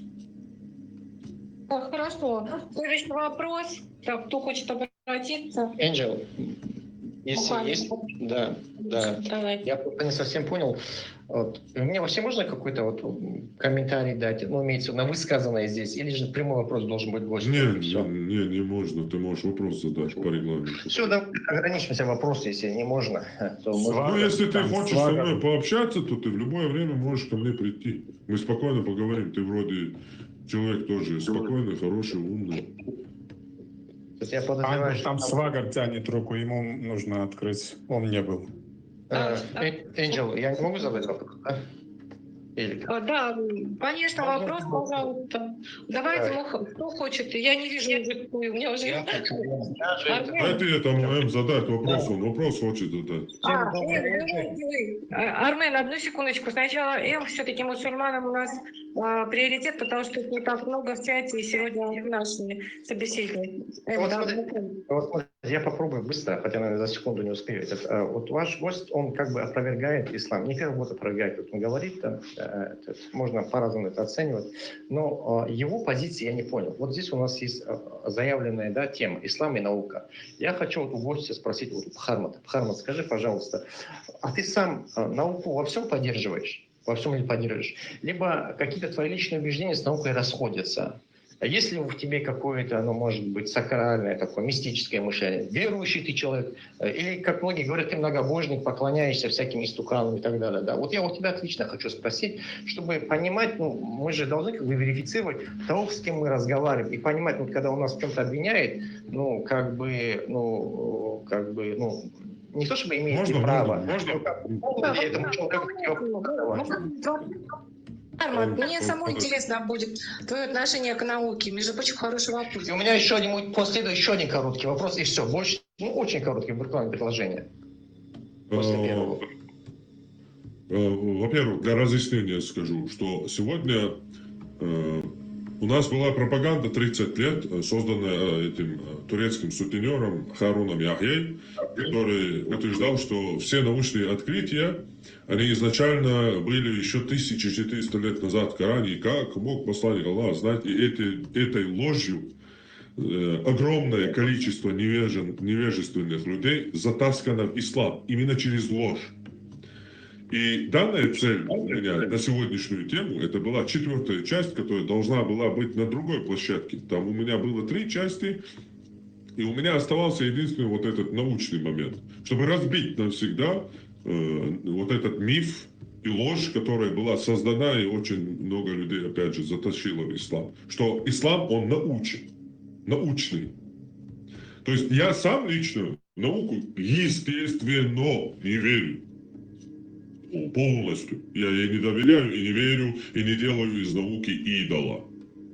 У меня есть мистическое мышление, я как бы практическую науку, да, то, что там математика, физика, то, что что-то производит, то, что дает результат. Практическую науку, естественно, я признаю.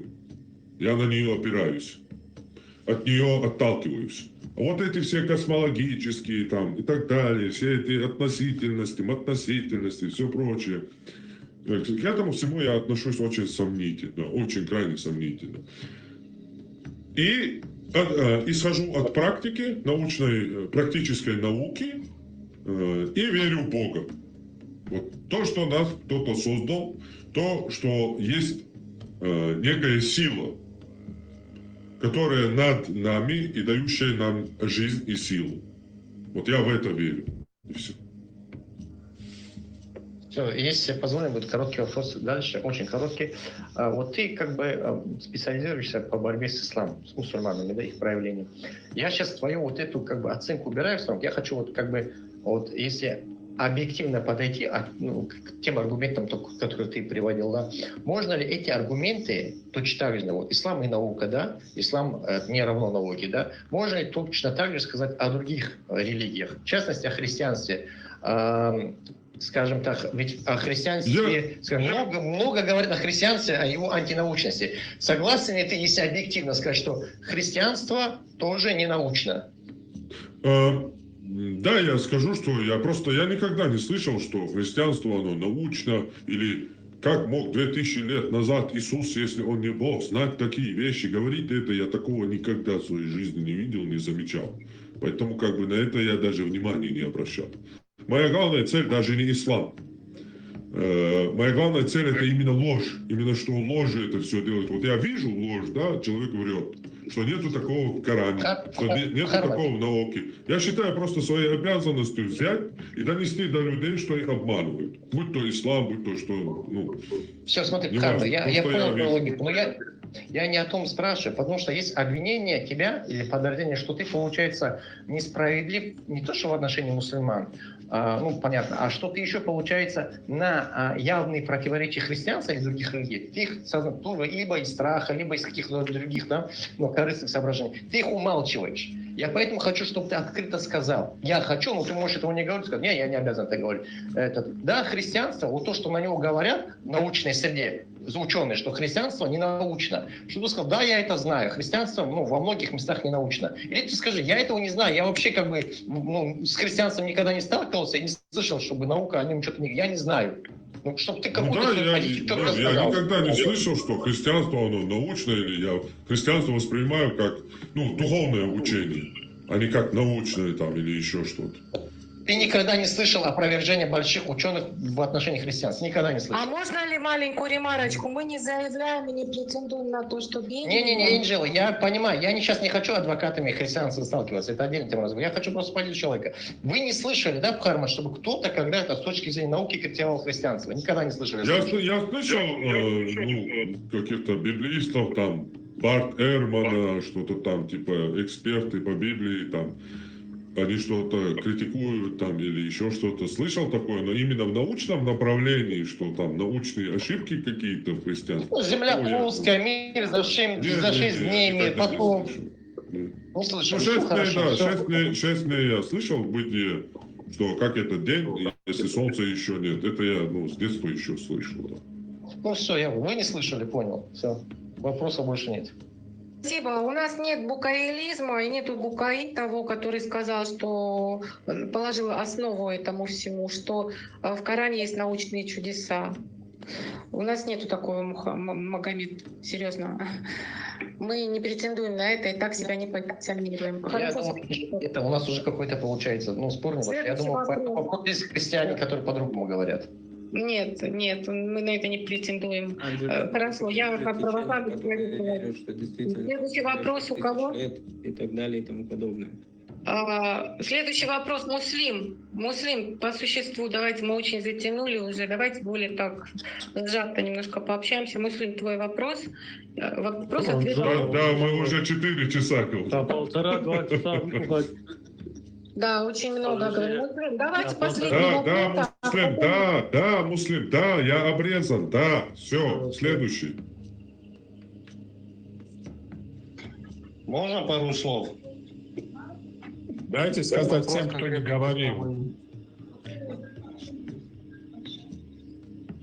Да, если есть, давайте быстренько задайте вопросы. Я очень ждал, что затронете темы античеловечные, антилогические. Нет, это нормально, это у нас не сегодняшняя тема. Мы можем это в следующий раз, если ваша группа со мной свяжется, вы найдете мусульман, про античеловечность жестоко в следующем говорить. У нас сегодня задать тема, ребята. Давайте. Да, близкородственные браки у меня тоже был, но как ты видишь, сегодня этот аргумент должен был выдвинуть, но как ты видишь, мы 4 часа уже говорим, времени не осталось. Да, да. Ребята, давайте так, котенок на аватарке без имени, я открыла вам. Да, спасибо. Хармад, почему ты не веришь в ислам, если пророк Мухаммад разделил Луну на 2 части? Это подтверждается астрономами в 21 веке. Еще есть у нас свидетельство с 7 века. Индийский историк об этом пишет и географ, что пророк Мухаммад, саллаллаху алейхи вассалям, раскол Луну на 2 части. Благодарю. Да, это говорят в раскопках Шамиля Маликова. В доме из раскопков нашли газету, да, есть такое. Ну, да, видишь ли, я неверный, Аллах запечатал мое сердце, предопределил мне эту судьбу, я никак не могу, короче. Это, короче, вопрос троллинг пошел. Да. Давайте. Это Нико, христианский террорист. Понятно. Ребят, давайте посерьезнее. Свагр еще вопрос, давайте у вас. Значит, антитеррор, привет. Если я не ошибаюсь, у тебя несколько раз было высказывание, что закят мусульмане платят, ну то есть они не все обязаны его платить, а платят только богатые. Это ты имел в виду на практике так? Или прописано, что бедный может... Ну, бедный не платит, у кого там, это на практике и вообще как бы, ну... у кого есть годовой там урожай или доход или еще что-то, вот богатые вот они как бы платят. То есть в исламе есть довод, что если мусульманин не в состоянии платить его, то это он не обязан, короче, закят платить? Да, у него должен быть годовой доход, короче, какой-то процент от годового дохода он как закят отдает в казну. Ставка. Я просто искал, и чат GPT мне балаболит, что короче, все платят. И мусульмане, и не мусульмане в халифате. Ребят, немножко не по теме вопросы. Давайте держаться темы. Еще пара вопросов и расходимся сегодня. Ну, если это же по исламу.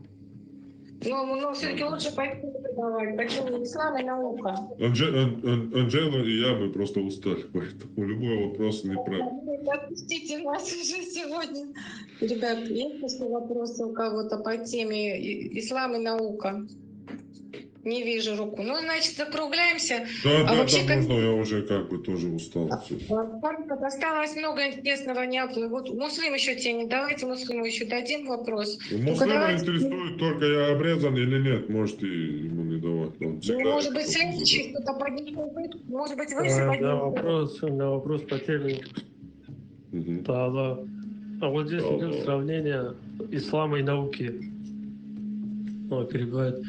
Здесь на сравнение ислама и науки. И когда Хармад приводит исламские какие-то моменты, приводит источник к ним. Вот тут-то, тут-то. Когда он приводит научные моменты, он не приводит никаких источников. Почему так?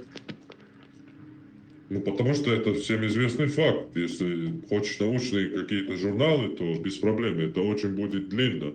Потому что для объективности можно было принести источники. Потому что мне нужно вложиться в регламент.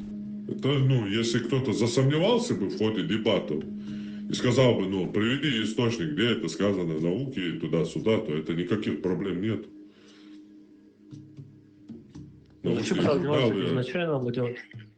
Все, вопрос ответил. Есть еще вопрос? На сегодня вопросы исчерпали. Готовьте на Умару еще. Нет, еще есть два. По-моему, два. Амар, Каспар и Умар. Давайте еще. Это уже вопросы по году не будут, там что-то говорить. Да, Умар и Амар. И все, и закругляемся. И все, пожалуйста. Формат этот один. Ты не сможешь выйти на диспут с одним человеком, прийти на его канал. Давай вот ислам достоверный. Ислам достоверный. Час зайдешь. Это в личку, пожалуйста. А у меня его лички нету. Просто... Можешь нажать и написать мне. Нажми на мой ник и напиши мне. Хорошо, Умар, одну секунду, я еще пока вы не разошлись, хотела сказать, у нас следующая тема будет, чем Коран лучше, чем Библия. Вот такая тема, поэтому следите за анонсами. Я думаю, вы договоритесь с Мухаммадом по поводу этой дискуссии у вас на канале. Да, все тогда, расход. От вас кто будет? Где твоя личка, блядь? На меня нажми, на мой ник, вот наш формат. Нажал, написать сообщение, нет? Нажимай, не выходит она, братуха. Умар, я дам вам, Давай я ему напишу. Давай я написал. Вызываю я тебя, я вызов. Написал я уже тебе. Хорошо. Хорошо, нас тоже пригласите, мы послушаем с удовольствием. Ребят, тогда сегодня всем, кто присутствовал, кто высказывался, спасибо. Спасибо за то, что все-таки это был лучший, наверное, самый мягкий эфир, который я слышала в таком формате, в таком составе. Мы ничего лишнего не позволили себе, за исключением... Да. Вот формата вызывают сейчас, так сказать, на дуэль. Я думаю, его права будут защищены, если это будет на нейтральной площадке. Лучше на нашей площадке. Нет, это в любом случае нейтральная площадка.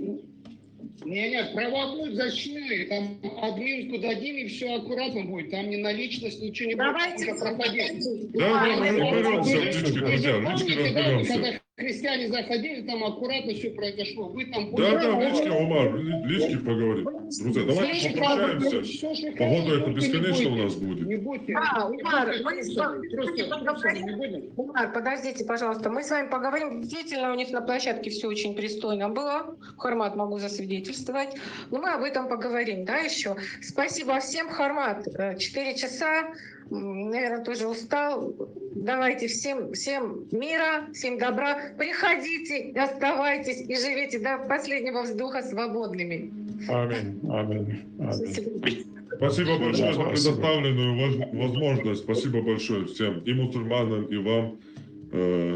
До свидания. Всего вам хорошего. Оставайтесь свободны. Удачи. До свидания. Ну, понрав.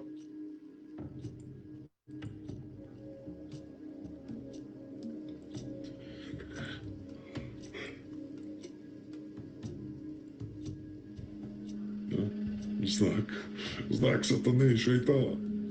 Масоны, иллюминаты.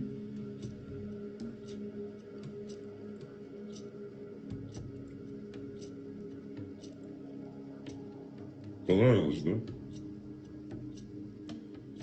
Вот прикинь, мне донаты, оказывается, сегодня были. Аж шалпеть. Аж полеть. Извините, друзья, что не ответил. Антитеррор, держим за тебя кулаком. Ты лучший, полный вперед. Формат, разблокируй меня, пожалуйста, в чате. Я сказал только то, что что чеченкам нужно быть осторожными, а то на них снимают потом разоблачение. Ник Made Мизли. Первого размазали, следующий пошел. Благодарю за донат. Джамаат антитеррора. Если в Коране утверждается, что человеку уже все прописано как роботу, как станку с ЧПУ, то о чем речь вообще? Show must go on. Фриман. Благодарю за донат. Одно удовольствие смотреть, как антитеррор размазывает МОСУ. Благодарю. Приветствую, Формат. Я не понимаю, почему мусульмане везде говорят за Эпштейна? Если по их логике Аллах создатель всего, значит Эпштейна создал тоже, он и, соответственно, он наставил Эпштейна на это. Конечно. Когда замечание делают мусульмане на намаз на улице, миллион мусульман набегают разъяренными, готовы съесть. Как их идеологию защищать, как мыши разбежались. Те, кто заходит, несут какую-то ерунду. Полностью согласен. Пармат до 7 века были ли доказаны упоминания ислама? Доказанные упоминания ислама. Если не было, как это объясняют псевдознающие ученые ислама? И как они объясняют то, что было до ислама? Нет, ислама как религии не было упоминания. Было там, что какой-то вождь провозглашает, называет себя пророком, провозглашает второе пришествие Иисуса Христа. Это один еврей написал в своем трактате в теологическом споре. Был у него такой трактат Якова, или трактат, или как-то он называется. Не до 7 века, а в 7 веке. Ты, наверное, хотел сказать до 8 века. До 7 века ислама вообще не было. Знали ли ацтеки о исламе или Аллахе? Знают ли сейчас? Благодарю, друзья. Благодарю. Жаль, что Маликов Шамиль не зашел. Парма, что можешь сказать про Шамиля Маликова? Ну, он такой смешной, короче, клоун. Безобидный. Гномик такой. Глупый чувак. А так смешно. Интересно. Благодарю, друзья, за донат. За супер спасибо. Благодарю большое, спасибо. Формат, сил тебе. Вендетта, спасибо, что ты всегда рядом. Жму руку админам и обнимаю чат. Аноним, благодарю большое. Благодарю. Спасибо большое. 10 000 рублей. Доброго времени суток тебе и спасибо за твое творчество. Я хоть и не мусульманин и даже не в культурном поле нахожусь, узнал много нового. Мир тебе и счастья. Благодарю. Смешно наблюдать за тем, что мусульманам нужно доказывать, что земля круглая, что у женщин нет спермы и так далее. Отклоняют науку, при этом не брезгуют пользоваться достижениями науки. Это лицемерно и дешево. Благодарю за донат. Пармат, не в яичниках, а не у женщин, а в яичках. В яичках. Вот муслимы говорят, 4 часа говорят, а никакой ясности. Парма, поклонись Вендеттой, что обрезать. Благодарю за донат. Субханаллах, ничего думаешь, что заболтают самого забалтывающего из всех забалтывающих? Согласен. Большое спасибо и огромное уважение тебе и админам за адекватность. Благодарю, Сергей. Вот муслимы говорят 4 часа. Говорят о никакой ясности. Да уж. Благодарю, друзья. Спасибо всем большое за поддержку. Огромное. ТикТок, если подарки я не успеваю вас очень много каждому ответить, но я вас вижу. Благодарю вас. Спасибо вам большое. Алена, Андрей, Лана, постоянно. И какой-то ник, который я не могу зачитать, не знаю, что это за язык. Какие-то символы у тебя там. Анубис, Imperial Queen и так далее. Лана, всем спасибо большое, огромное за подарки, за поддержку. Посланник, питаюсь светом твоей мудрости. Спасибо.